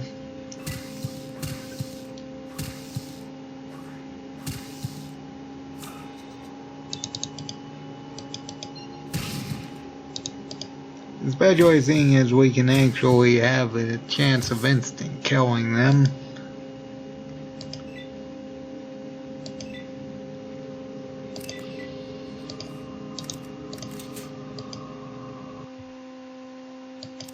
I only got 110 because the other things killed it. Oh no, we're avoiding that.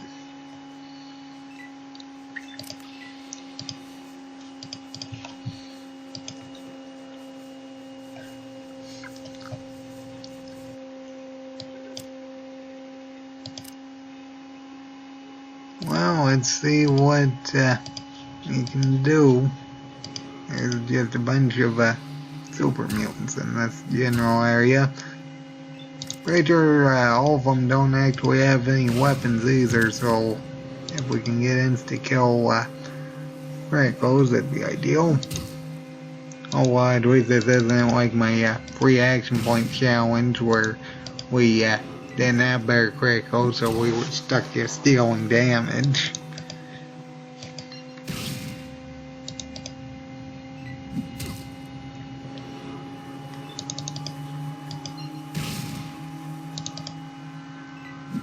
Okay, one more good hit should be good enough for that. No.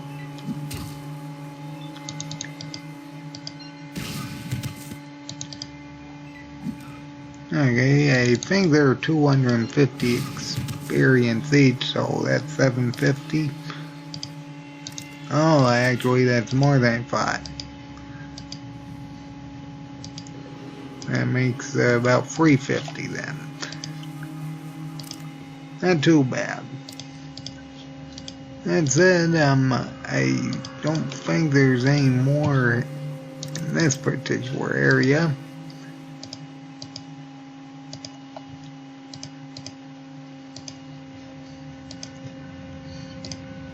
That's fine though, we can actually get more from the other areas.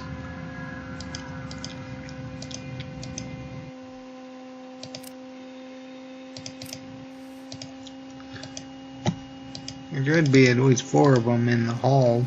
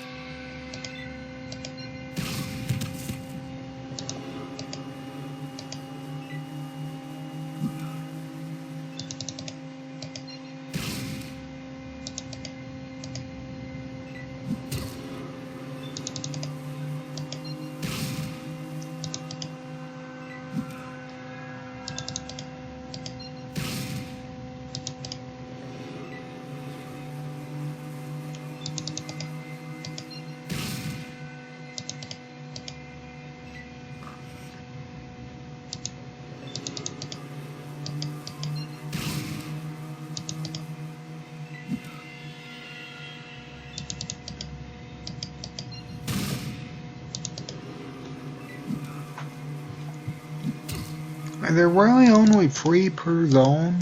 I always thought there was more than that.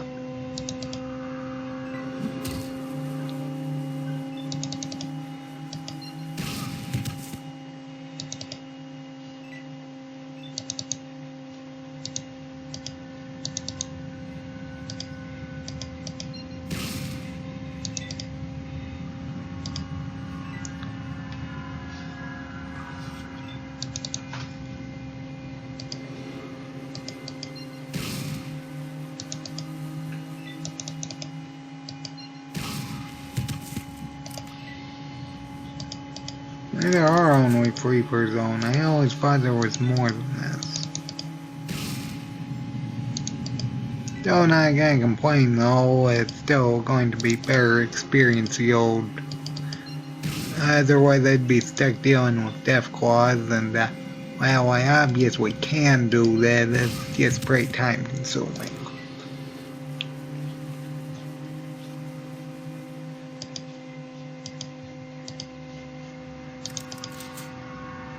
Yeah, I don't see any more.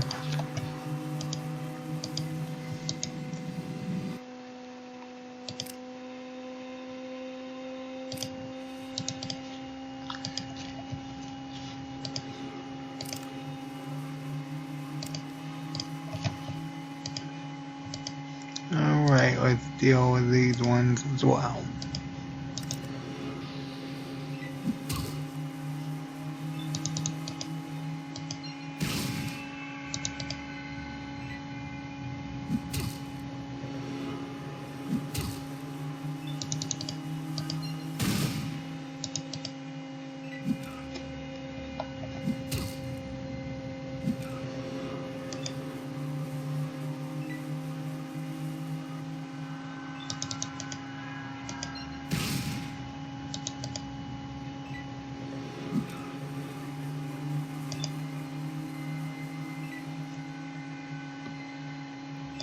Thankfully, I'm still faster than they are. Just slightly, though.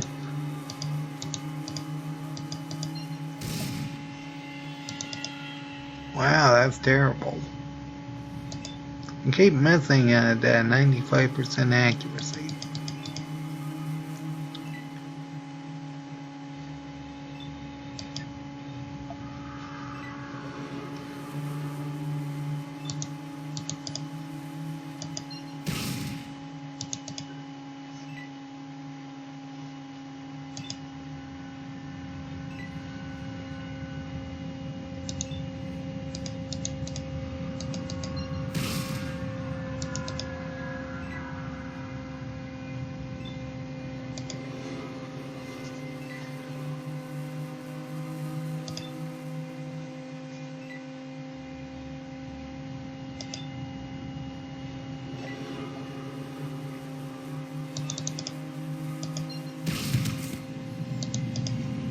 Okay, unconscious.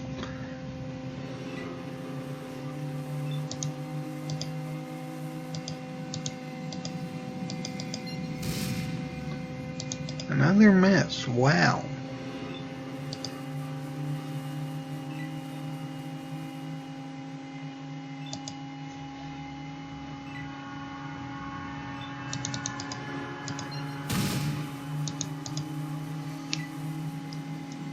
Wow, that's just absolutely awful.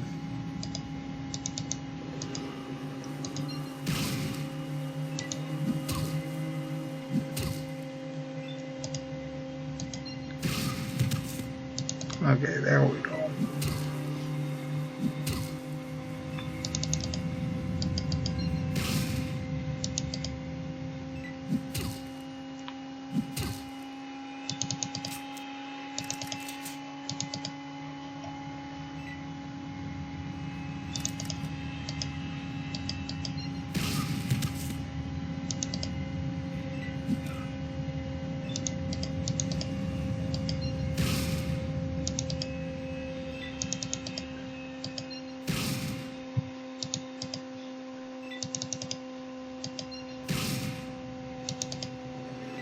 I can't wait to get bonus rate of fire. That's going to make things much easier.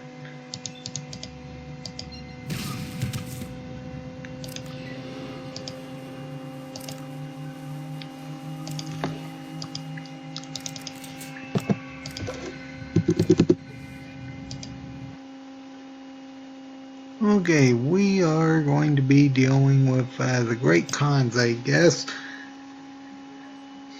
Seeing as I kind of forgot about doing that earlier. Hopefully that'll give us just enough to level up. If not, maybe we'll run into some rat scorpions that will.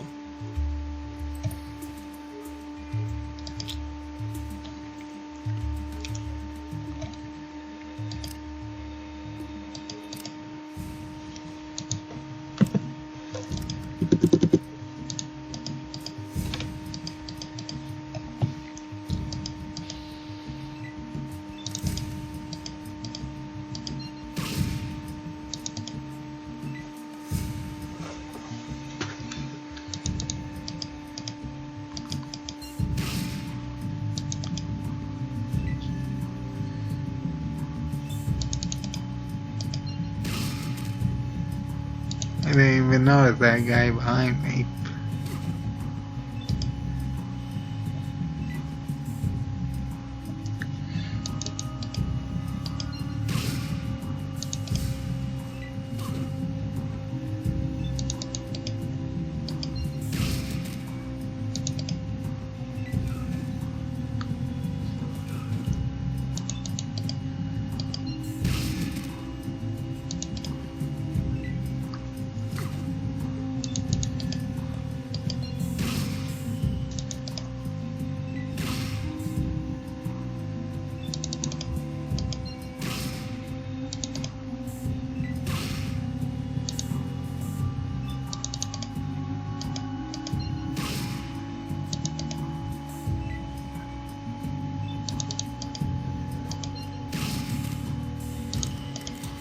I think that guy had a 44 Magnum.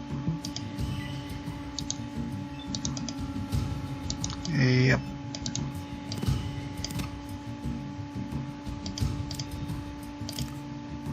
Oh, I never changed out to GHP.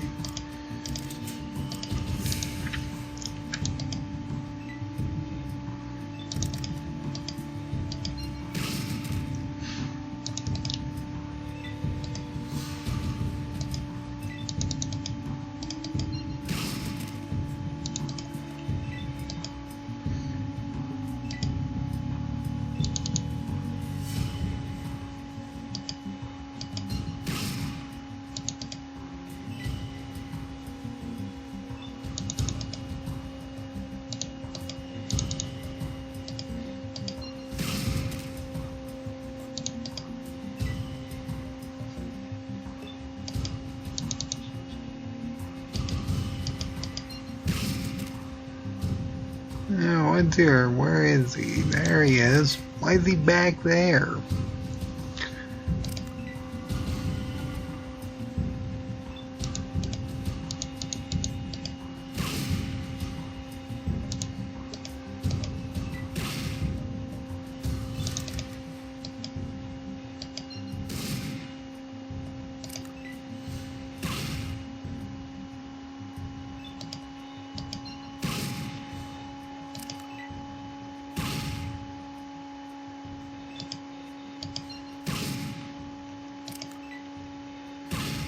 Wow, no criticals yet.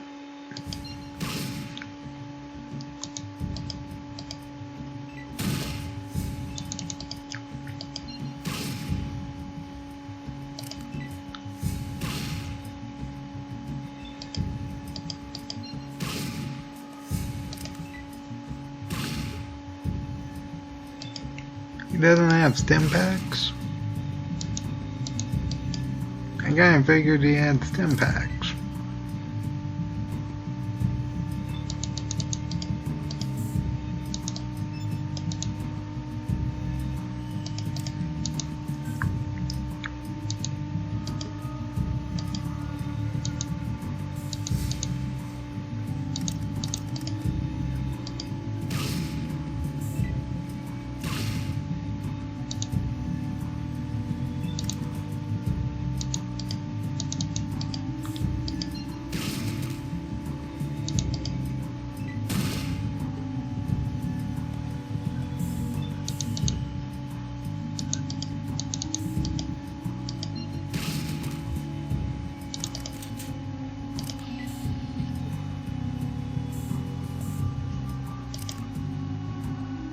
Oh, we're so close. I think there's some still back there.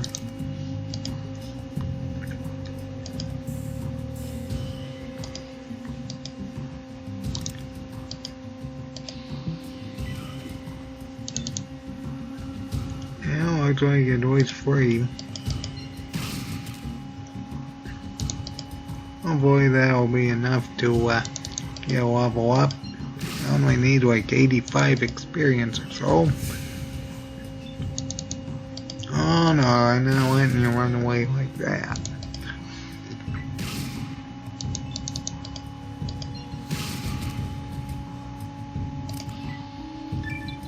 Okay, there we go.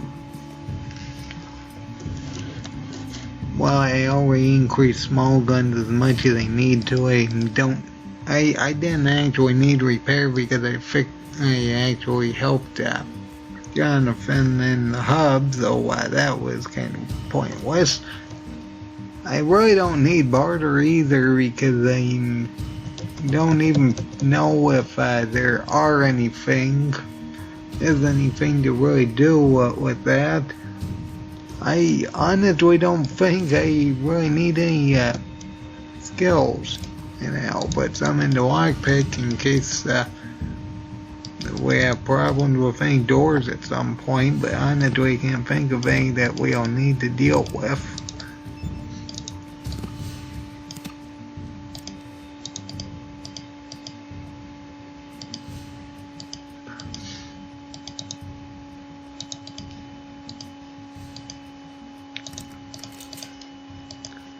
Either way, I think that's about it for that particular area.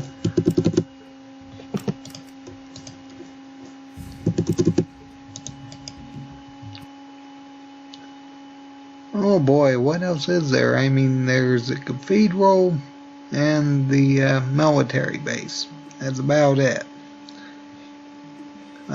Thing is, we're up here anyway. I guess we can try the military base, but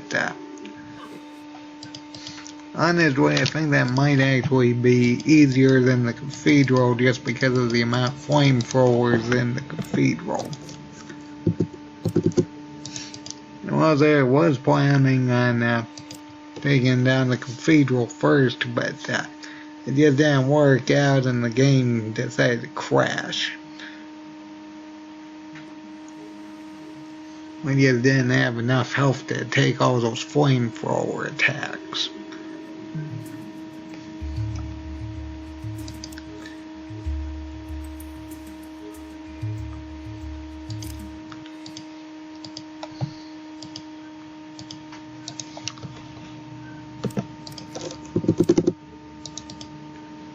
Alright, so it is up here somewhere.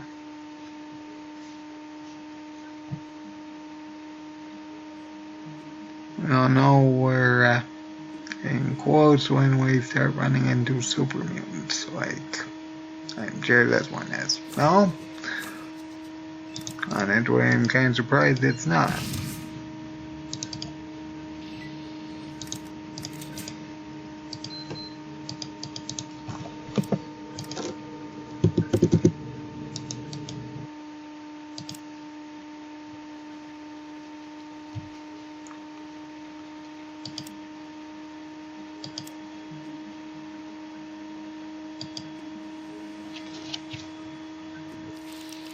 Yeah, but here we are. Okay, we need to disable that one for sure. Hopefully he's one of the ones with minigun. No, he's a laser rifle, of course. I'd rather a minigun so he could actually hit multiple targets, but oh well. Oh dear.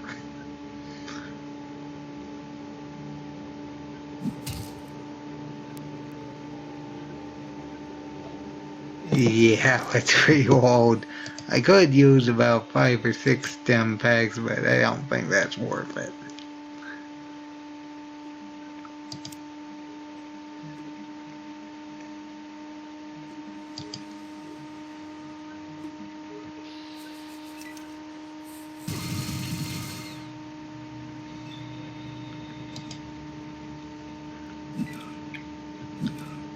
Now if this guy actually hits these two as well, that'd be ideal.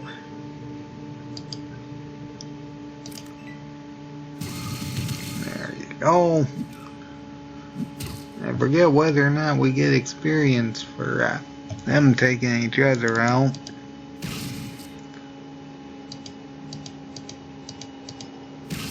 Regardless, 4.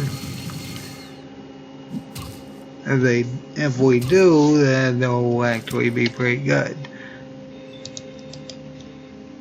Well, doing a minigun run is going to be very problematic because we're going to be running out of ammunition real quick. It fires 40 ammo at a time.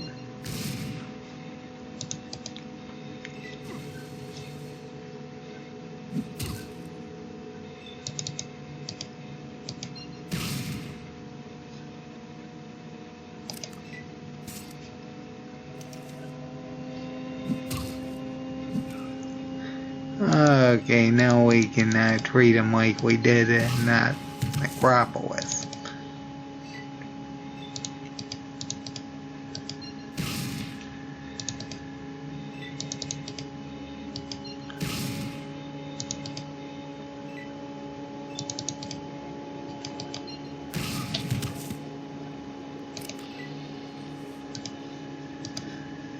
Let's hear that one and that one. Yeah, looks like we only get experience if we take them out. That's unfortunate.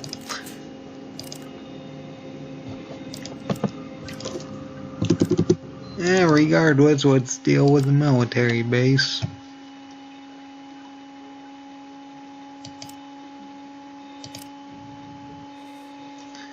Alright, well, we have over 1,000, over 1,100 actually ammunition, so this shouldn't be, so we're not going to run out of ammunition at least.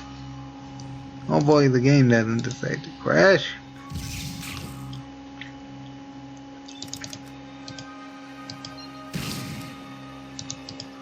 You gotta keep in mind this particular one has a grenade. I know that because of the free action point run, we disabled one of its arms and he just chucked a, I think, plasma grenade actually.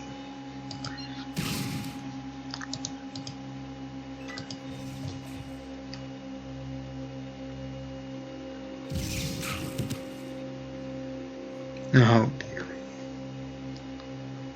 See, this is why I saved beforehand. I could use those stim packs, but I don't know if I'll need them later. To be fair, I do have 78, which should be more than enough, but...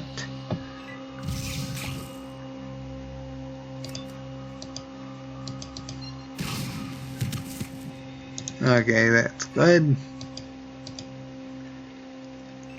And like my free action point challenge, we can effectively use a scarred post to, or most of the ones to the right in.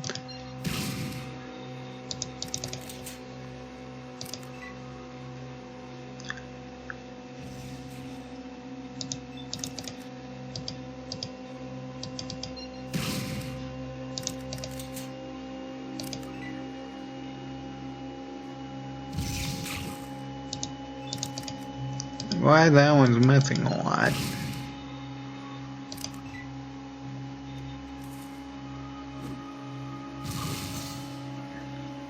Why does he have a pulse grenade?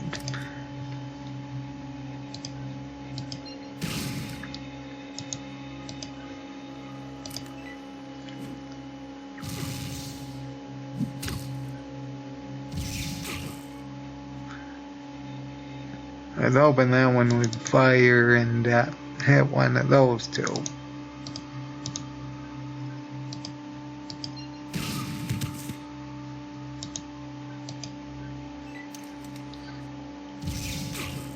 Okay, as long as they don't get an actual decent critical hit, we should be fine.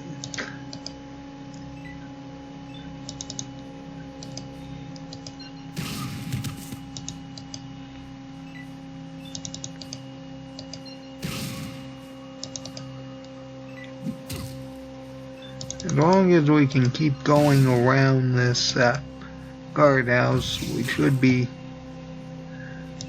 able to bring them in without actually getting hit by most of their energy attacks.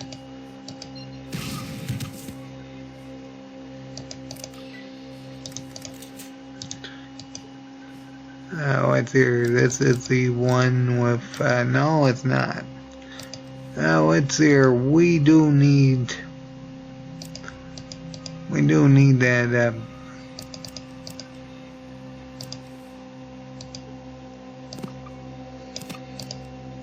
we do need that tape. Let's see here, that one is, let's see here. Okay, there we go.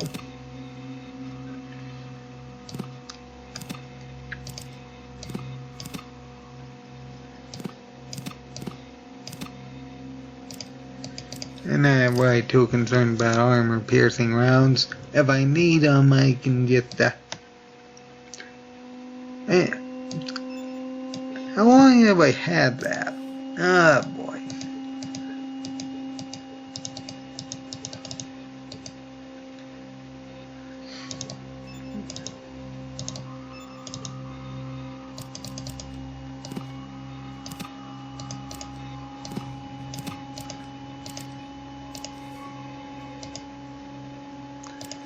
Well, if I need sewing material, at least I have it. Because that's 15,000 right there. Well, make that 10,000 seeing as I can't carry that other one, but oh well. Either way, probably the biggest downside to actually doing this without using the radio is the fact that the Red Horde is going, so we're going to have to survive a rocket launcher. Which is inconvenient. I don't actually need that. And we actually need to look at this. And use that and get the code. Alright, well, I don't know whether or not we need Psycho. Hopefully not, but we will see what happens.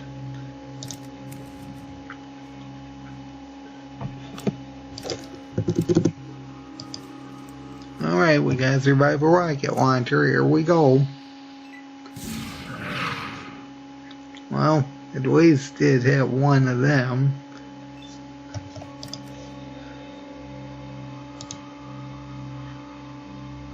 Let's position ourselves between them and hopefully they take that one out. There we go.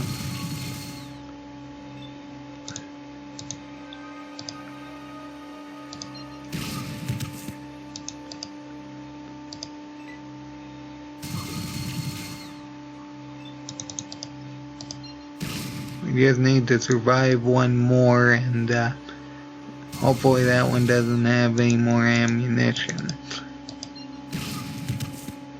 Okay, there we go.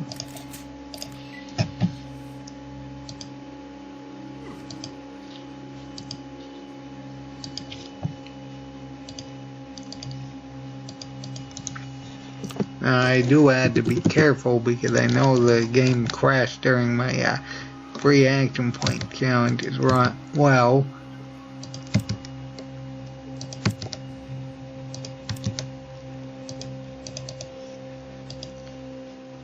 yep. Yeah, I should probably leave that one alone. Okay, well, I'm pretty sure there is actually a way to deactivate all of these. I did save, yes. Okay, we need to actually deactivate this one, and I think this is the area to deactivate the security. Okay, there we go. And let's hear, do we have enough science to do that?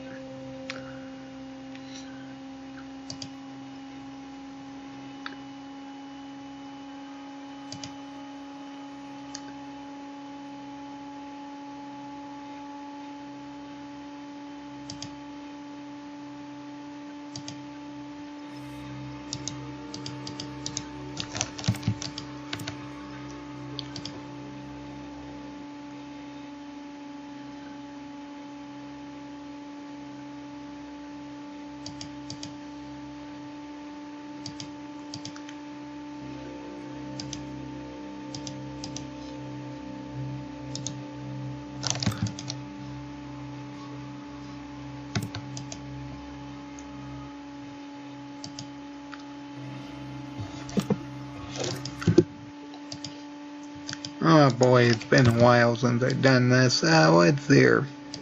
Whoops, wrong one again.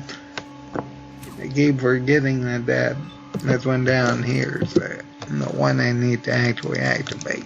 Okay, there we go. Now let's save and deal with this security. Now let's hear. I got a science of 35. I think I'll bump that up a bit. Now let's do at 65, and hopefully that'll be good enough for whatever we need to do here.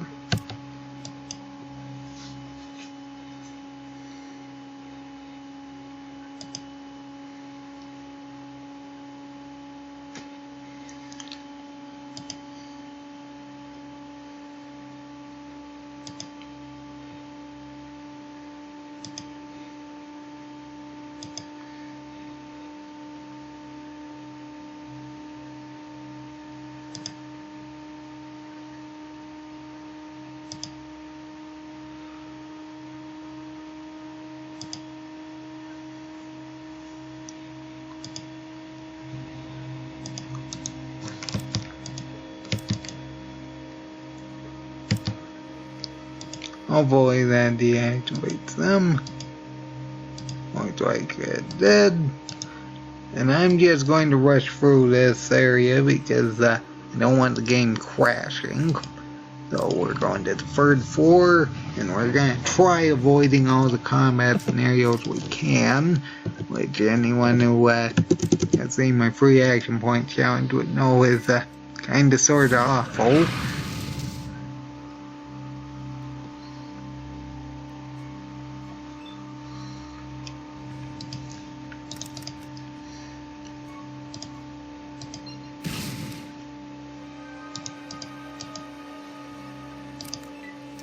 I don't think they can hit us from here.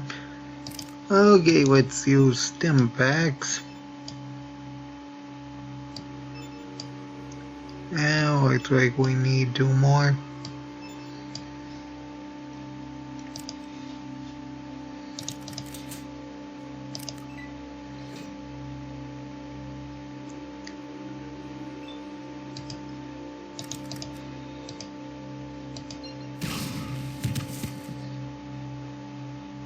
Wow, I didn't think that would do that much. That crackle wedge to the eyes really did a lot of damage.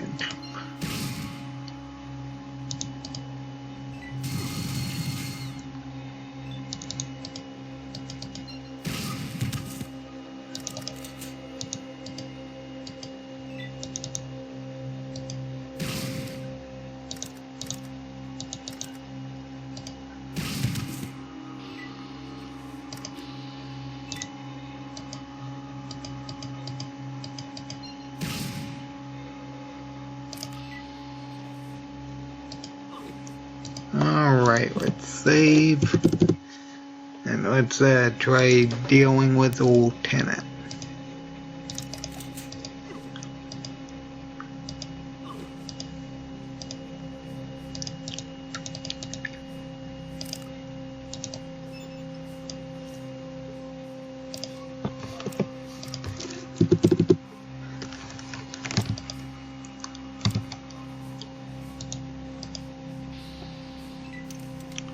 Oh, I did get fruit, and I think I did.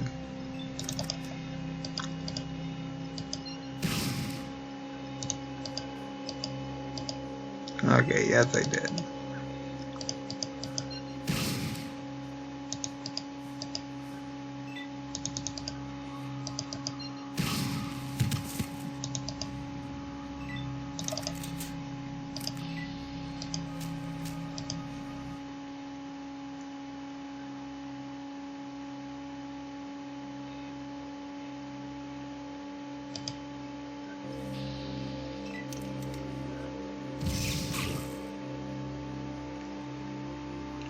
Wow. I will say that apparently this guy named Flip is actually one of the better super mutants, seeing as he can actually use words quite well.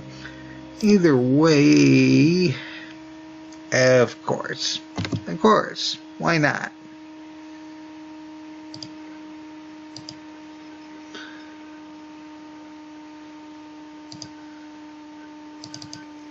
Well, let's try this again.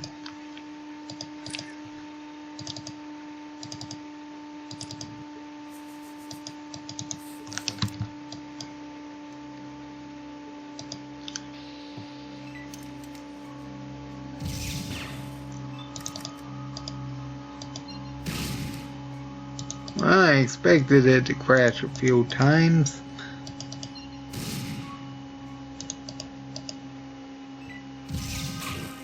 And maybe we'll not let that guy talk. Because that apparently crashed the game real quick.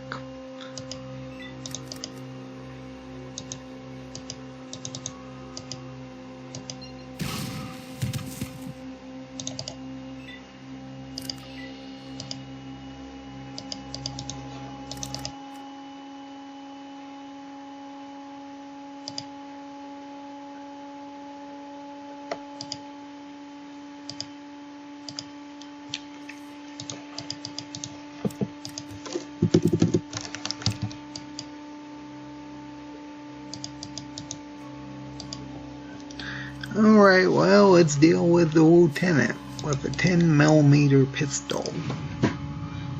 To be fair, this run isn't going too terrible.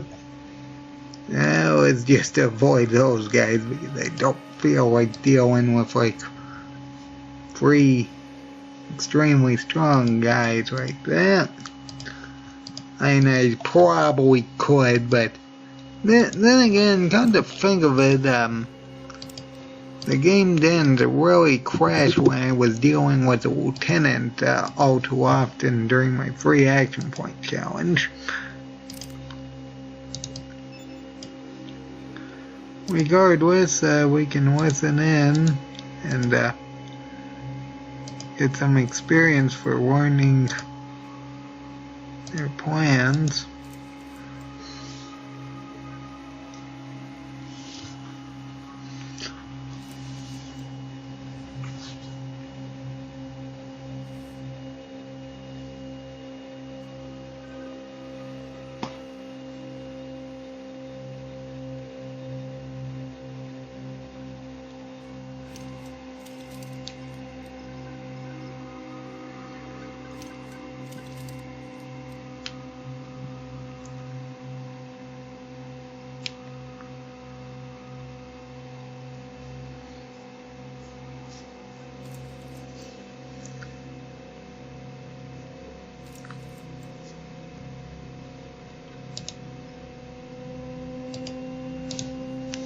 Thousand experience.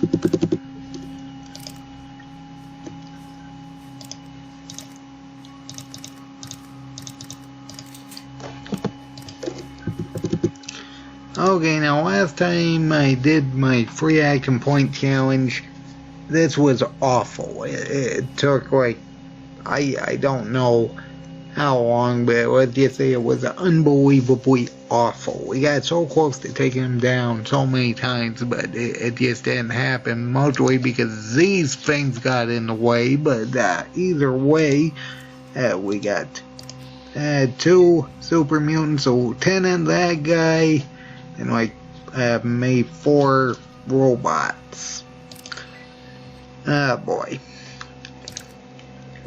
Oh well, at least we can potentially take them out one at a time. That said, I'm more concerned about this guy with the rocket launcher than anything else.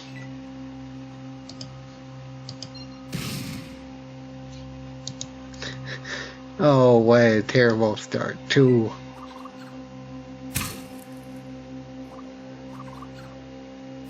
Two damage right off the bat.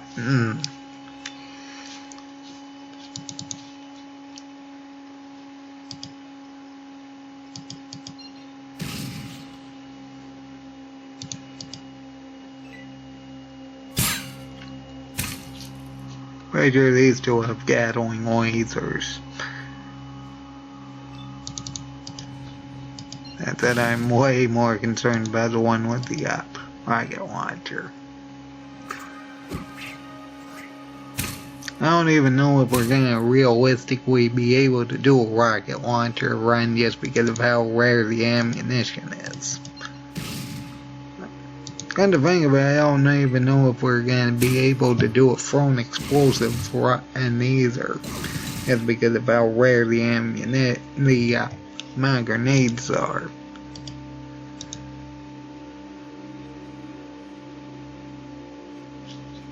What, is he out of rocket launcher ammunition, or did he not come? Well, I see the lieutenant stuck.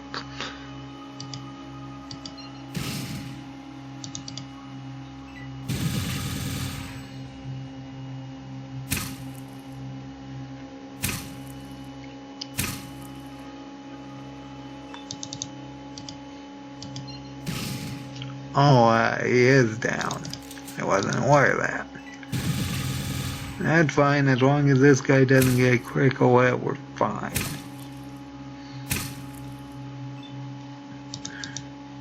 Or rather, as long as these things don't get burst critical hit, we should be fine. Hopefully. Okay.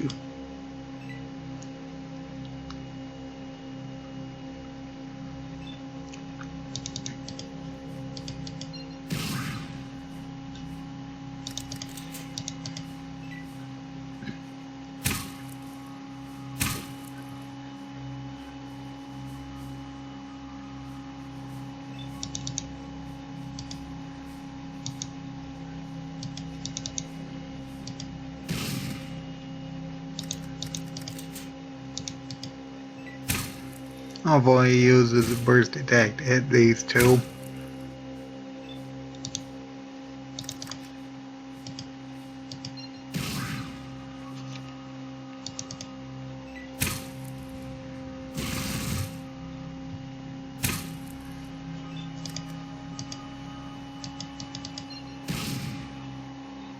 Okay, that one down.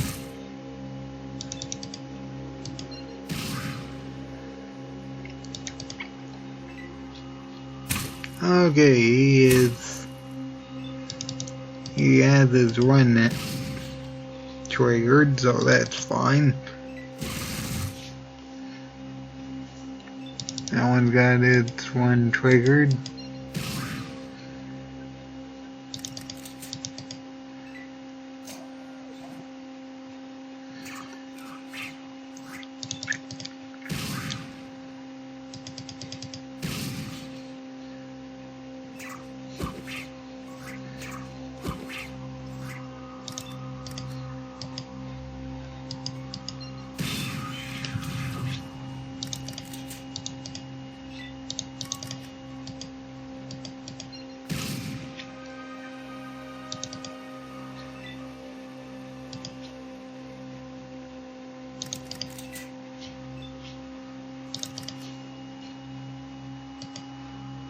Honestly, I think he'd probably get taken out by Red Field if he actually goes through it. Okay, we will save and deal with the lieutenant.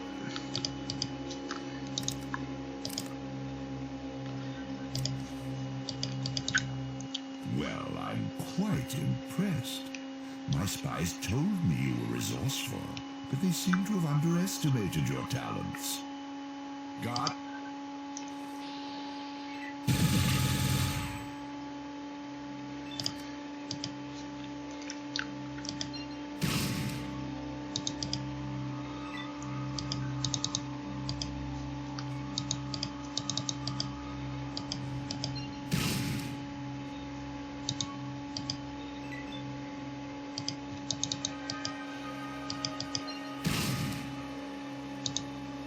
Oh dear.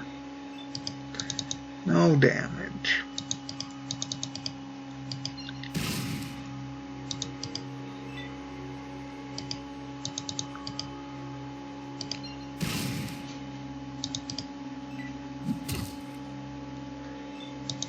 Wow, we're doing worse than I thought. I thought that bonus range damage to flat too, but apparently not.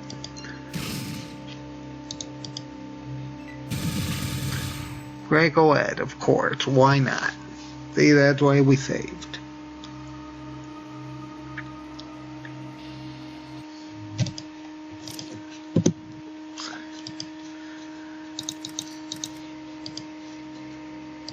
Because those burst critical hits really, they just effectively instant kill ya. There's really nothing you can do about that.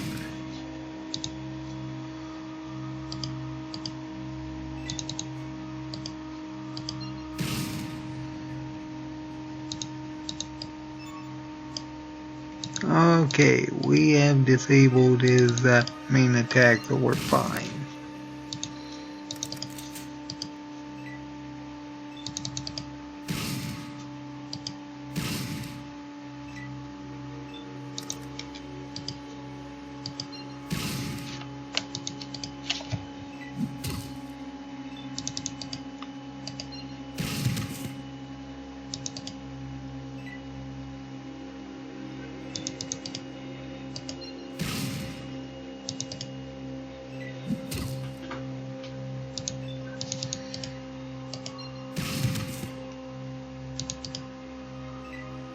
Okay, there we go.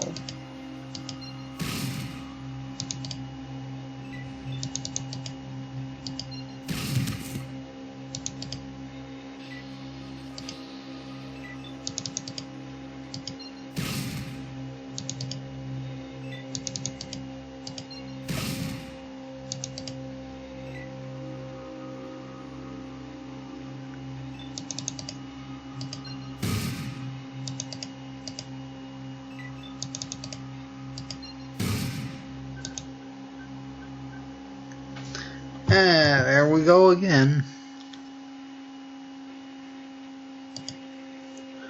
Oh well, at which we have a scenario where we can actually fight him one-on-one, but that's really not helping. Wait a sec.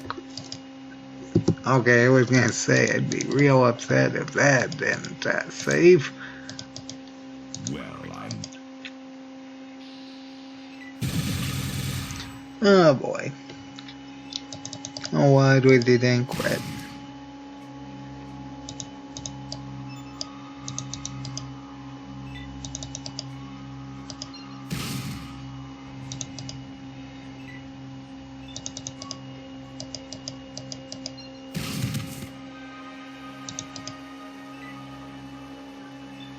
Alright, we'll save here just in case it crashes again. Oh wow, I didn't think he was affected by insta-kill criticals, but apparently he is. Okay, that works.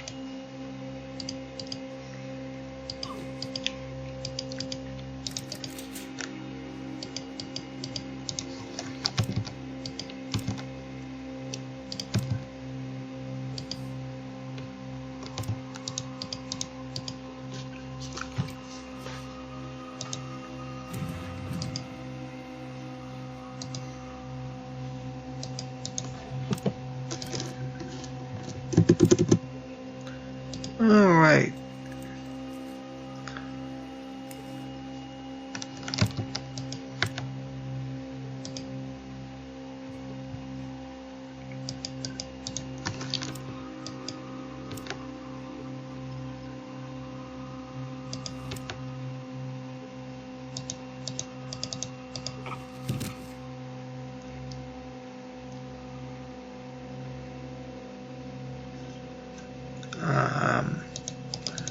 Hopefully one of them have a key because I don't know where exactly that other guy is. I think he went down in the hallway, yeah, right there.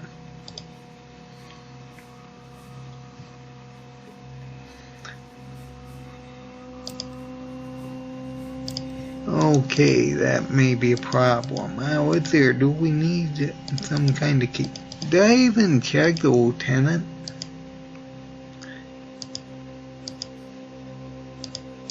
Come to think of it, where did he even go?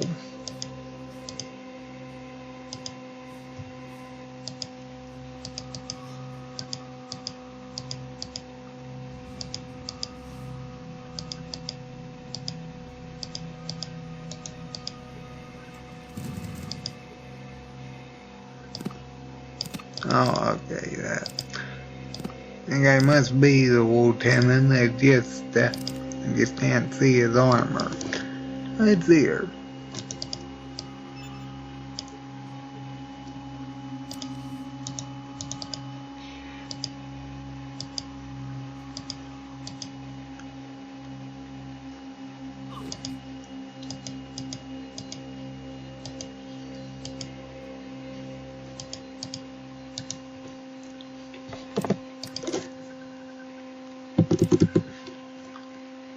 don't like that. That's why I pause. Either way,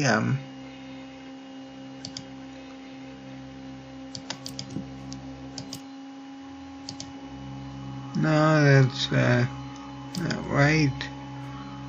Right there.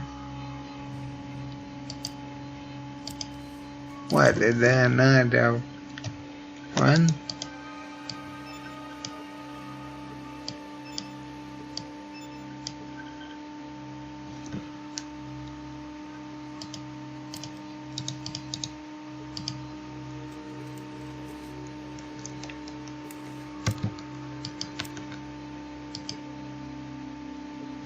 I'm pretty sure it's that one.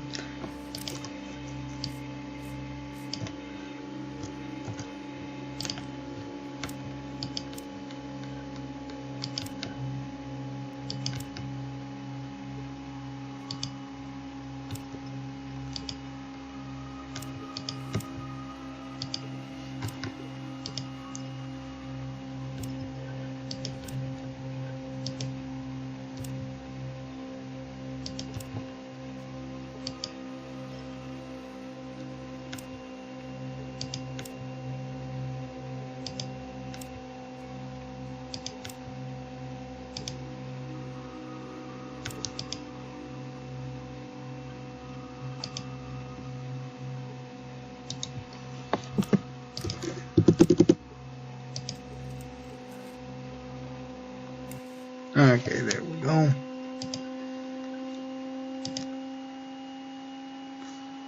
And it's here.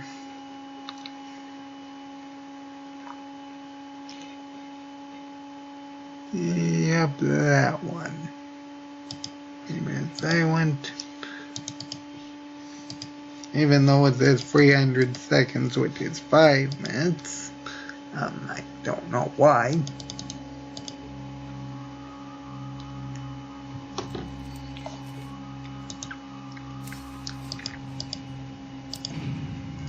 Okay, well, and we cleared out the military base. Well, I was planning on dealing with the cathedral, but after the thing decided to crash, and it was just awful trying to deal with the ones with flamethrowers, so I just decided against it. Regardless,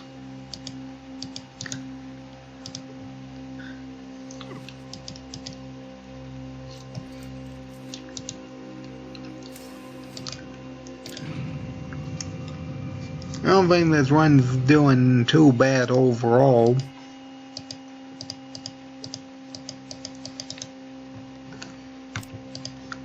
Oh, okay, that one actually turned off. I know if you got a radio, you can actually set the frequency to disable some of these shield emitters. I think that's to the upper right area though. Assuming, of course, you actually have a radio.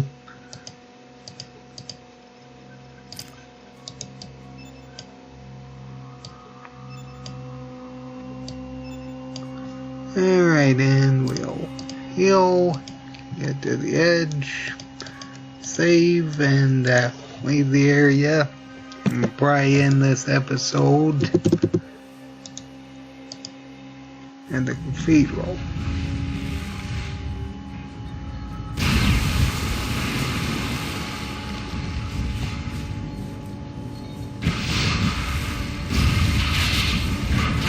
Or maybe the boneyard. Technically, we can actually probably beat that death claw in the basement. If we're a few thousand experience off getting a perk, I might actually do that. That said, we should have our next level. Yeah, I think I'll actually do that.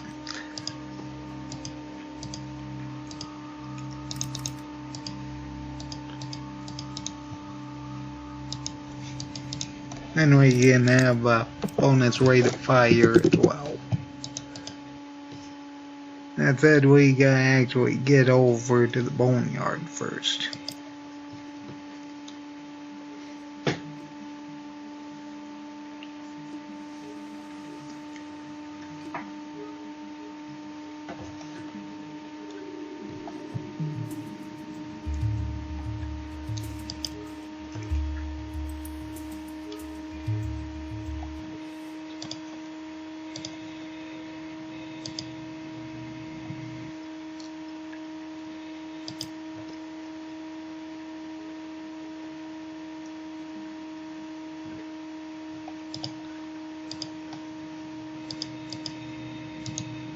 Not really much I need outside of like maybe some stim packs, but I already got over 70, so I seriously doubt we need them.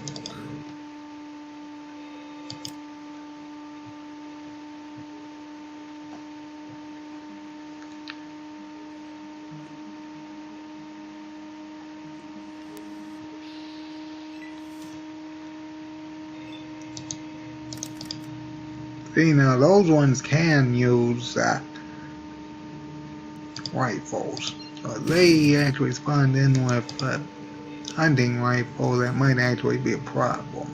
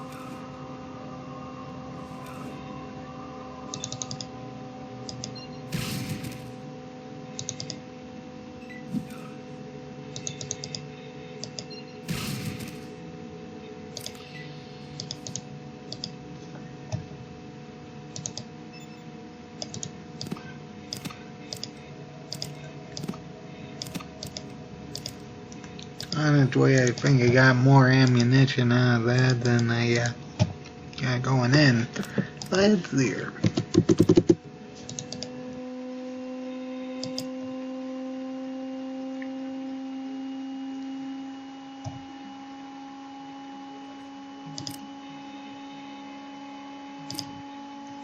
Yeah, I guess that's what we'll do. We'll deal with the Deathclaw in the basement.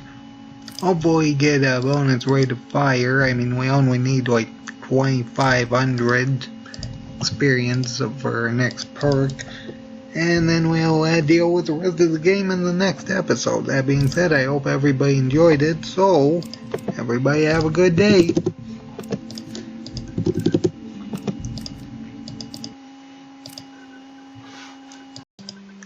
Hello again, everybody, and welcome back to Fallout 2 10mm Pistol Only Challenge Part 4. Your discretion is advised. Either way, let's go and deal with a few Deathclaws. Hopefully we can actually deal with 2 of them, more specifically one up here. Like, yeah, that one will work. And the one in the basement, and hopefully that'll give us enough experience for our next perk. Okay, that should be good enough to actually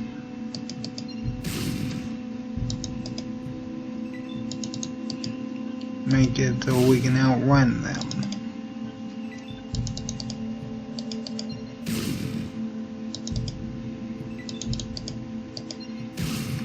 We cleared out the, or rather dealt with the military base in the last episode.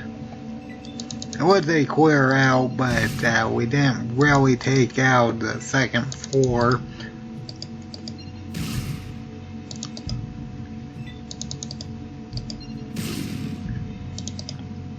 Either way, we're actually doing pretty decently overall.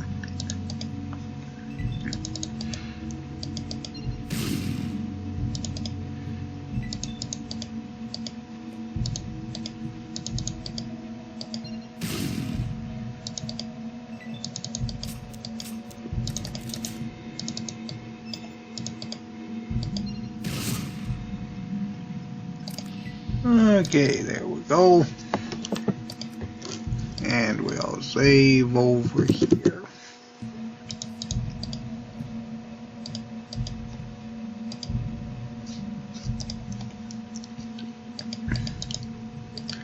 And we'll clear out the ones in the basement. Now if we can cripple its leg, we should not have too big of a problem.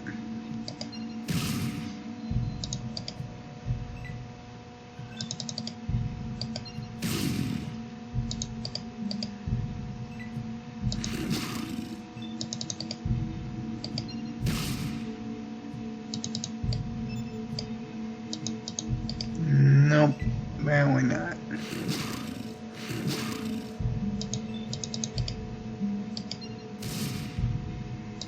Yes.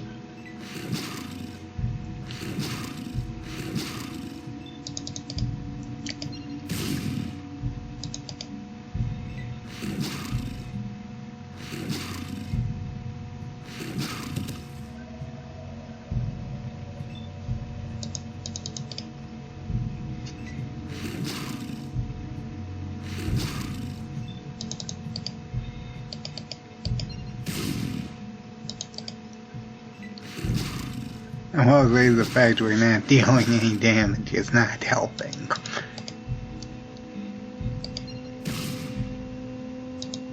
Okay, hopefully that's enough to cripple that.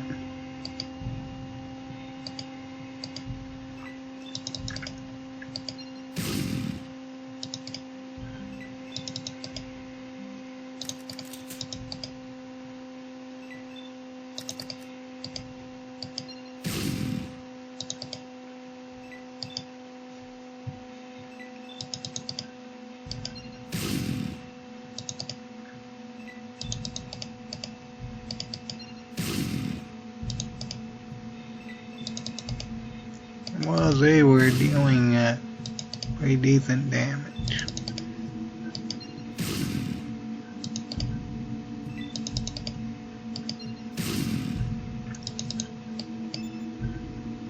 And now I meant to do.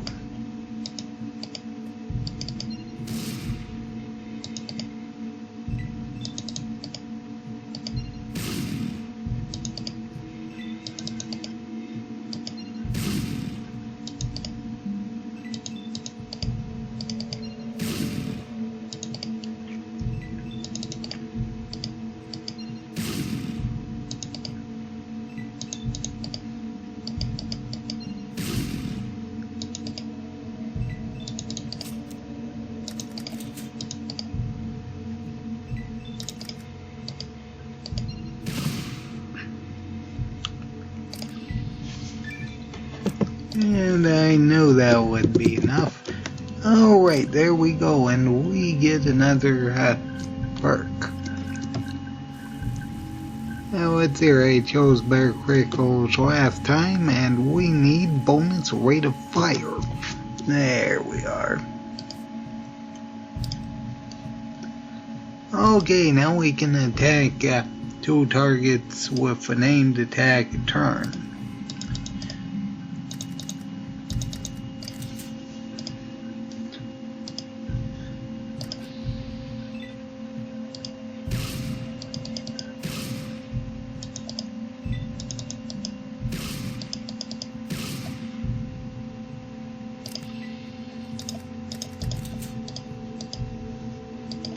Alright, and there goes the Death Claws.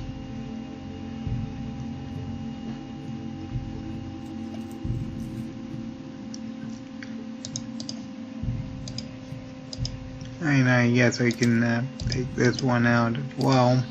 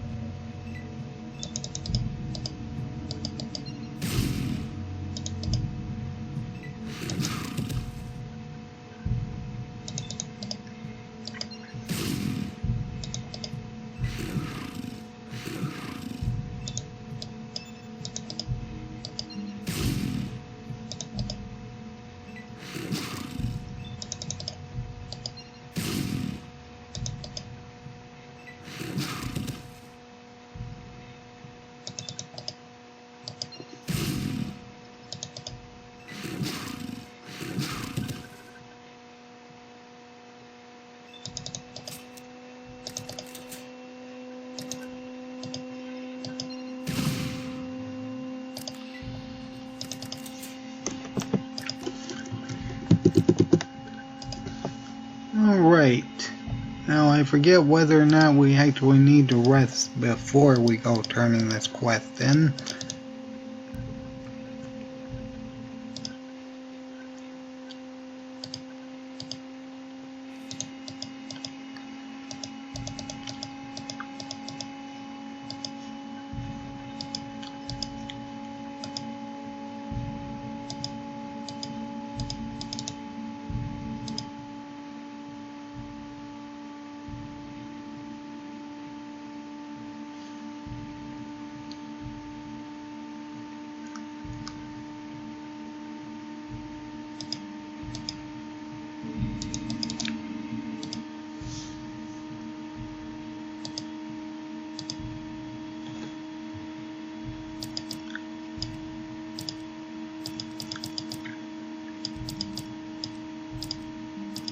Alright, what's here?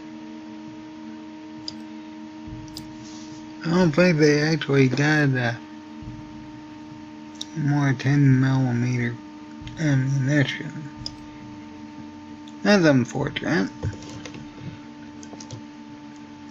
I mean, granted, I don't really need anything, but I may as well take the money.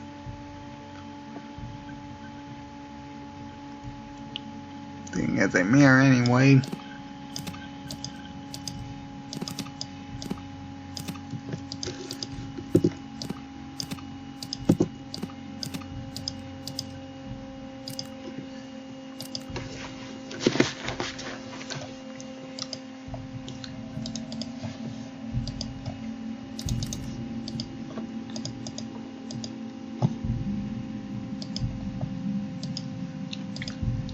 Either way, that wasn't too bad, but we need to deal with the cathedral now.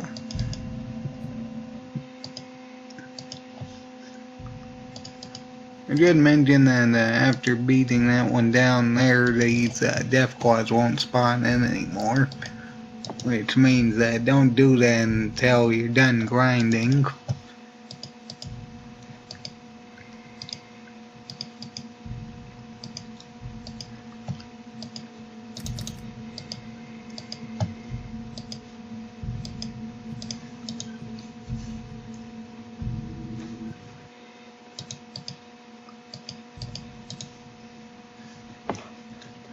Alright, let's just rest until healed.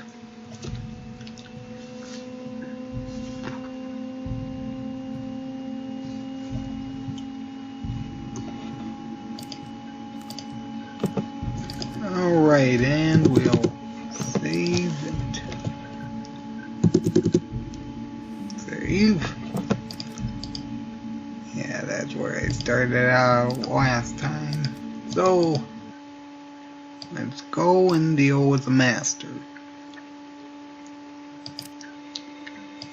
I'm not planning on just taking out every area 4x4.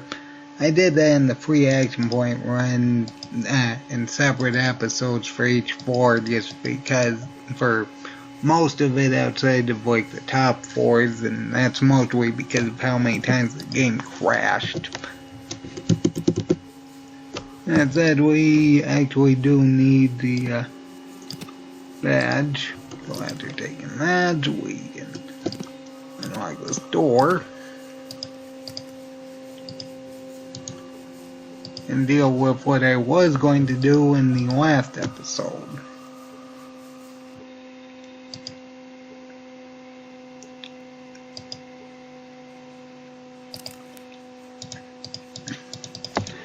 The problem was actually these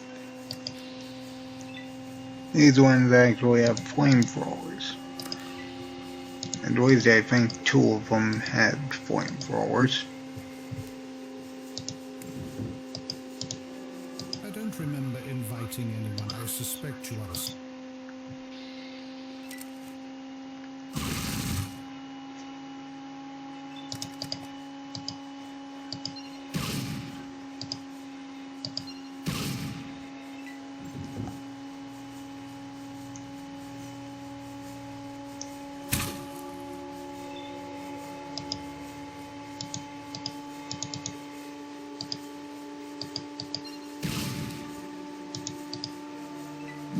that one's disabled.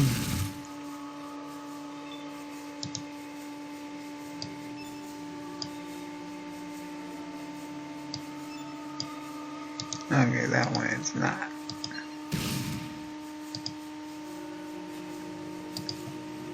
Okay, yeah, I think those two were the ones with the flamers, and those were the only ones I was really concerned about on this floor. I mean, unless, of course, that one gets a critical hit.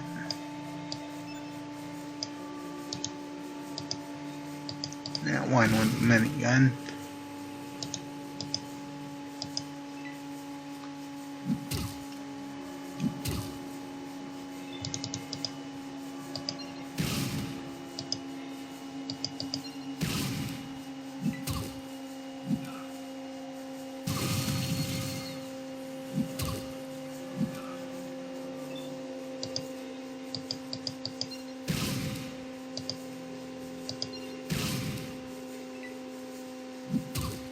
He lost his turn.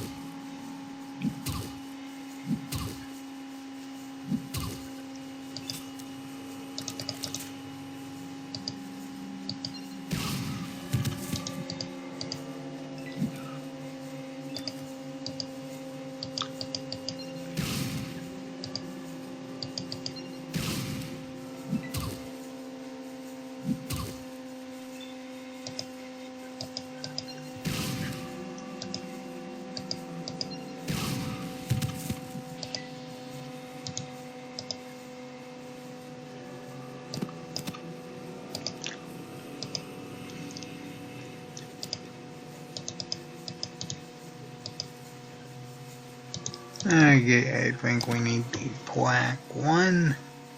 That, for whatever reason, they gave him 223 FMJ when that takes 5mm. I honestly have no idea why.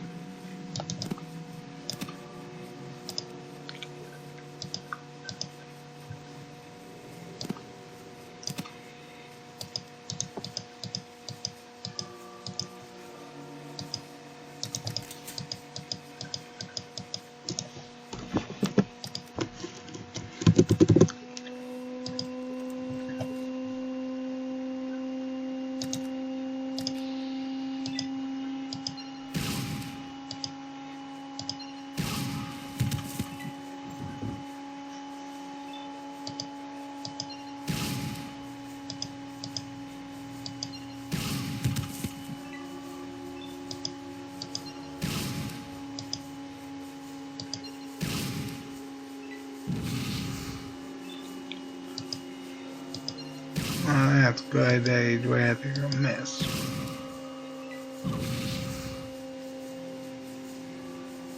When we get around to doing Flamer Run, that's gonna be a very interesting thing.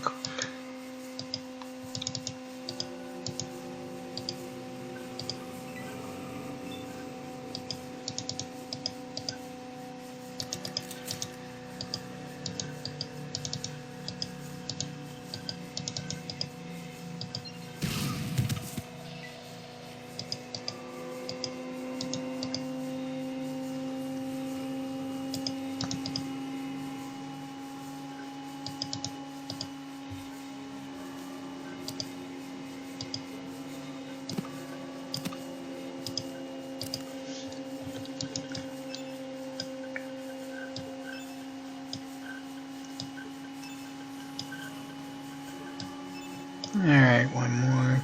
Alright.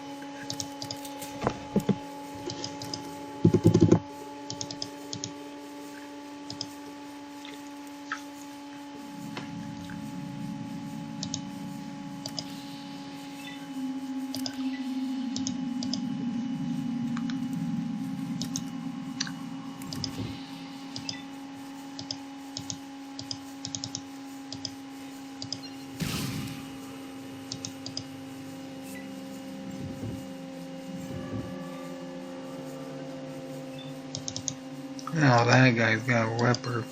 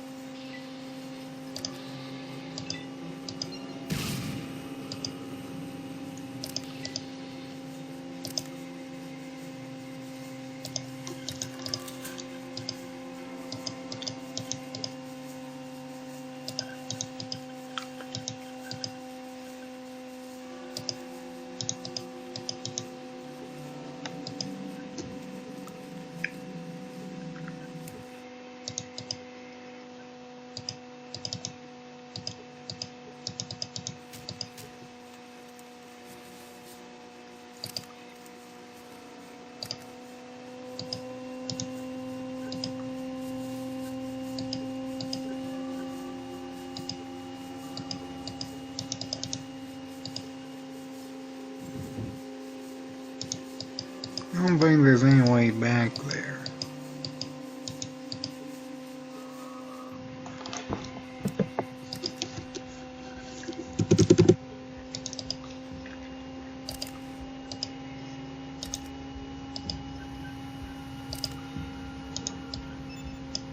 Well, let's go in and deal with the master then.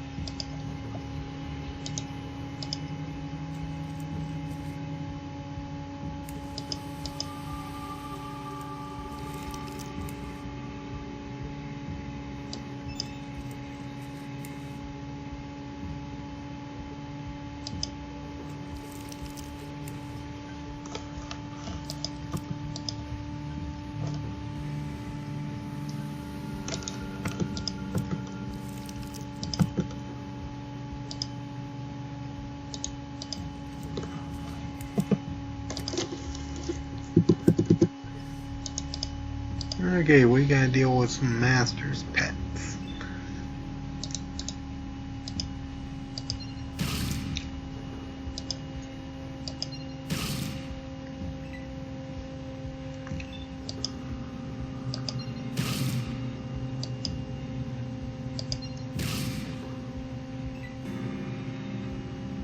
In Fallout 2, if you hit the full attack, you have a chance of instant killing. There we go. I wasn't sure whether or not that was true for Fallout 1.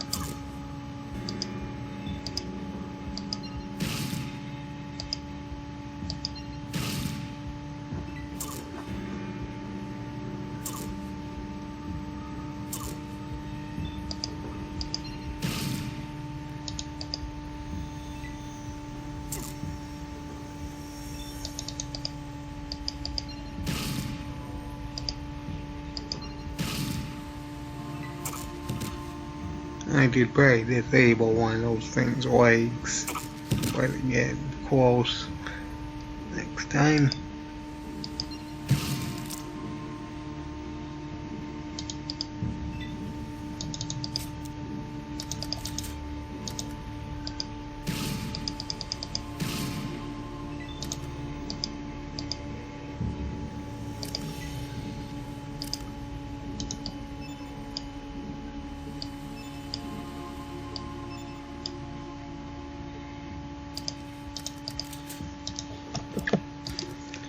Well, that's 2 of the master's pets.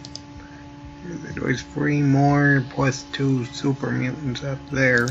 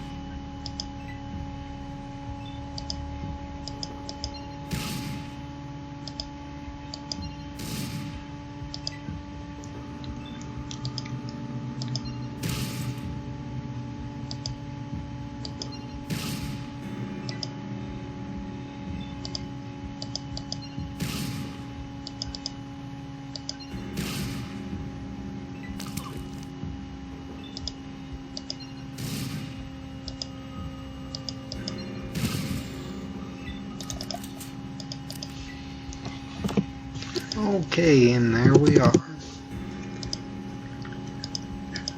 And we one more over there.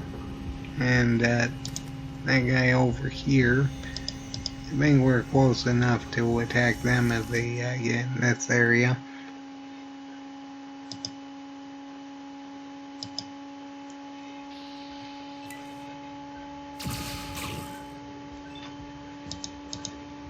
Laser, pistol, or plasma? I'm not sure. If I had to guess, it's probably laser if it did no damage.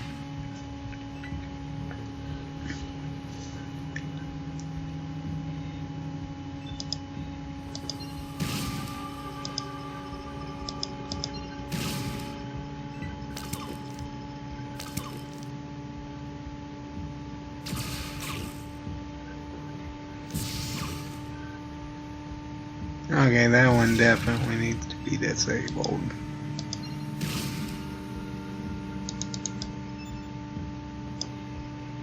Okay, that one's disabled.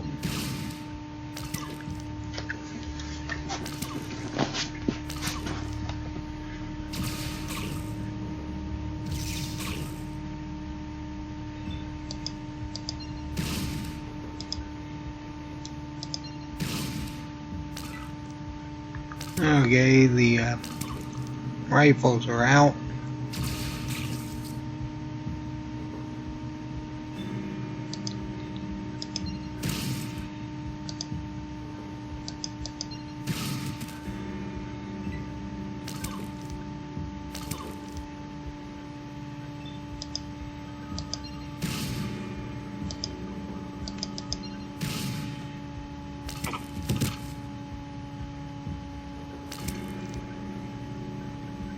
Wow, that's terrible.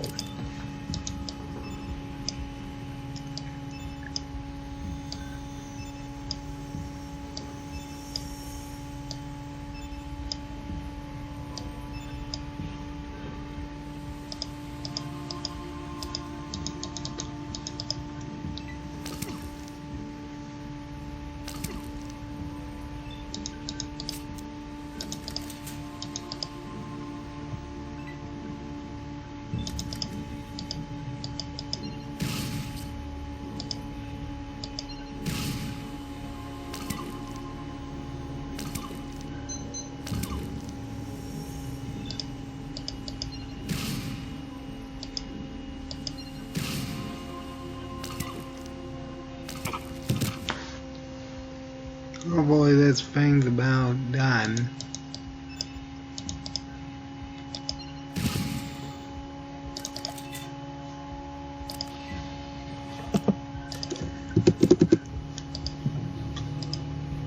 I'm saving just in case the game crashes.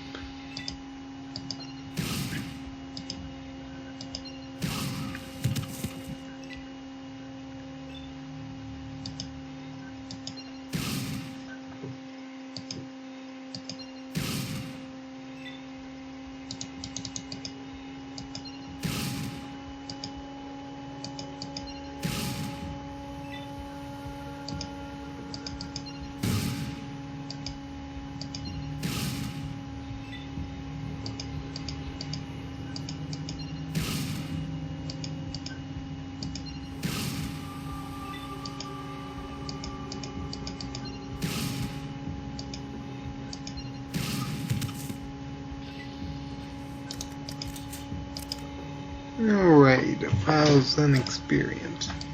Which ones give 500?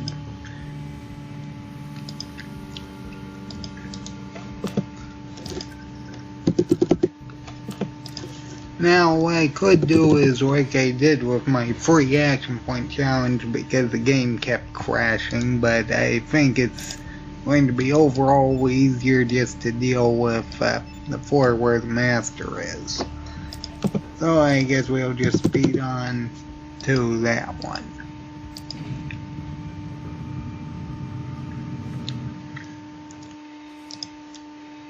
That said, I am still going to avoid that room. Seriously, you don't want all those robots to be hitting you 3 times. It's just terribly inconvenient.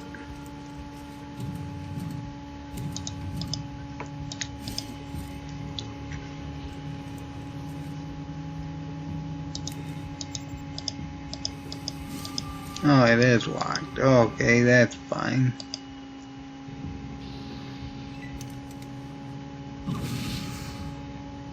I forgot that guy had a flamer.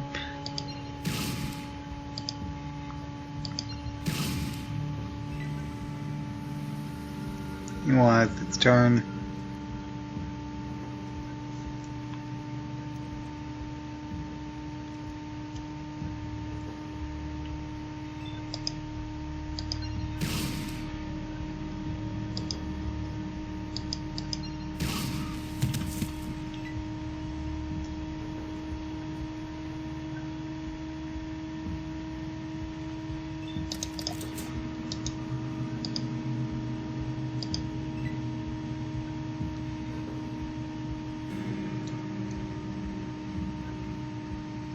As long as they don't crack we have, we should be fine.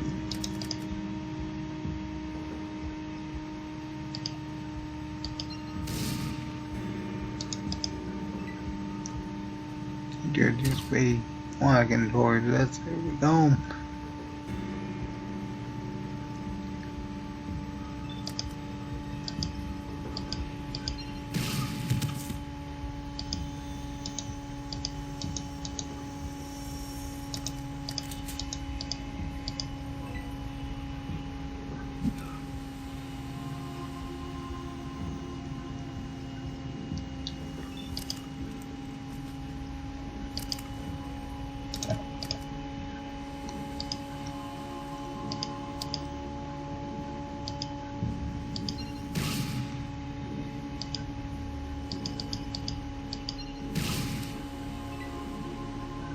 Okay. That one lost a turn.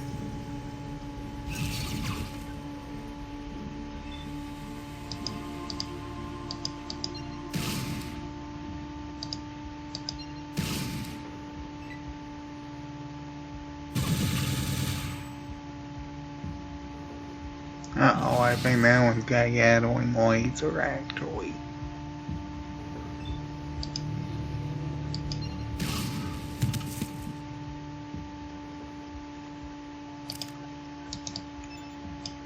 We should be fine as long as we don't get critically hit.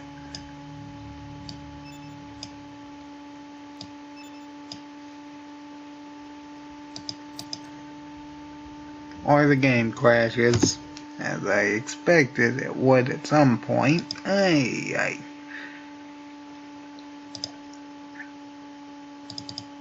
Well, let's try this again.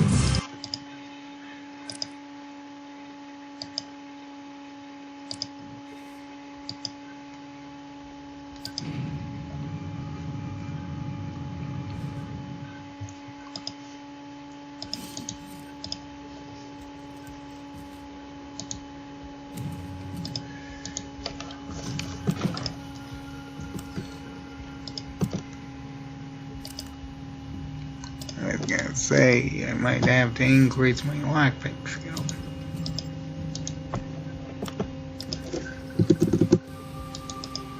Hopefully it doesn't crash when we're dealing with the master.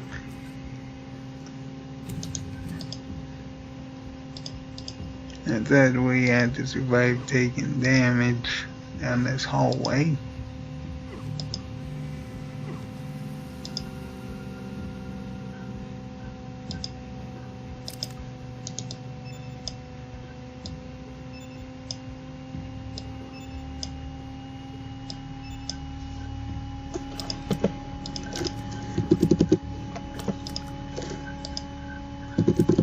Should I even bother talking to him? I mean, we will anyway, but... Do you join the Unity, or do you die here? Die! Oh, please, what sort of might that be? You think? As long as he doesn't get a critical hit off, we're fine.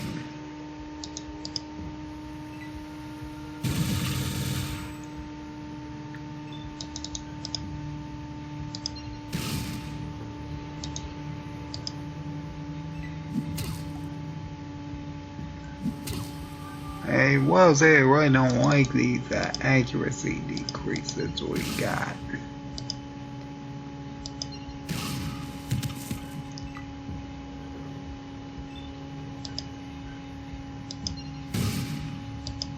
And we got 200 in our skills, so we shouldn't be having this many problems.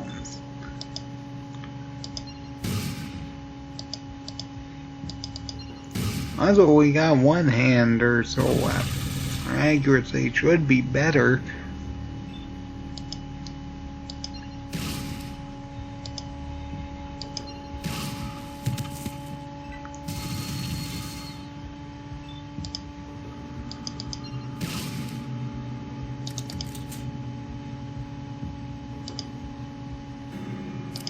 I should have entered my inventory.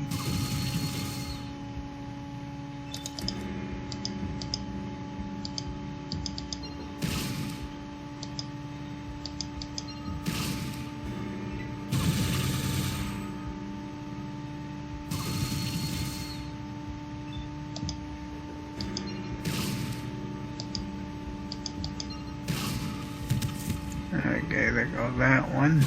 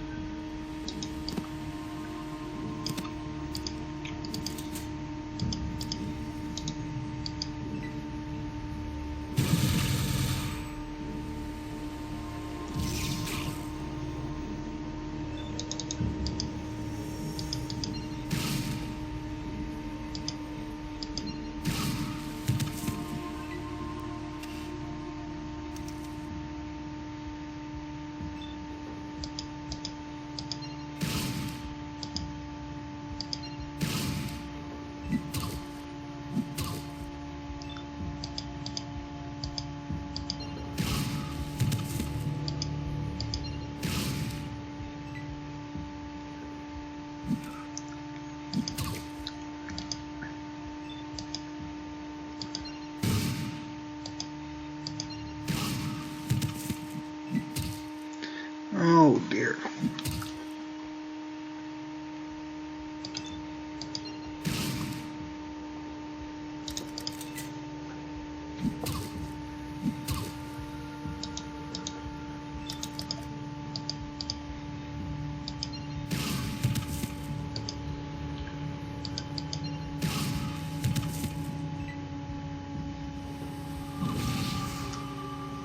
Wait more.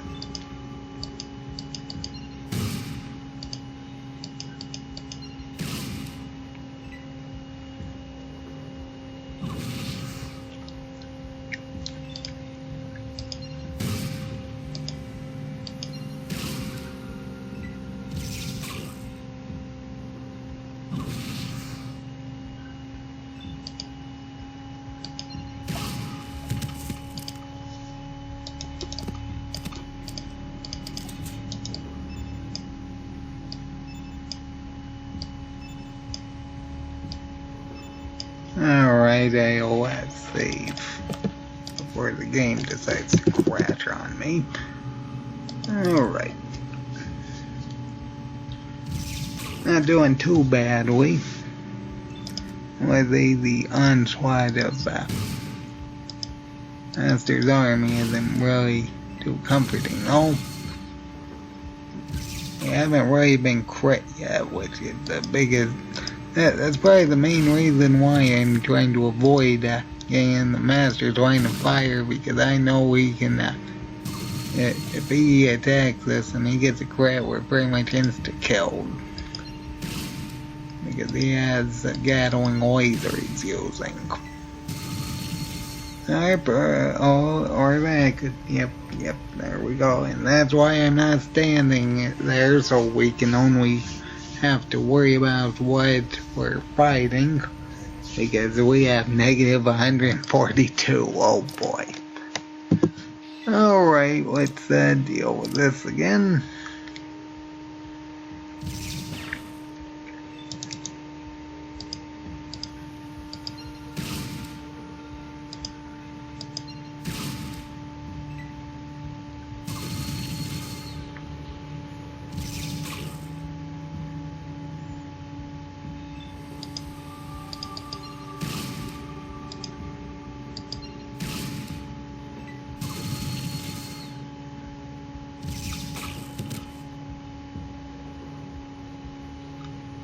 wonderful.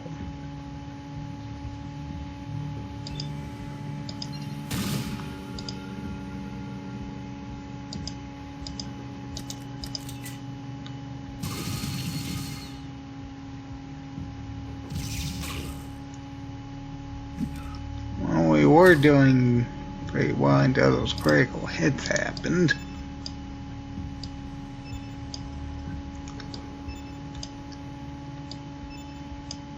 Thankfully, I know from my free action point challenge that we should be able to fix that without leaving this area. Once we clear out these enemies, I will say that glitch is really not helping. Oh, now you run out. Okay, that one needs to be disabled.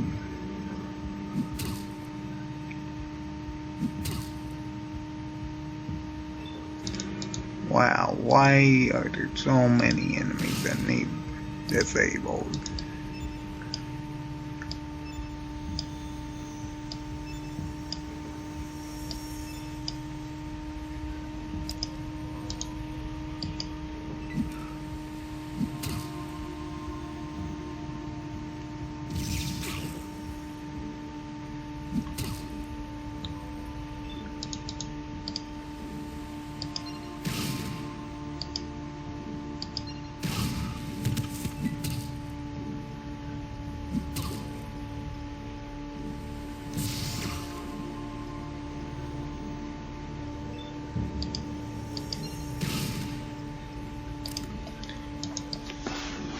No cripple, unfortunate.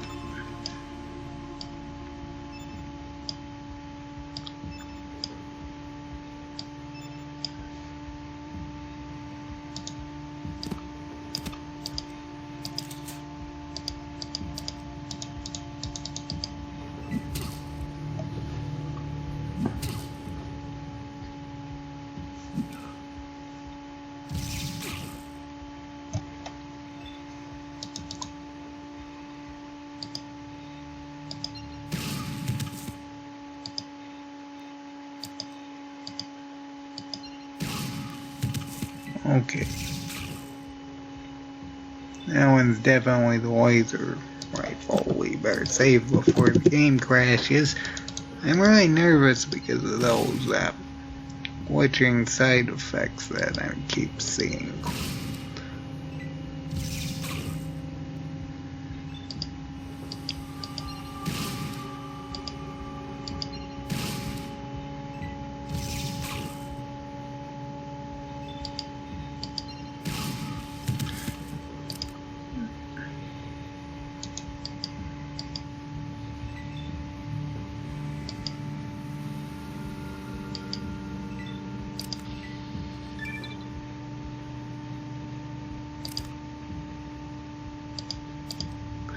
Anyway, as I said, we should be able to fix that crippled limb right here because we're not in combat.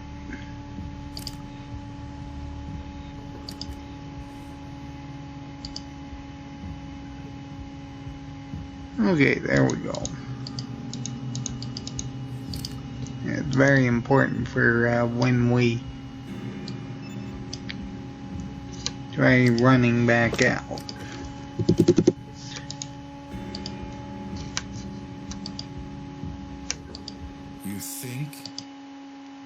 You think?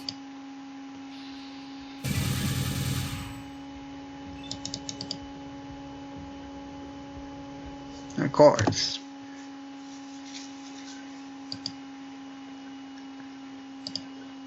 Wonderful. See, this is why I save.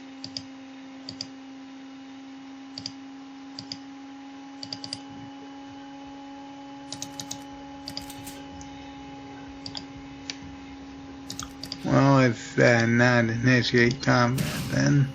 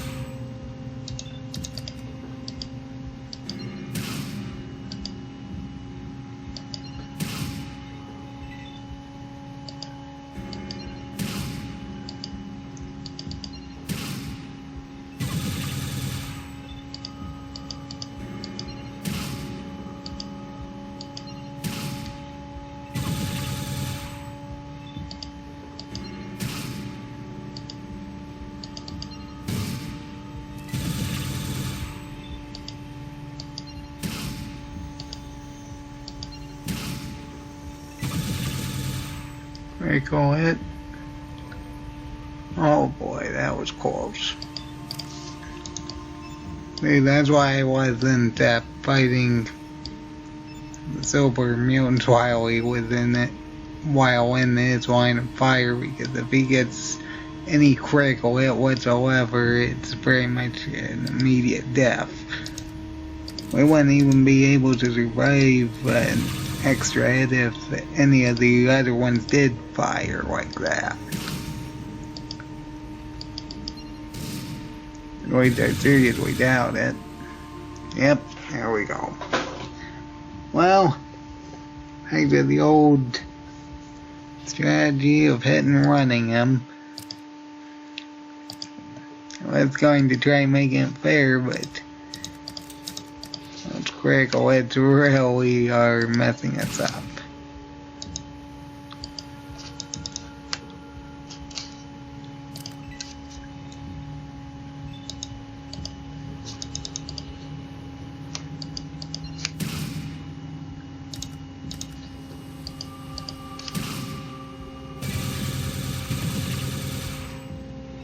Why did I only have 9? Was it because I stepped? No, I guess that would make sense. And I guess I can try using standard attacks, but I think that's going to take a long time.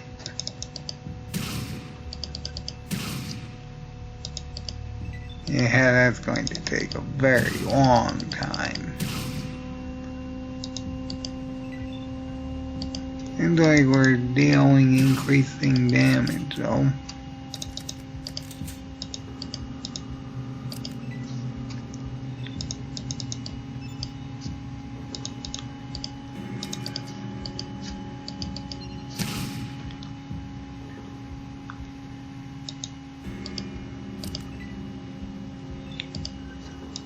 Well, we're gonna take the extra shot if we know he's stunned.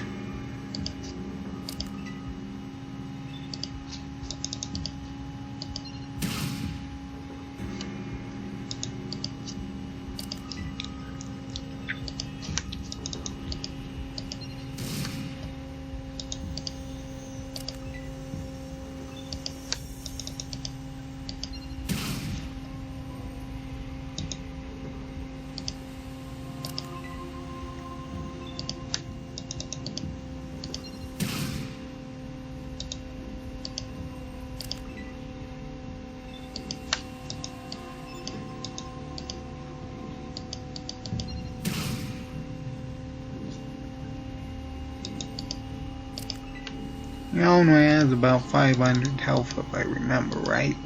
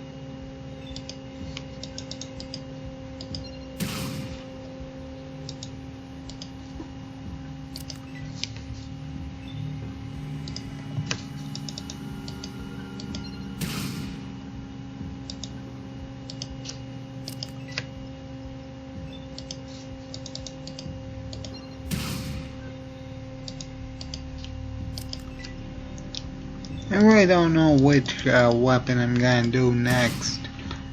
Because what I could do is deal with all the handguns first.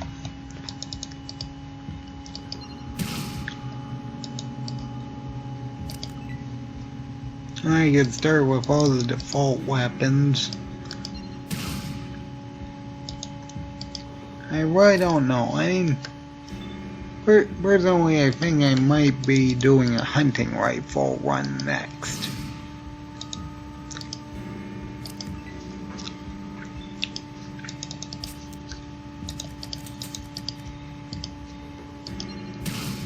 Which I really don't think is going to be too overly difficult, just because the hunting rifle uses 223 FMJ, which has some amount of armor piercing.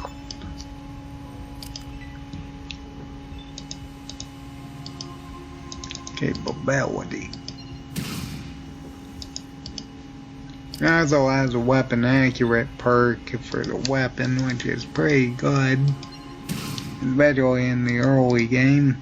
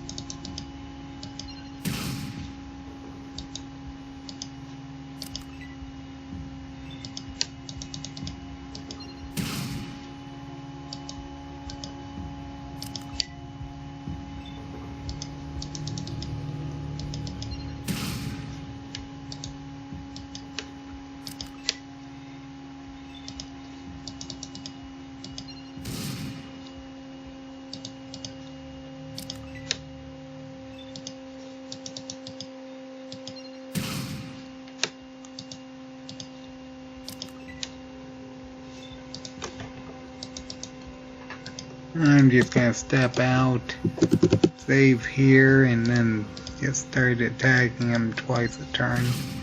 Yep, or that'll work, yep. I was gonna say it was taking a while.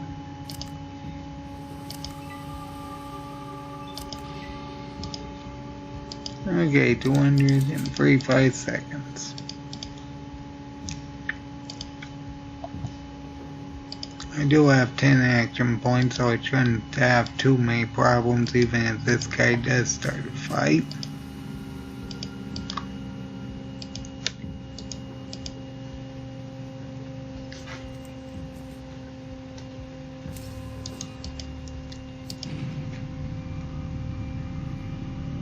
I'm not too concerned about the master's pets even if they do respawn. That was a really big problem in my free action point run.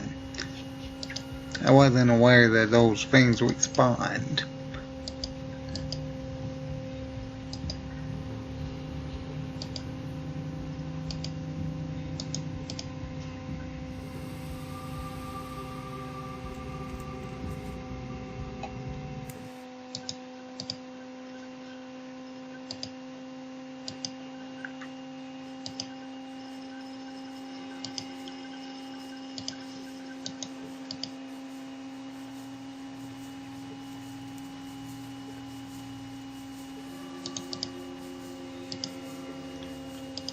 And we leave cutscene.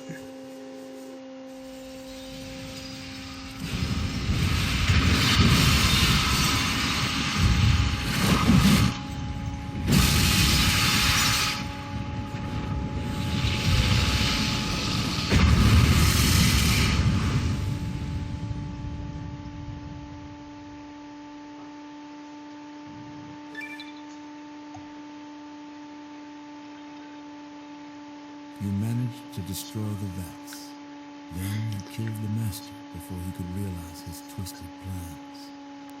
With the Master gone, his armies flee to the east in fear of retribution from the remaining Normals. The mutant attack on Necropolis spares none of its ghoulish inhabitants.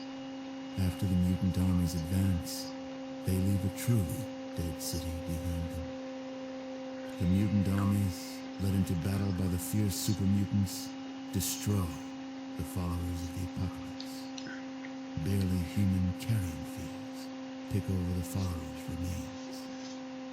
In Shady Sands, Tandy helps her father Aradesh bring a new community and new life out of the broken remains of the world. They are responsible for the new California Republic, whose ideals spread across the land. Killian Darkwater takes firm control of Junktown, drives out the last of Gizmo's kind, and then enforces his own brand of frontier justice. Life is fair and safe under his law. The Brotherhood of Steel helps the other human outposts drive the mutant armies away with minimal loss of life on both sides of the conflict. The advanced technology of the Brotherhood is slowly reintroduced into New California with little disruption or chaos. The Brotherhood wisely remains out of the power structure and becomes a major research and development house. The hub disperses before the might of the mutant army and will never recover. Thanks to your persistence, the Raiders are destroyed as an effective fighting force and disband. None of the Raider survivors are ever heard from again.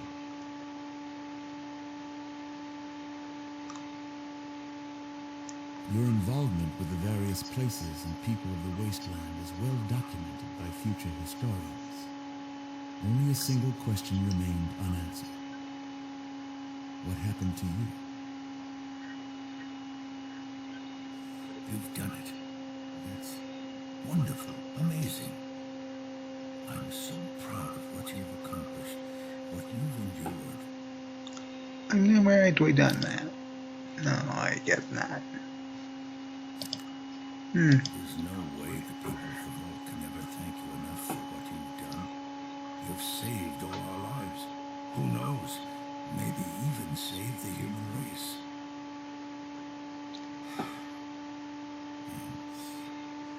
That makes the rest of this even harder. Everyone will want to talk to you. Every youngster will look up to you and want to emulate you. And then what? They'll want to leave. What happens to the vault if we lose the best of a generation? What if we are the only safe place in the world? You just gave us back all these lives. I can't take the chance of losing them. I've made a lot of tough decisions since I took this position, but none of them harder than this one. You saved us, but you'll kill us. I'm sorry. You're a hero, and you have to leave.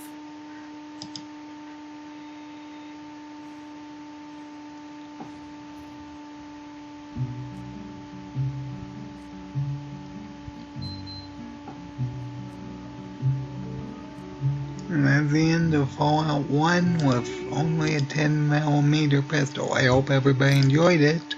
That being said, I'll be doing up more in the future. I hope everybody enjoyed it, so everybody have a good day.